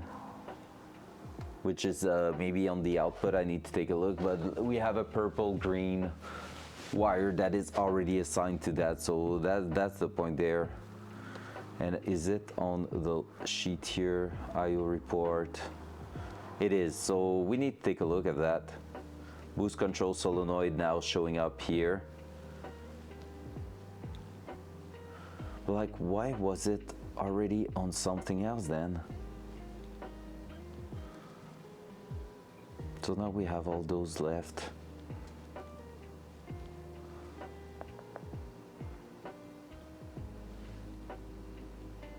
Transmission supply, that's okay. All right, well, we're gonna have to take a look here. I'm getting interested a lot in learning and knowing exactly what's going on with an ECU like that, because I feel like I'm really just into I would say video game, like not really a video game, but you know, like it's just a bunch of options. Like you go in a menu to adjust your graphics and stuff like that. Just that now it's driving a freaking 600 HP monster. But otherwise, like it really feels great to try to learn. I actually feel fulfilled with that. Yeah, exactly. Actually, yeah, it's pretty much that. Like the idea of overclocking is probably the good concept to compare it with. Like at first you don't know what you're doing. You're like, okay, what is doing that? Like what's making the overclock actually? Okay, I'm boosting the amount of memory. I'm boosting the amount of CPU clock, stuff like that. Like oh, a bit of voltage, but is it going to blue screen? And like you know, you need to learn through it, and it's really rough. But like at some point you're just like, okay, I think I'm starting to figure it out. Yeah, exactly. Here it's just that we don't really have the right for mistakes because you know, it's an engine that costs a lot, so you don't want to freaking destroy it. Where's my paper for the actual spring pressure color code? I don't think I have it anymore. Let me check if I switch the spring in the wastegate. We could be doing that to close the day. Till wastegate spring chart.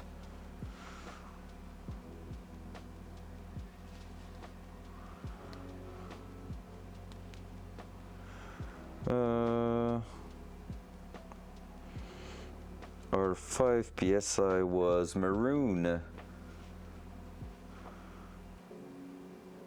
Wait, no, blue. It was blue. And if we want to get to 7.25 psi, we need the green and red. Why I don't see the green in here? Not sure it's the right color code.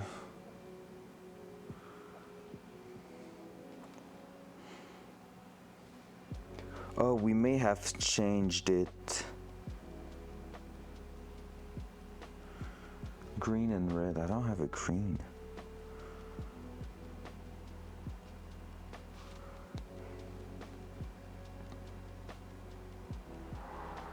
Is the green in already? But if so, we put, it will be a blue and green in there. If so, 8.7 psi will be it, but I don't know. Need to take a look, kind of, but I don't want to be removing that for no reason. I don't remember. But yeah, basically it's cool because like right now I'm trying to get my to learn my way around the software. I feel like I'm getting better and better at it, and I'm just like basically taking a look, making sure that everything's great. Honestly, what I could do, oh, the green is there, so no, I don't have the green in there. It's a really small one, the green one. So right now, if I'm following the chart, I'm just gonna show you guys. If you want to know what I'm talking about, front cam. Oh, there you go. Look at that, springs, many springs. So we have a white one, we have a red one, yellow one here, we have a green one right there, and basically those springs are what will drive my boost in the car.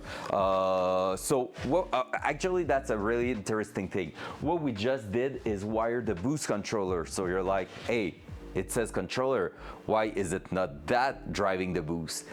Well, it is too. The spring is driving it, and basically the boost controller is also doing it. So the way it works is that my spring is gonna be my minimum value. So if I'm putting a spring that like a spring or a combination,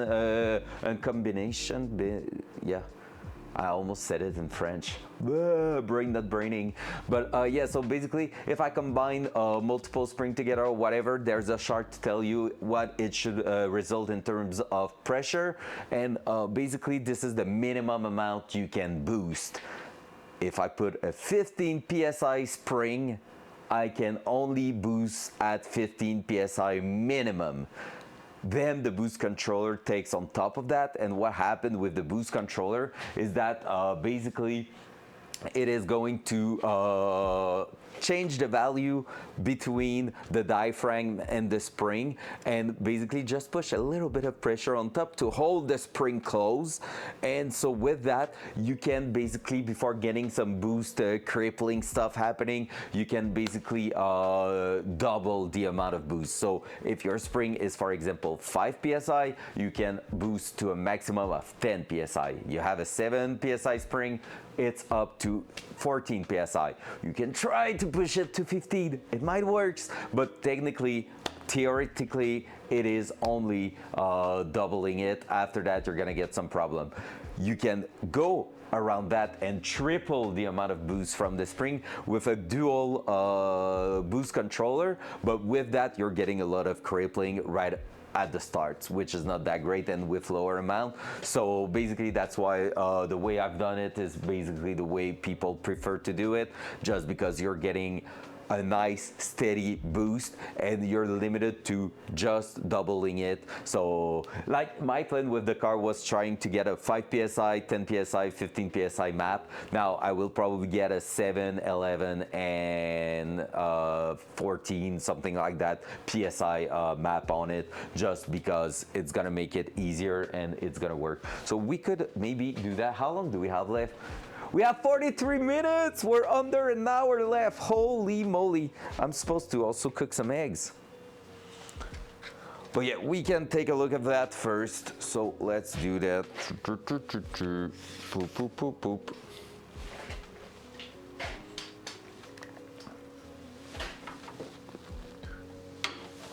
Dual side. Dual side. Dual side. Thank you. Hey Hawk, welcome back. Hope your day is going fantastic. Where are my Allen keys? Are they back in there? Yes, they are. Damn, I'm surprised. I'm actually surprised. Okay, let's go take a look. What's in there? Oh, it's tail, so maybe it won't be those. Oh no, it's good. Cool.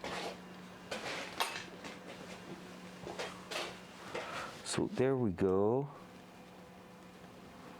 Up. We're gonna crack that open. Go take a look. What was the spring in there? Take a look at the chart. All right, that's gonna be the tough one. Let me take a small wrench just to give me a bit of a lever.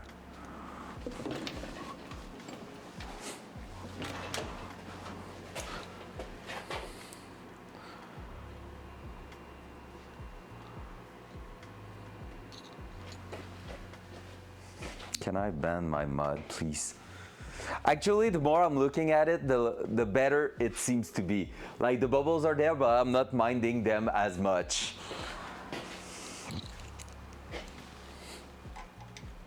I was happy to see you in here, Hawk. I was.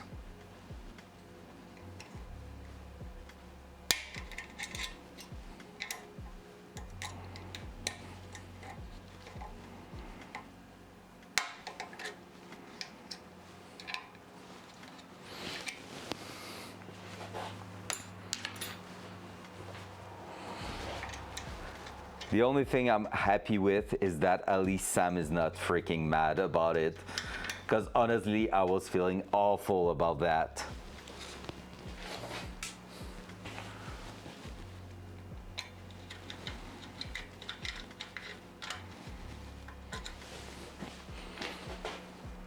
But in the end, he thinks it's pretty happy. It's pretty funny.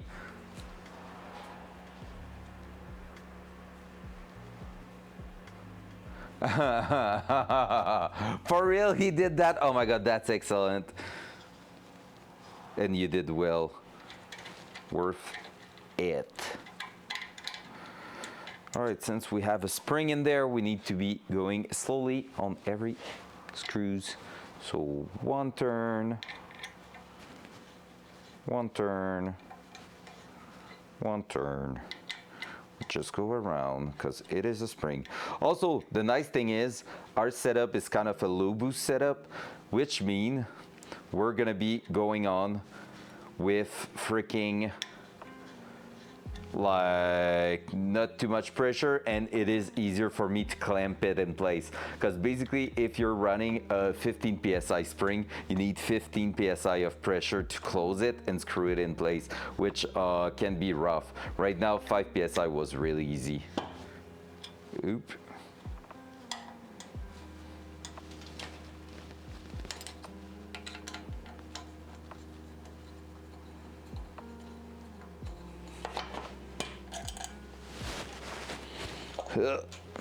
But as you can see, it's still plenty of pressure.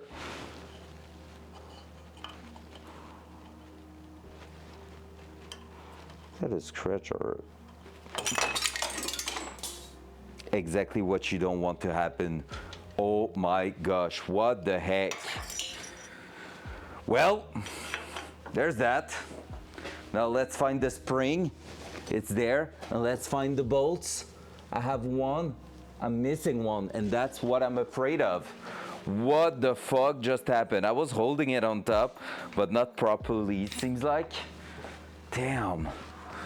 That scared the shit out of me. All right, we need to find one screw to rule them all. We haven't destroyed anything. No, everything's good. Perfect. Yeah, spring in the air for sure, man. Holy crap. That was spooky as fuck. It's fuck. Oh my god, now finding one bolt, man. One little screw, that's gonna be painful. Not the way I want to end the stream, you know? I heard something maybe over the intake. So let's have a close look here. Hard to tell.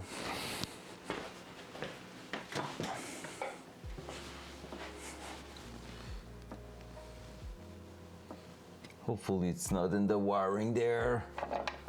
That will be actually painful. I need to put that back in place.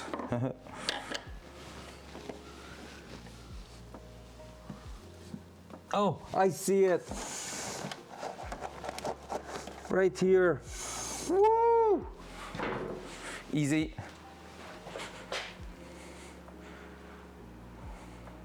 So I can confirm we had the blue spring in it.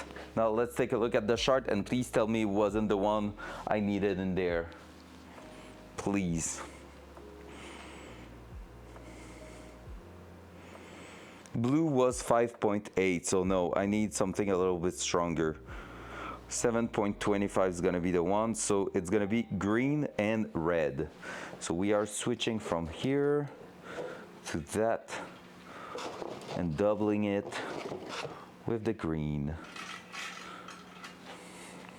for 7.25 total base pressure.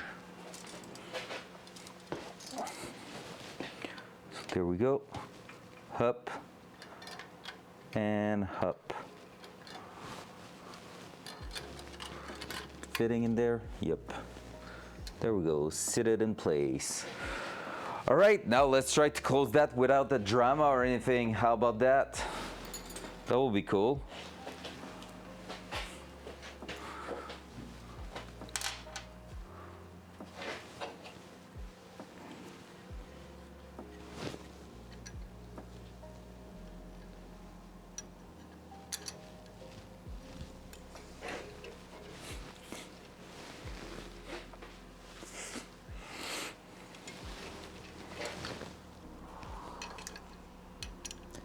Need to make sure it's going in the right groove. And then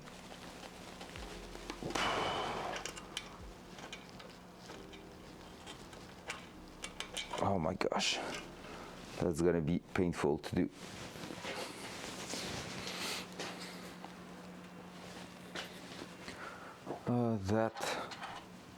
Let's already go like this, because at least if I could start it on those two sides, We're good here.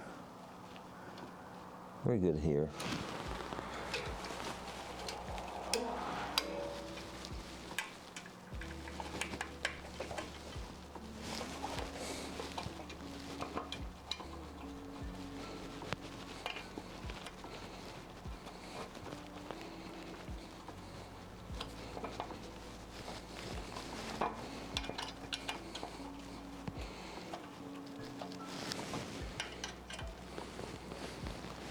There we go. Not even hard.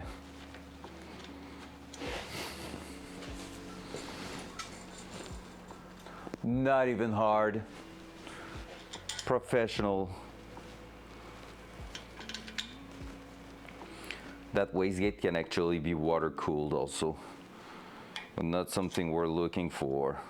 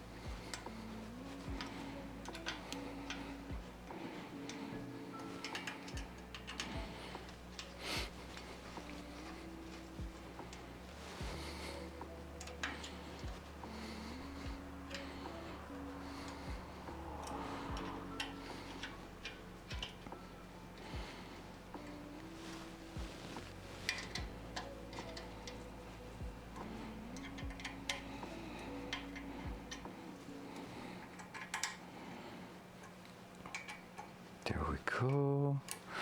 And now, time to torque. And the torque's gonna be a little bit approximative, cause YOLO.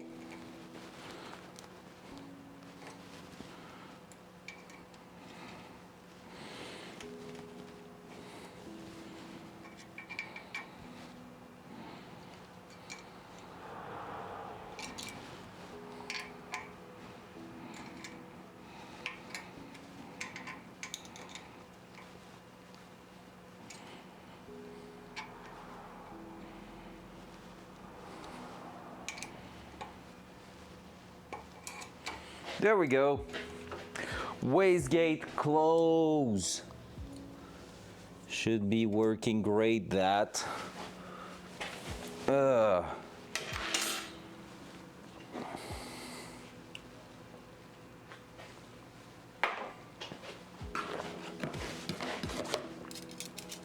Seven and a half PSI officially.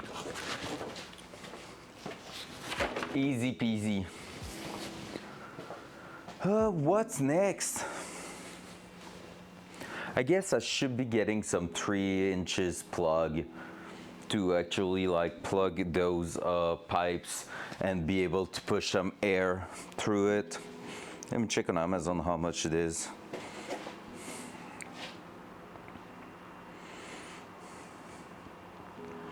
Three-inch pipe plug.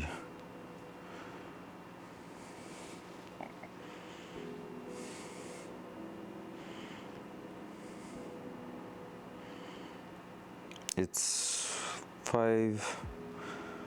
It's not that bad.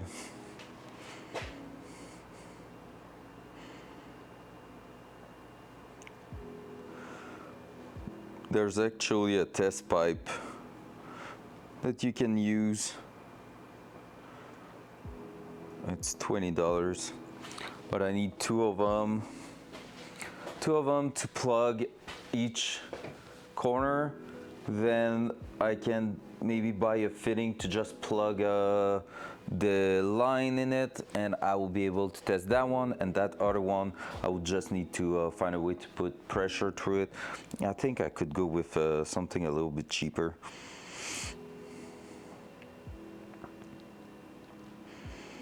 There's 5 plugs for 7.6, because basically the idea will be to take the intercooler piping out like here and at the bottom there, and basically take that out and go ahead, plug both sides, pressurize it to about 10 psi, and just add some soapy water on the welds, just so I can actually see if it's leaking anywhere.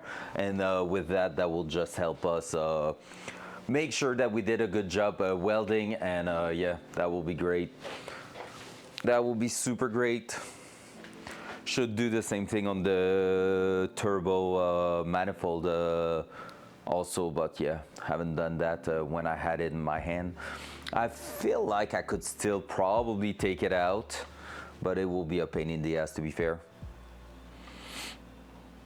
It will be a pain in the ass. I need to order some of these too. I don't want to bring that towards the front and go back up and not the other way around, because right now it's too close to that and it won't fit with the hood.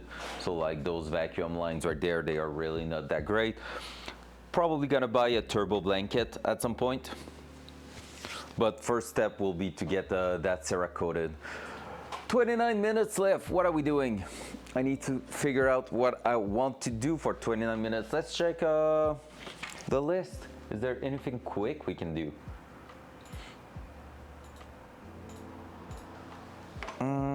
That. So.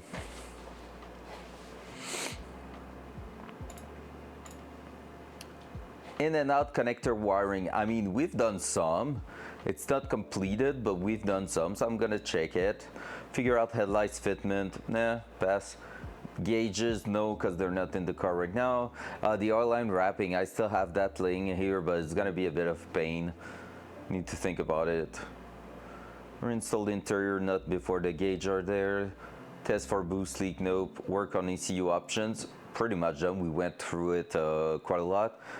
Finish the vacuum line, we can't. Sway bar link, we could do that actually. The sway bar links at the front, I still need to just look again at what's up with that, but there's just one part that's not in the right place, so I think we could do that and get it done. We just have to disconnect two arms that are going to be a bit painful there, but hey. Okay, I'll take ECU closing.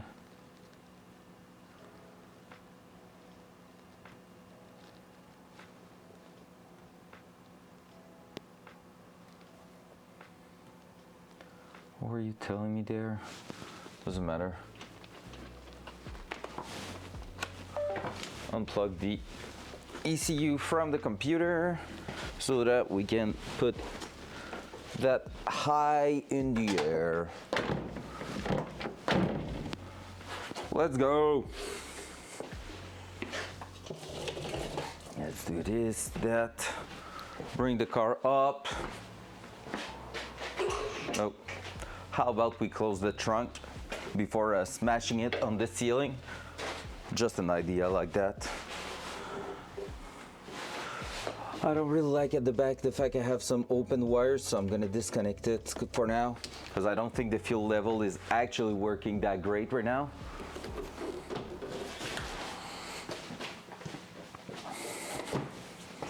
Because I could still like run it as is, because I don't think it's gonna be a miracle DCU on that. I don't think I can use an output as a signal for the fuel gauge. I need to take a look at it, but like, yeah, I'm not sure. One thing we can look is the reverse lockout also, because that's gonna be very important. I want to make sure I'm not throwing like the gearbox on reverse. I just saw that the screen's a little bit tilted there. Yeah, I don't want to throw the gearbox in reverse while trying to shift fifth. Because basically it's 1, 2, 3, 4, 5, but reverse is right next to it.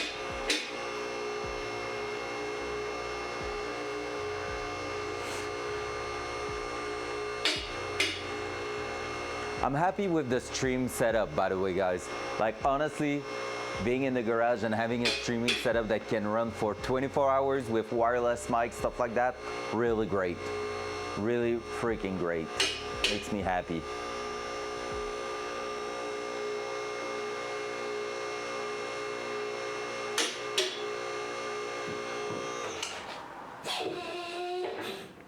There we go.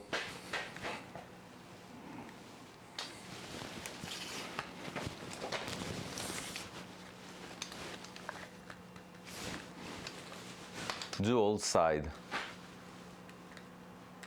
All right, let's tilt that back a little bit, and like so.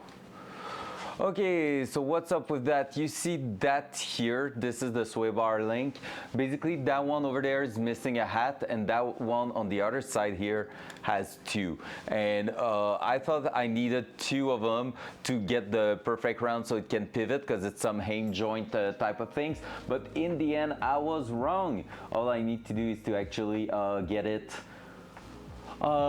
get only one of them. I don't remember if it's it's probably towards here, and the bolt just sit flush to the hame joint on this side. So that's all. So that's why we're gonna go ahead and actually grab one here and get it done properly. So yeah, it's acting as a spacer there. So I need to disconnect that arm and get it okay to work. There's a bit of loose in that I need to take a look at eventually, one day. Before going to the track, I assume. So many unuseful thing in here, yikes. All right, so for that, what's gonna be the easiest? Probably disconnecting that, but again, I will be able to spin it around, bring it here, I guess. Yep. And that's gonna put that a bit lower. So let me check for the big ass, big Allen key going on top of that. Do I have it as a socket? I don't think so. So do I have it? Where is it? And I think everything in here is freaking Imperial stuff. So gotta take a look at where they are at now. We used some yesterday. I can't remember where. Over there. Over there. Hup. And I think they're not big enough either. How have I luck these?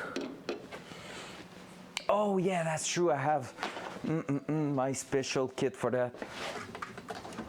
I think that's it, right? It has to be. Where's my blue little thingy for those? Where's that you? Did I use something like that? No, that's too big.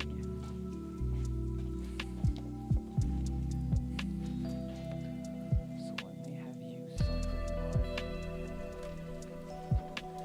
Where's my special tools? You.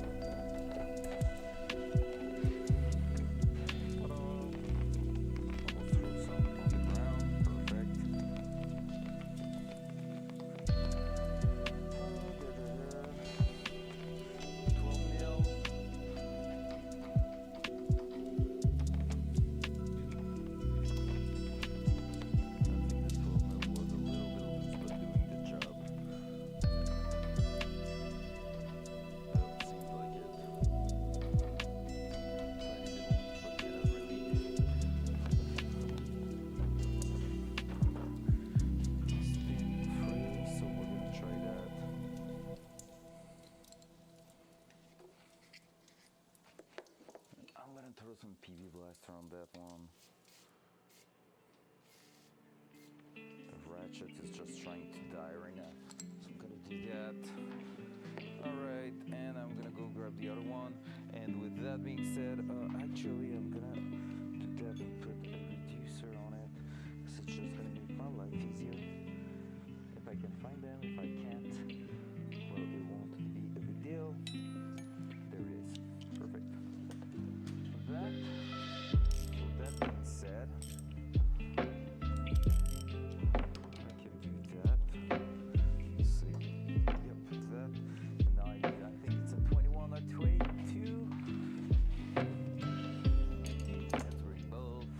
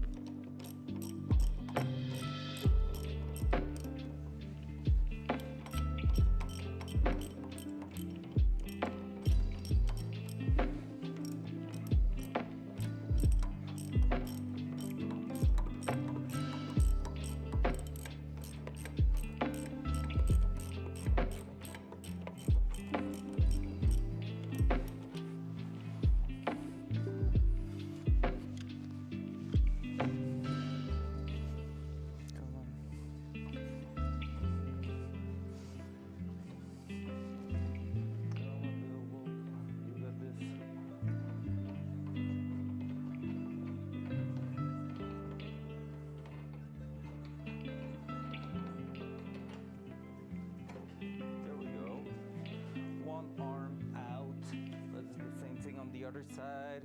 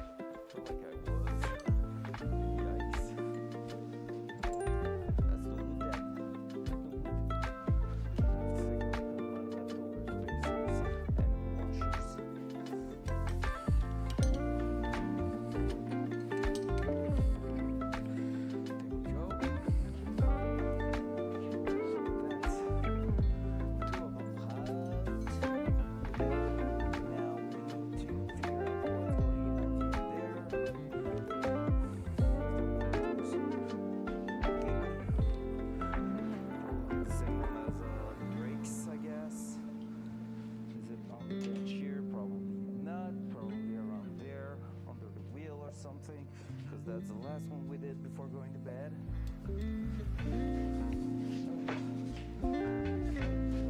That.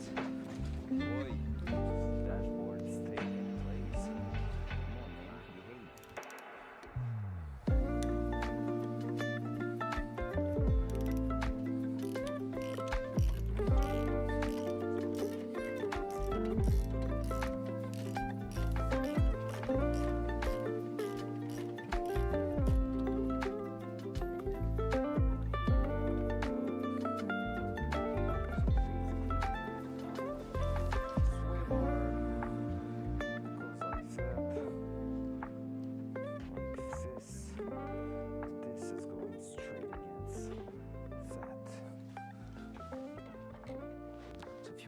How it's made, that here, I'll show it to you.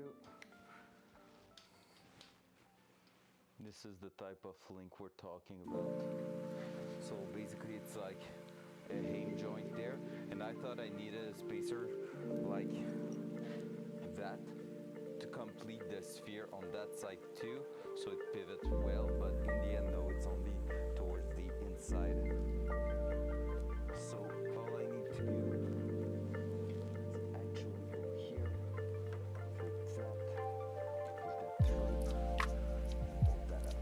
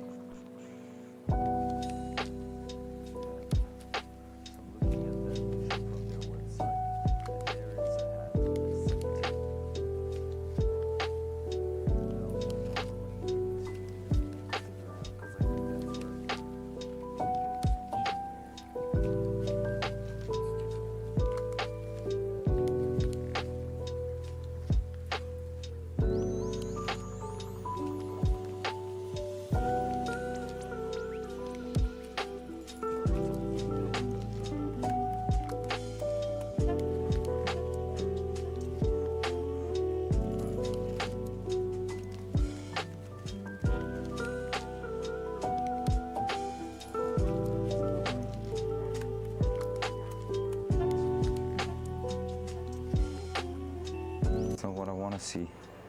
What I want to see is your old post from back in the day. No, not the related account. Isn't there a way to scroll through everything? No, I don't want to message them. Ah. All right, gonna have to take a look back. But yeah, because that here is pretty much what I'm looking for. That here, but they changed the design of that arm right there. It's not the same on my side, I think. Is it? Doesn't feel like it. The gap is way bigger here than what I have on my side, which means I'm like hitting the bottom of that. I could technically just cut the bolt. Oh, did my voice turn off? Sorry, Hawk. I didn't notice that because I'm not on. Here, let's go. Thank you so much. You're the best. Hawk carried as always. So yeah, that's the big problem right now. How am I supposed to get it there if it's going to hit at the bottom there?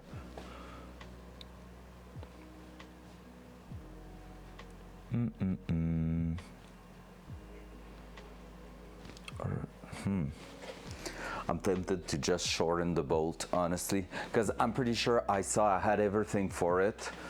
Like, I think the linkit is sitting flush against the part, and actually the bolt has the hat, so it can pivot a little bit, but that's it. Which kind of makes no sense, to be fair. Right, let me check if I have anything left around here for that.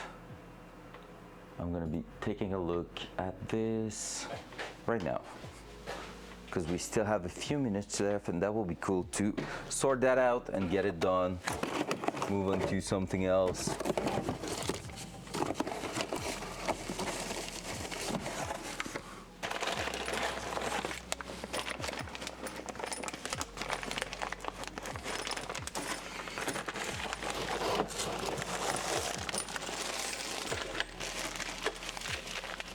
My turbo stuff, not really what I was looking for.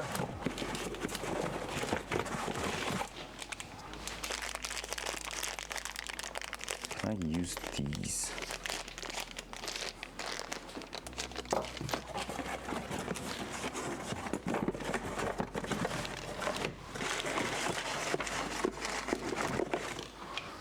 So that's no go. No.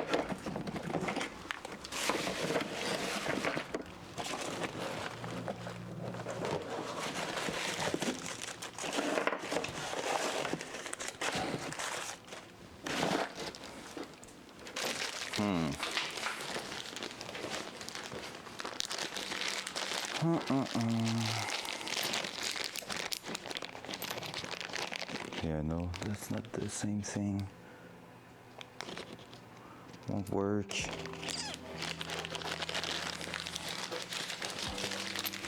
That's the bolt going in there. Nope.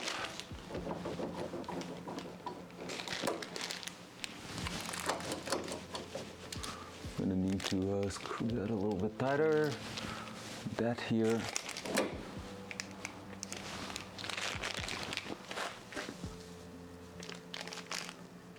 Feels so much like they were meant to like drill a hole all the way through. It's weird. Like again, that will be the nice. All right, I'm gonna have to take another look at this. When I figured it out first time, I didn't get it done right away, and now I'm paying for it because I'm lost.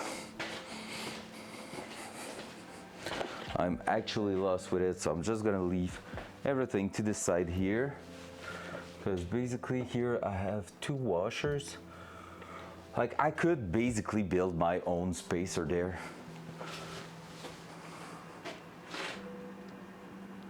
It is, right? It is, Lou. It is freaking nice. I think I'm gonna reassemble. I'm gonna just reassemble it a little bit. Even though I don't like it, because that just makes sense. If I was to go with a double setup, it will just make so much sense. Double hat setup, I mean.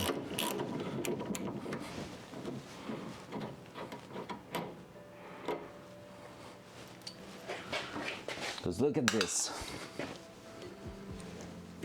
If I'm doing that, if I'm doing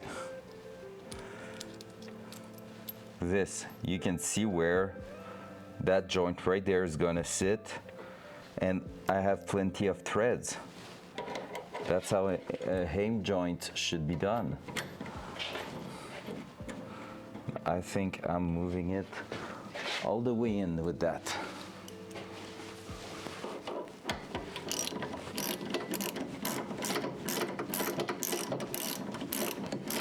Yep.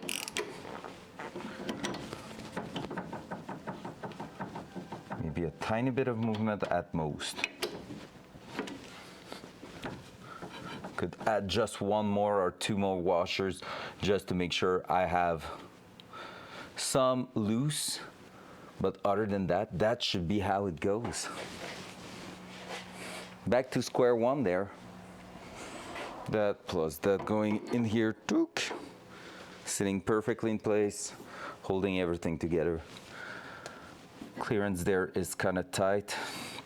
Part of me kind of want to put it further away, but I think there was an issue when we were doing that, but I can't remember what it was, to be fair. So, but that's hitting here, so that's really a tight fit.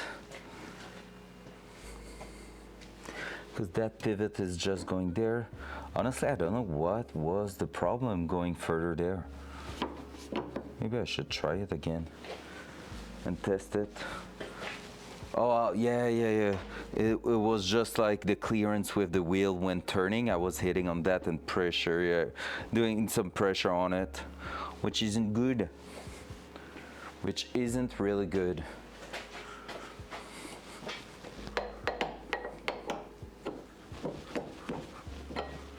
Here we actually bent the thing a little bit. I'm gonna have to reduce some of the setup. All right, hey, are we done? Are we almost there? I'm getting a crash right now. I'm crashing hard. 5 minutes to go. Whoo, we got this. I don't know what I'm gonna do this afternoon, honestly.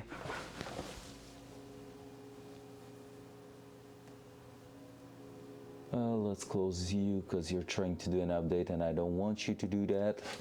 There we go. I might do some sim racing and take it really soft. So we're back with a car that's not fully functional with that being removed now.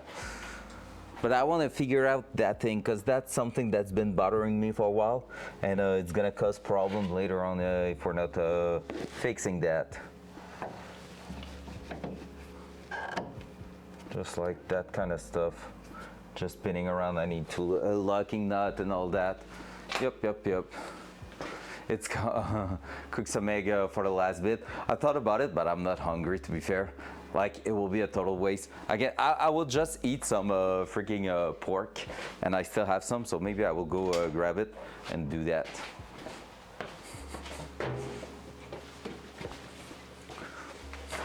Maybe cook the pork, but the fire is almost gone. And I don't want to set it, like to light it again, just for the sake of it, just because, you know, we're almost done. I will be out of the garage, will be kind of a waste. Next stream, I think we're gonna be working a little bit more onto the actual exhaust system. I would love to get it done. I have pretty much a good idea. I had prepared some stuff if we were deciding to work on that, because I really have a better idea of what I'm aiming for. Basically, if I show it to you, what I'm gonna do here. Can you see it there? Yep. What I'm gonna do, I was like looking for a hanger to put in there. Because yeah, as you can see right now, we're still pretty much a straight pipe going down there. What I was looking for last time we worked on that and I was kind of clueless was a way to hang it in here. And what I'm gonna do in the end is make 2 tabs on each side here and just pass a rod going from one side to the other. So it's gonna stay, like it's gonna solid mount it right here. And so that one's always gonna stay in the same position right there without being able to move at all. So that rod's gonna position it, and then we're gonna cut it and just start moving way up for the mid pipe. So that's what we're gonna do. So that way we will avoid the drama, we will avoid anything wrong with it, and honestly, like that, the car didn't even hit the ground when I took it out of the garage earlier at the end of the summer, and it's like impossible. Like usually it was hitting every time I was getting in and out of the garage, and like that, with a piece of pipe laying under it like that, it didn't even touch. So that means here I'm good with that setup. I can actually go that way and get it done.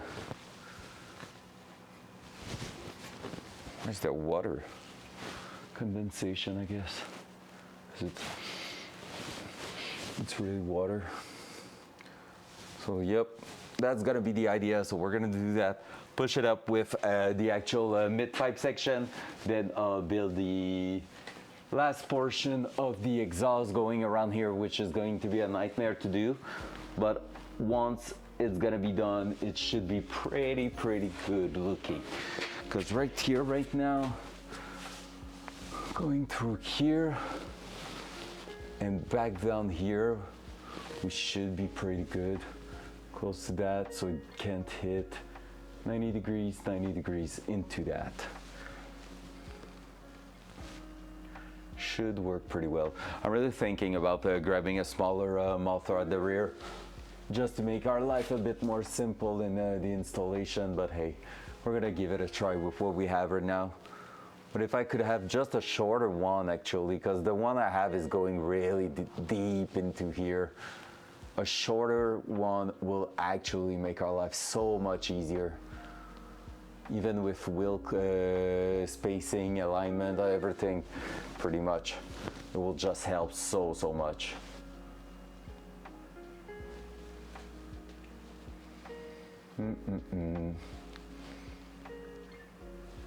I'm still undecided on what we're gonna do here. Could take a look at some other muffler. Not that I want to spend more money, but hey, got to do what you gotta do. Is that there? Looping around, we won't go in the way of the brake system. I'm gonna keep it as far as possible also from the fuel tank. So yep, that's gonna be there, and there. Just so the motion of that cannot hit it. There's no way it can go towards the back, so as long as I'm keeping close to the rotation point, I can then do 290 degrees and I'm done. Up. Let's get ourselves some pork.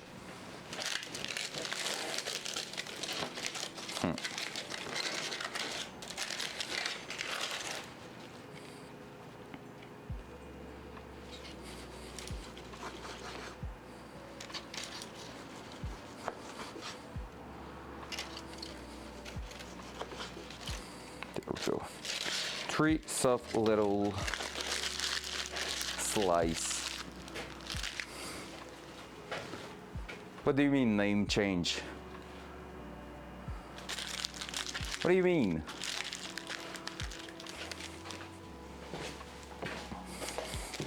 What are we talking about, Orange?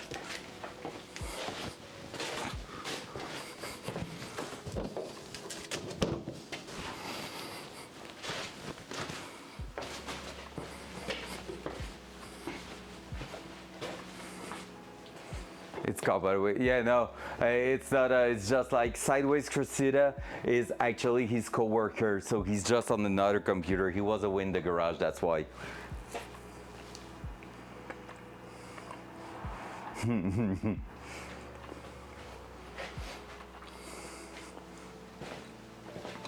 Yeah, I'm gonna take a look to maybe get another smaller muffler a little bit.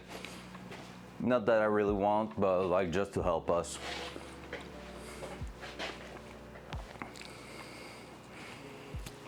I don't want that thing to be too loud, but got to do what you got to do. We're gonna first make it to the rear there and then decide what's up with it.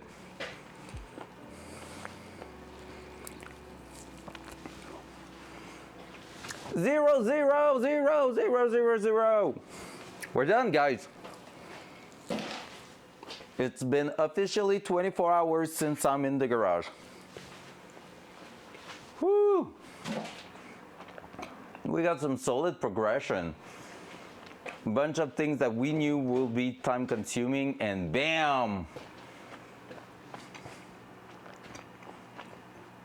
And we go again, let's go!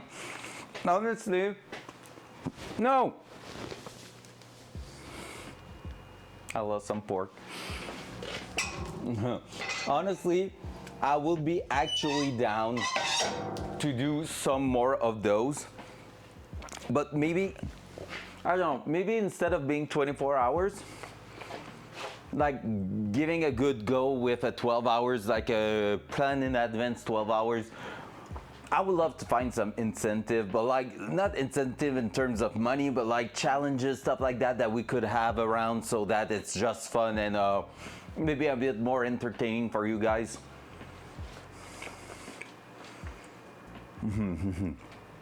Whoopsie.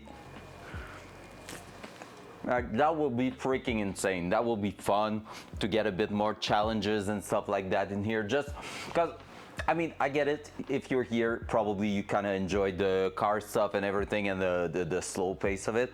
But it could be fun to, from time to time, like every 3 hours, for example, on a 12-hour stream, to get like a little challenge or something to do. Like, to be fair, one of the things I enjoyed the most of that 24 hours was last night when we had that 30-45 minutes chat about car stories, stuff like that. It was freaking great. I enjoyed that a lot. And the fact that having that much time, it's kind of a slow pace moment where you don't have to rush anything, and like we get shit done when we're doing that. It's great. Yep, I really enjoyed that. By the way, Only Cow, don't worry, I feel absolutely awful for that cocorico this morning, so don't be afraid. You're gonna have your share fare of that. I'm planning to be on Tarkov tomorrow, on January 1st, 2nd, and 3rd, basically. Scam! So I planned that. You're gonna have your share fare of it, and you're gonna have El Streamer. Aww. And so you're gonna be able to do to take a look at it and play around with some bitbut and stuff. Don't be afraid.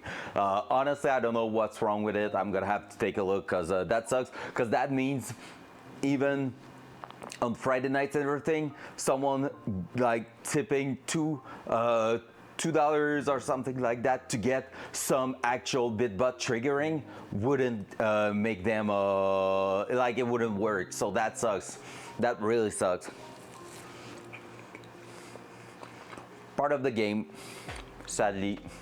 So are we rating someone? I think Lump is live, right? Because you will understand that I kind of want to go take a shower right now.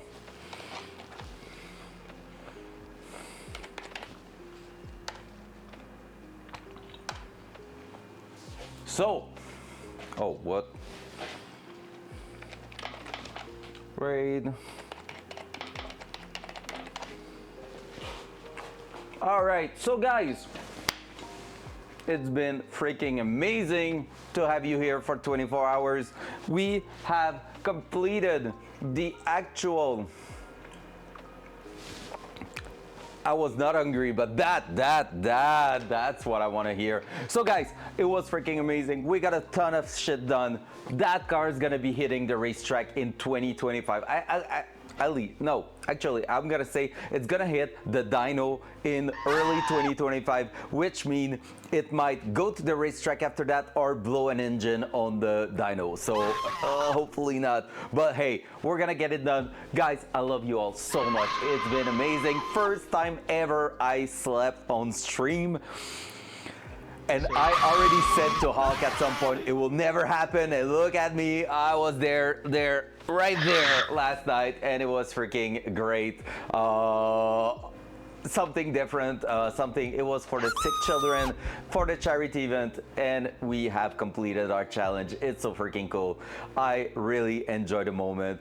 Keep going with the sound, keep disturbing me. We are a freaking amazing community. We are some really amazing friends all together. I love you so much. Hopefully your last day of 2024 is gonna be amazing. Oh, that we're going over there. 3, 2, 1. See you later. Love you. Bye.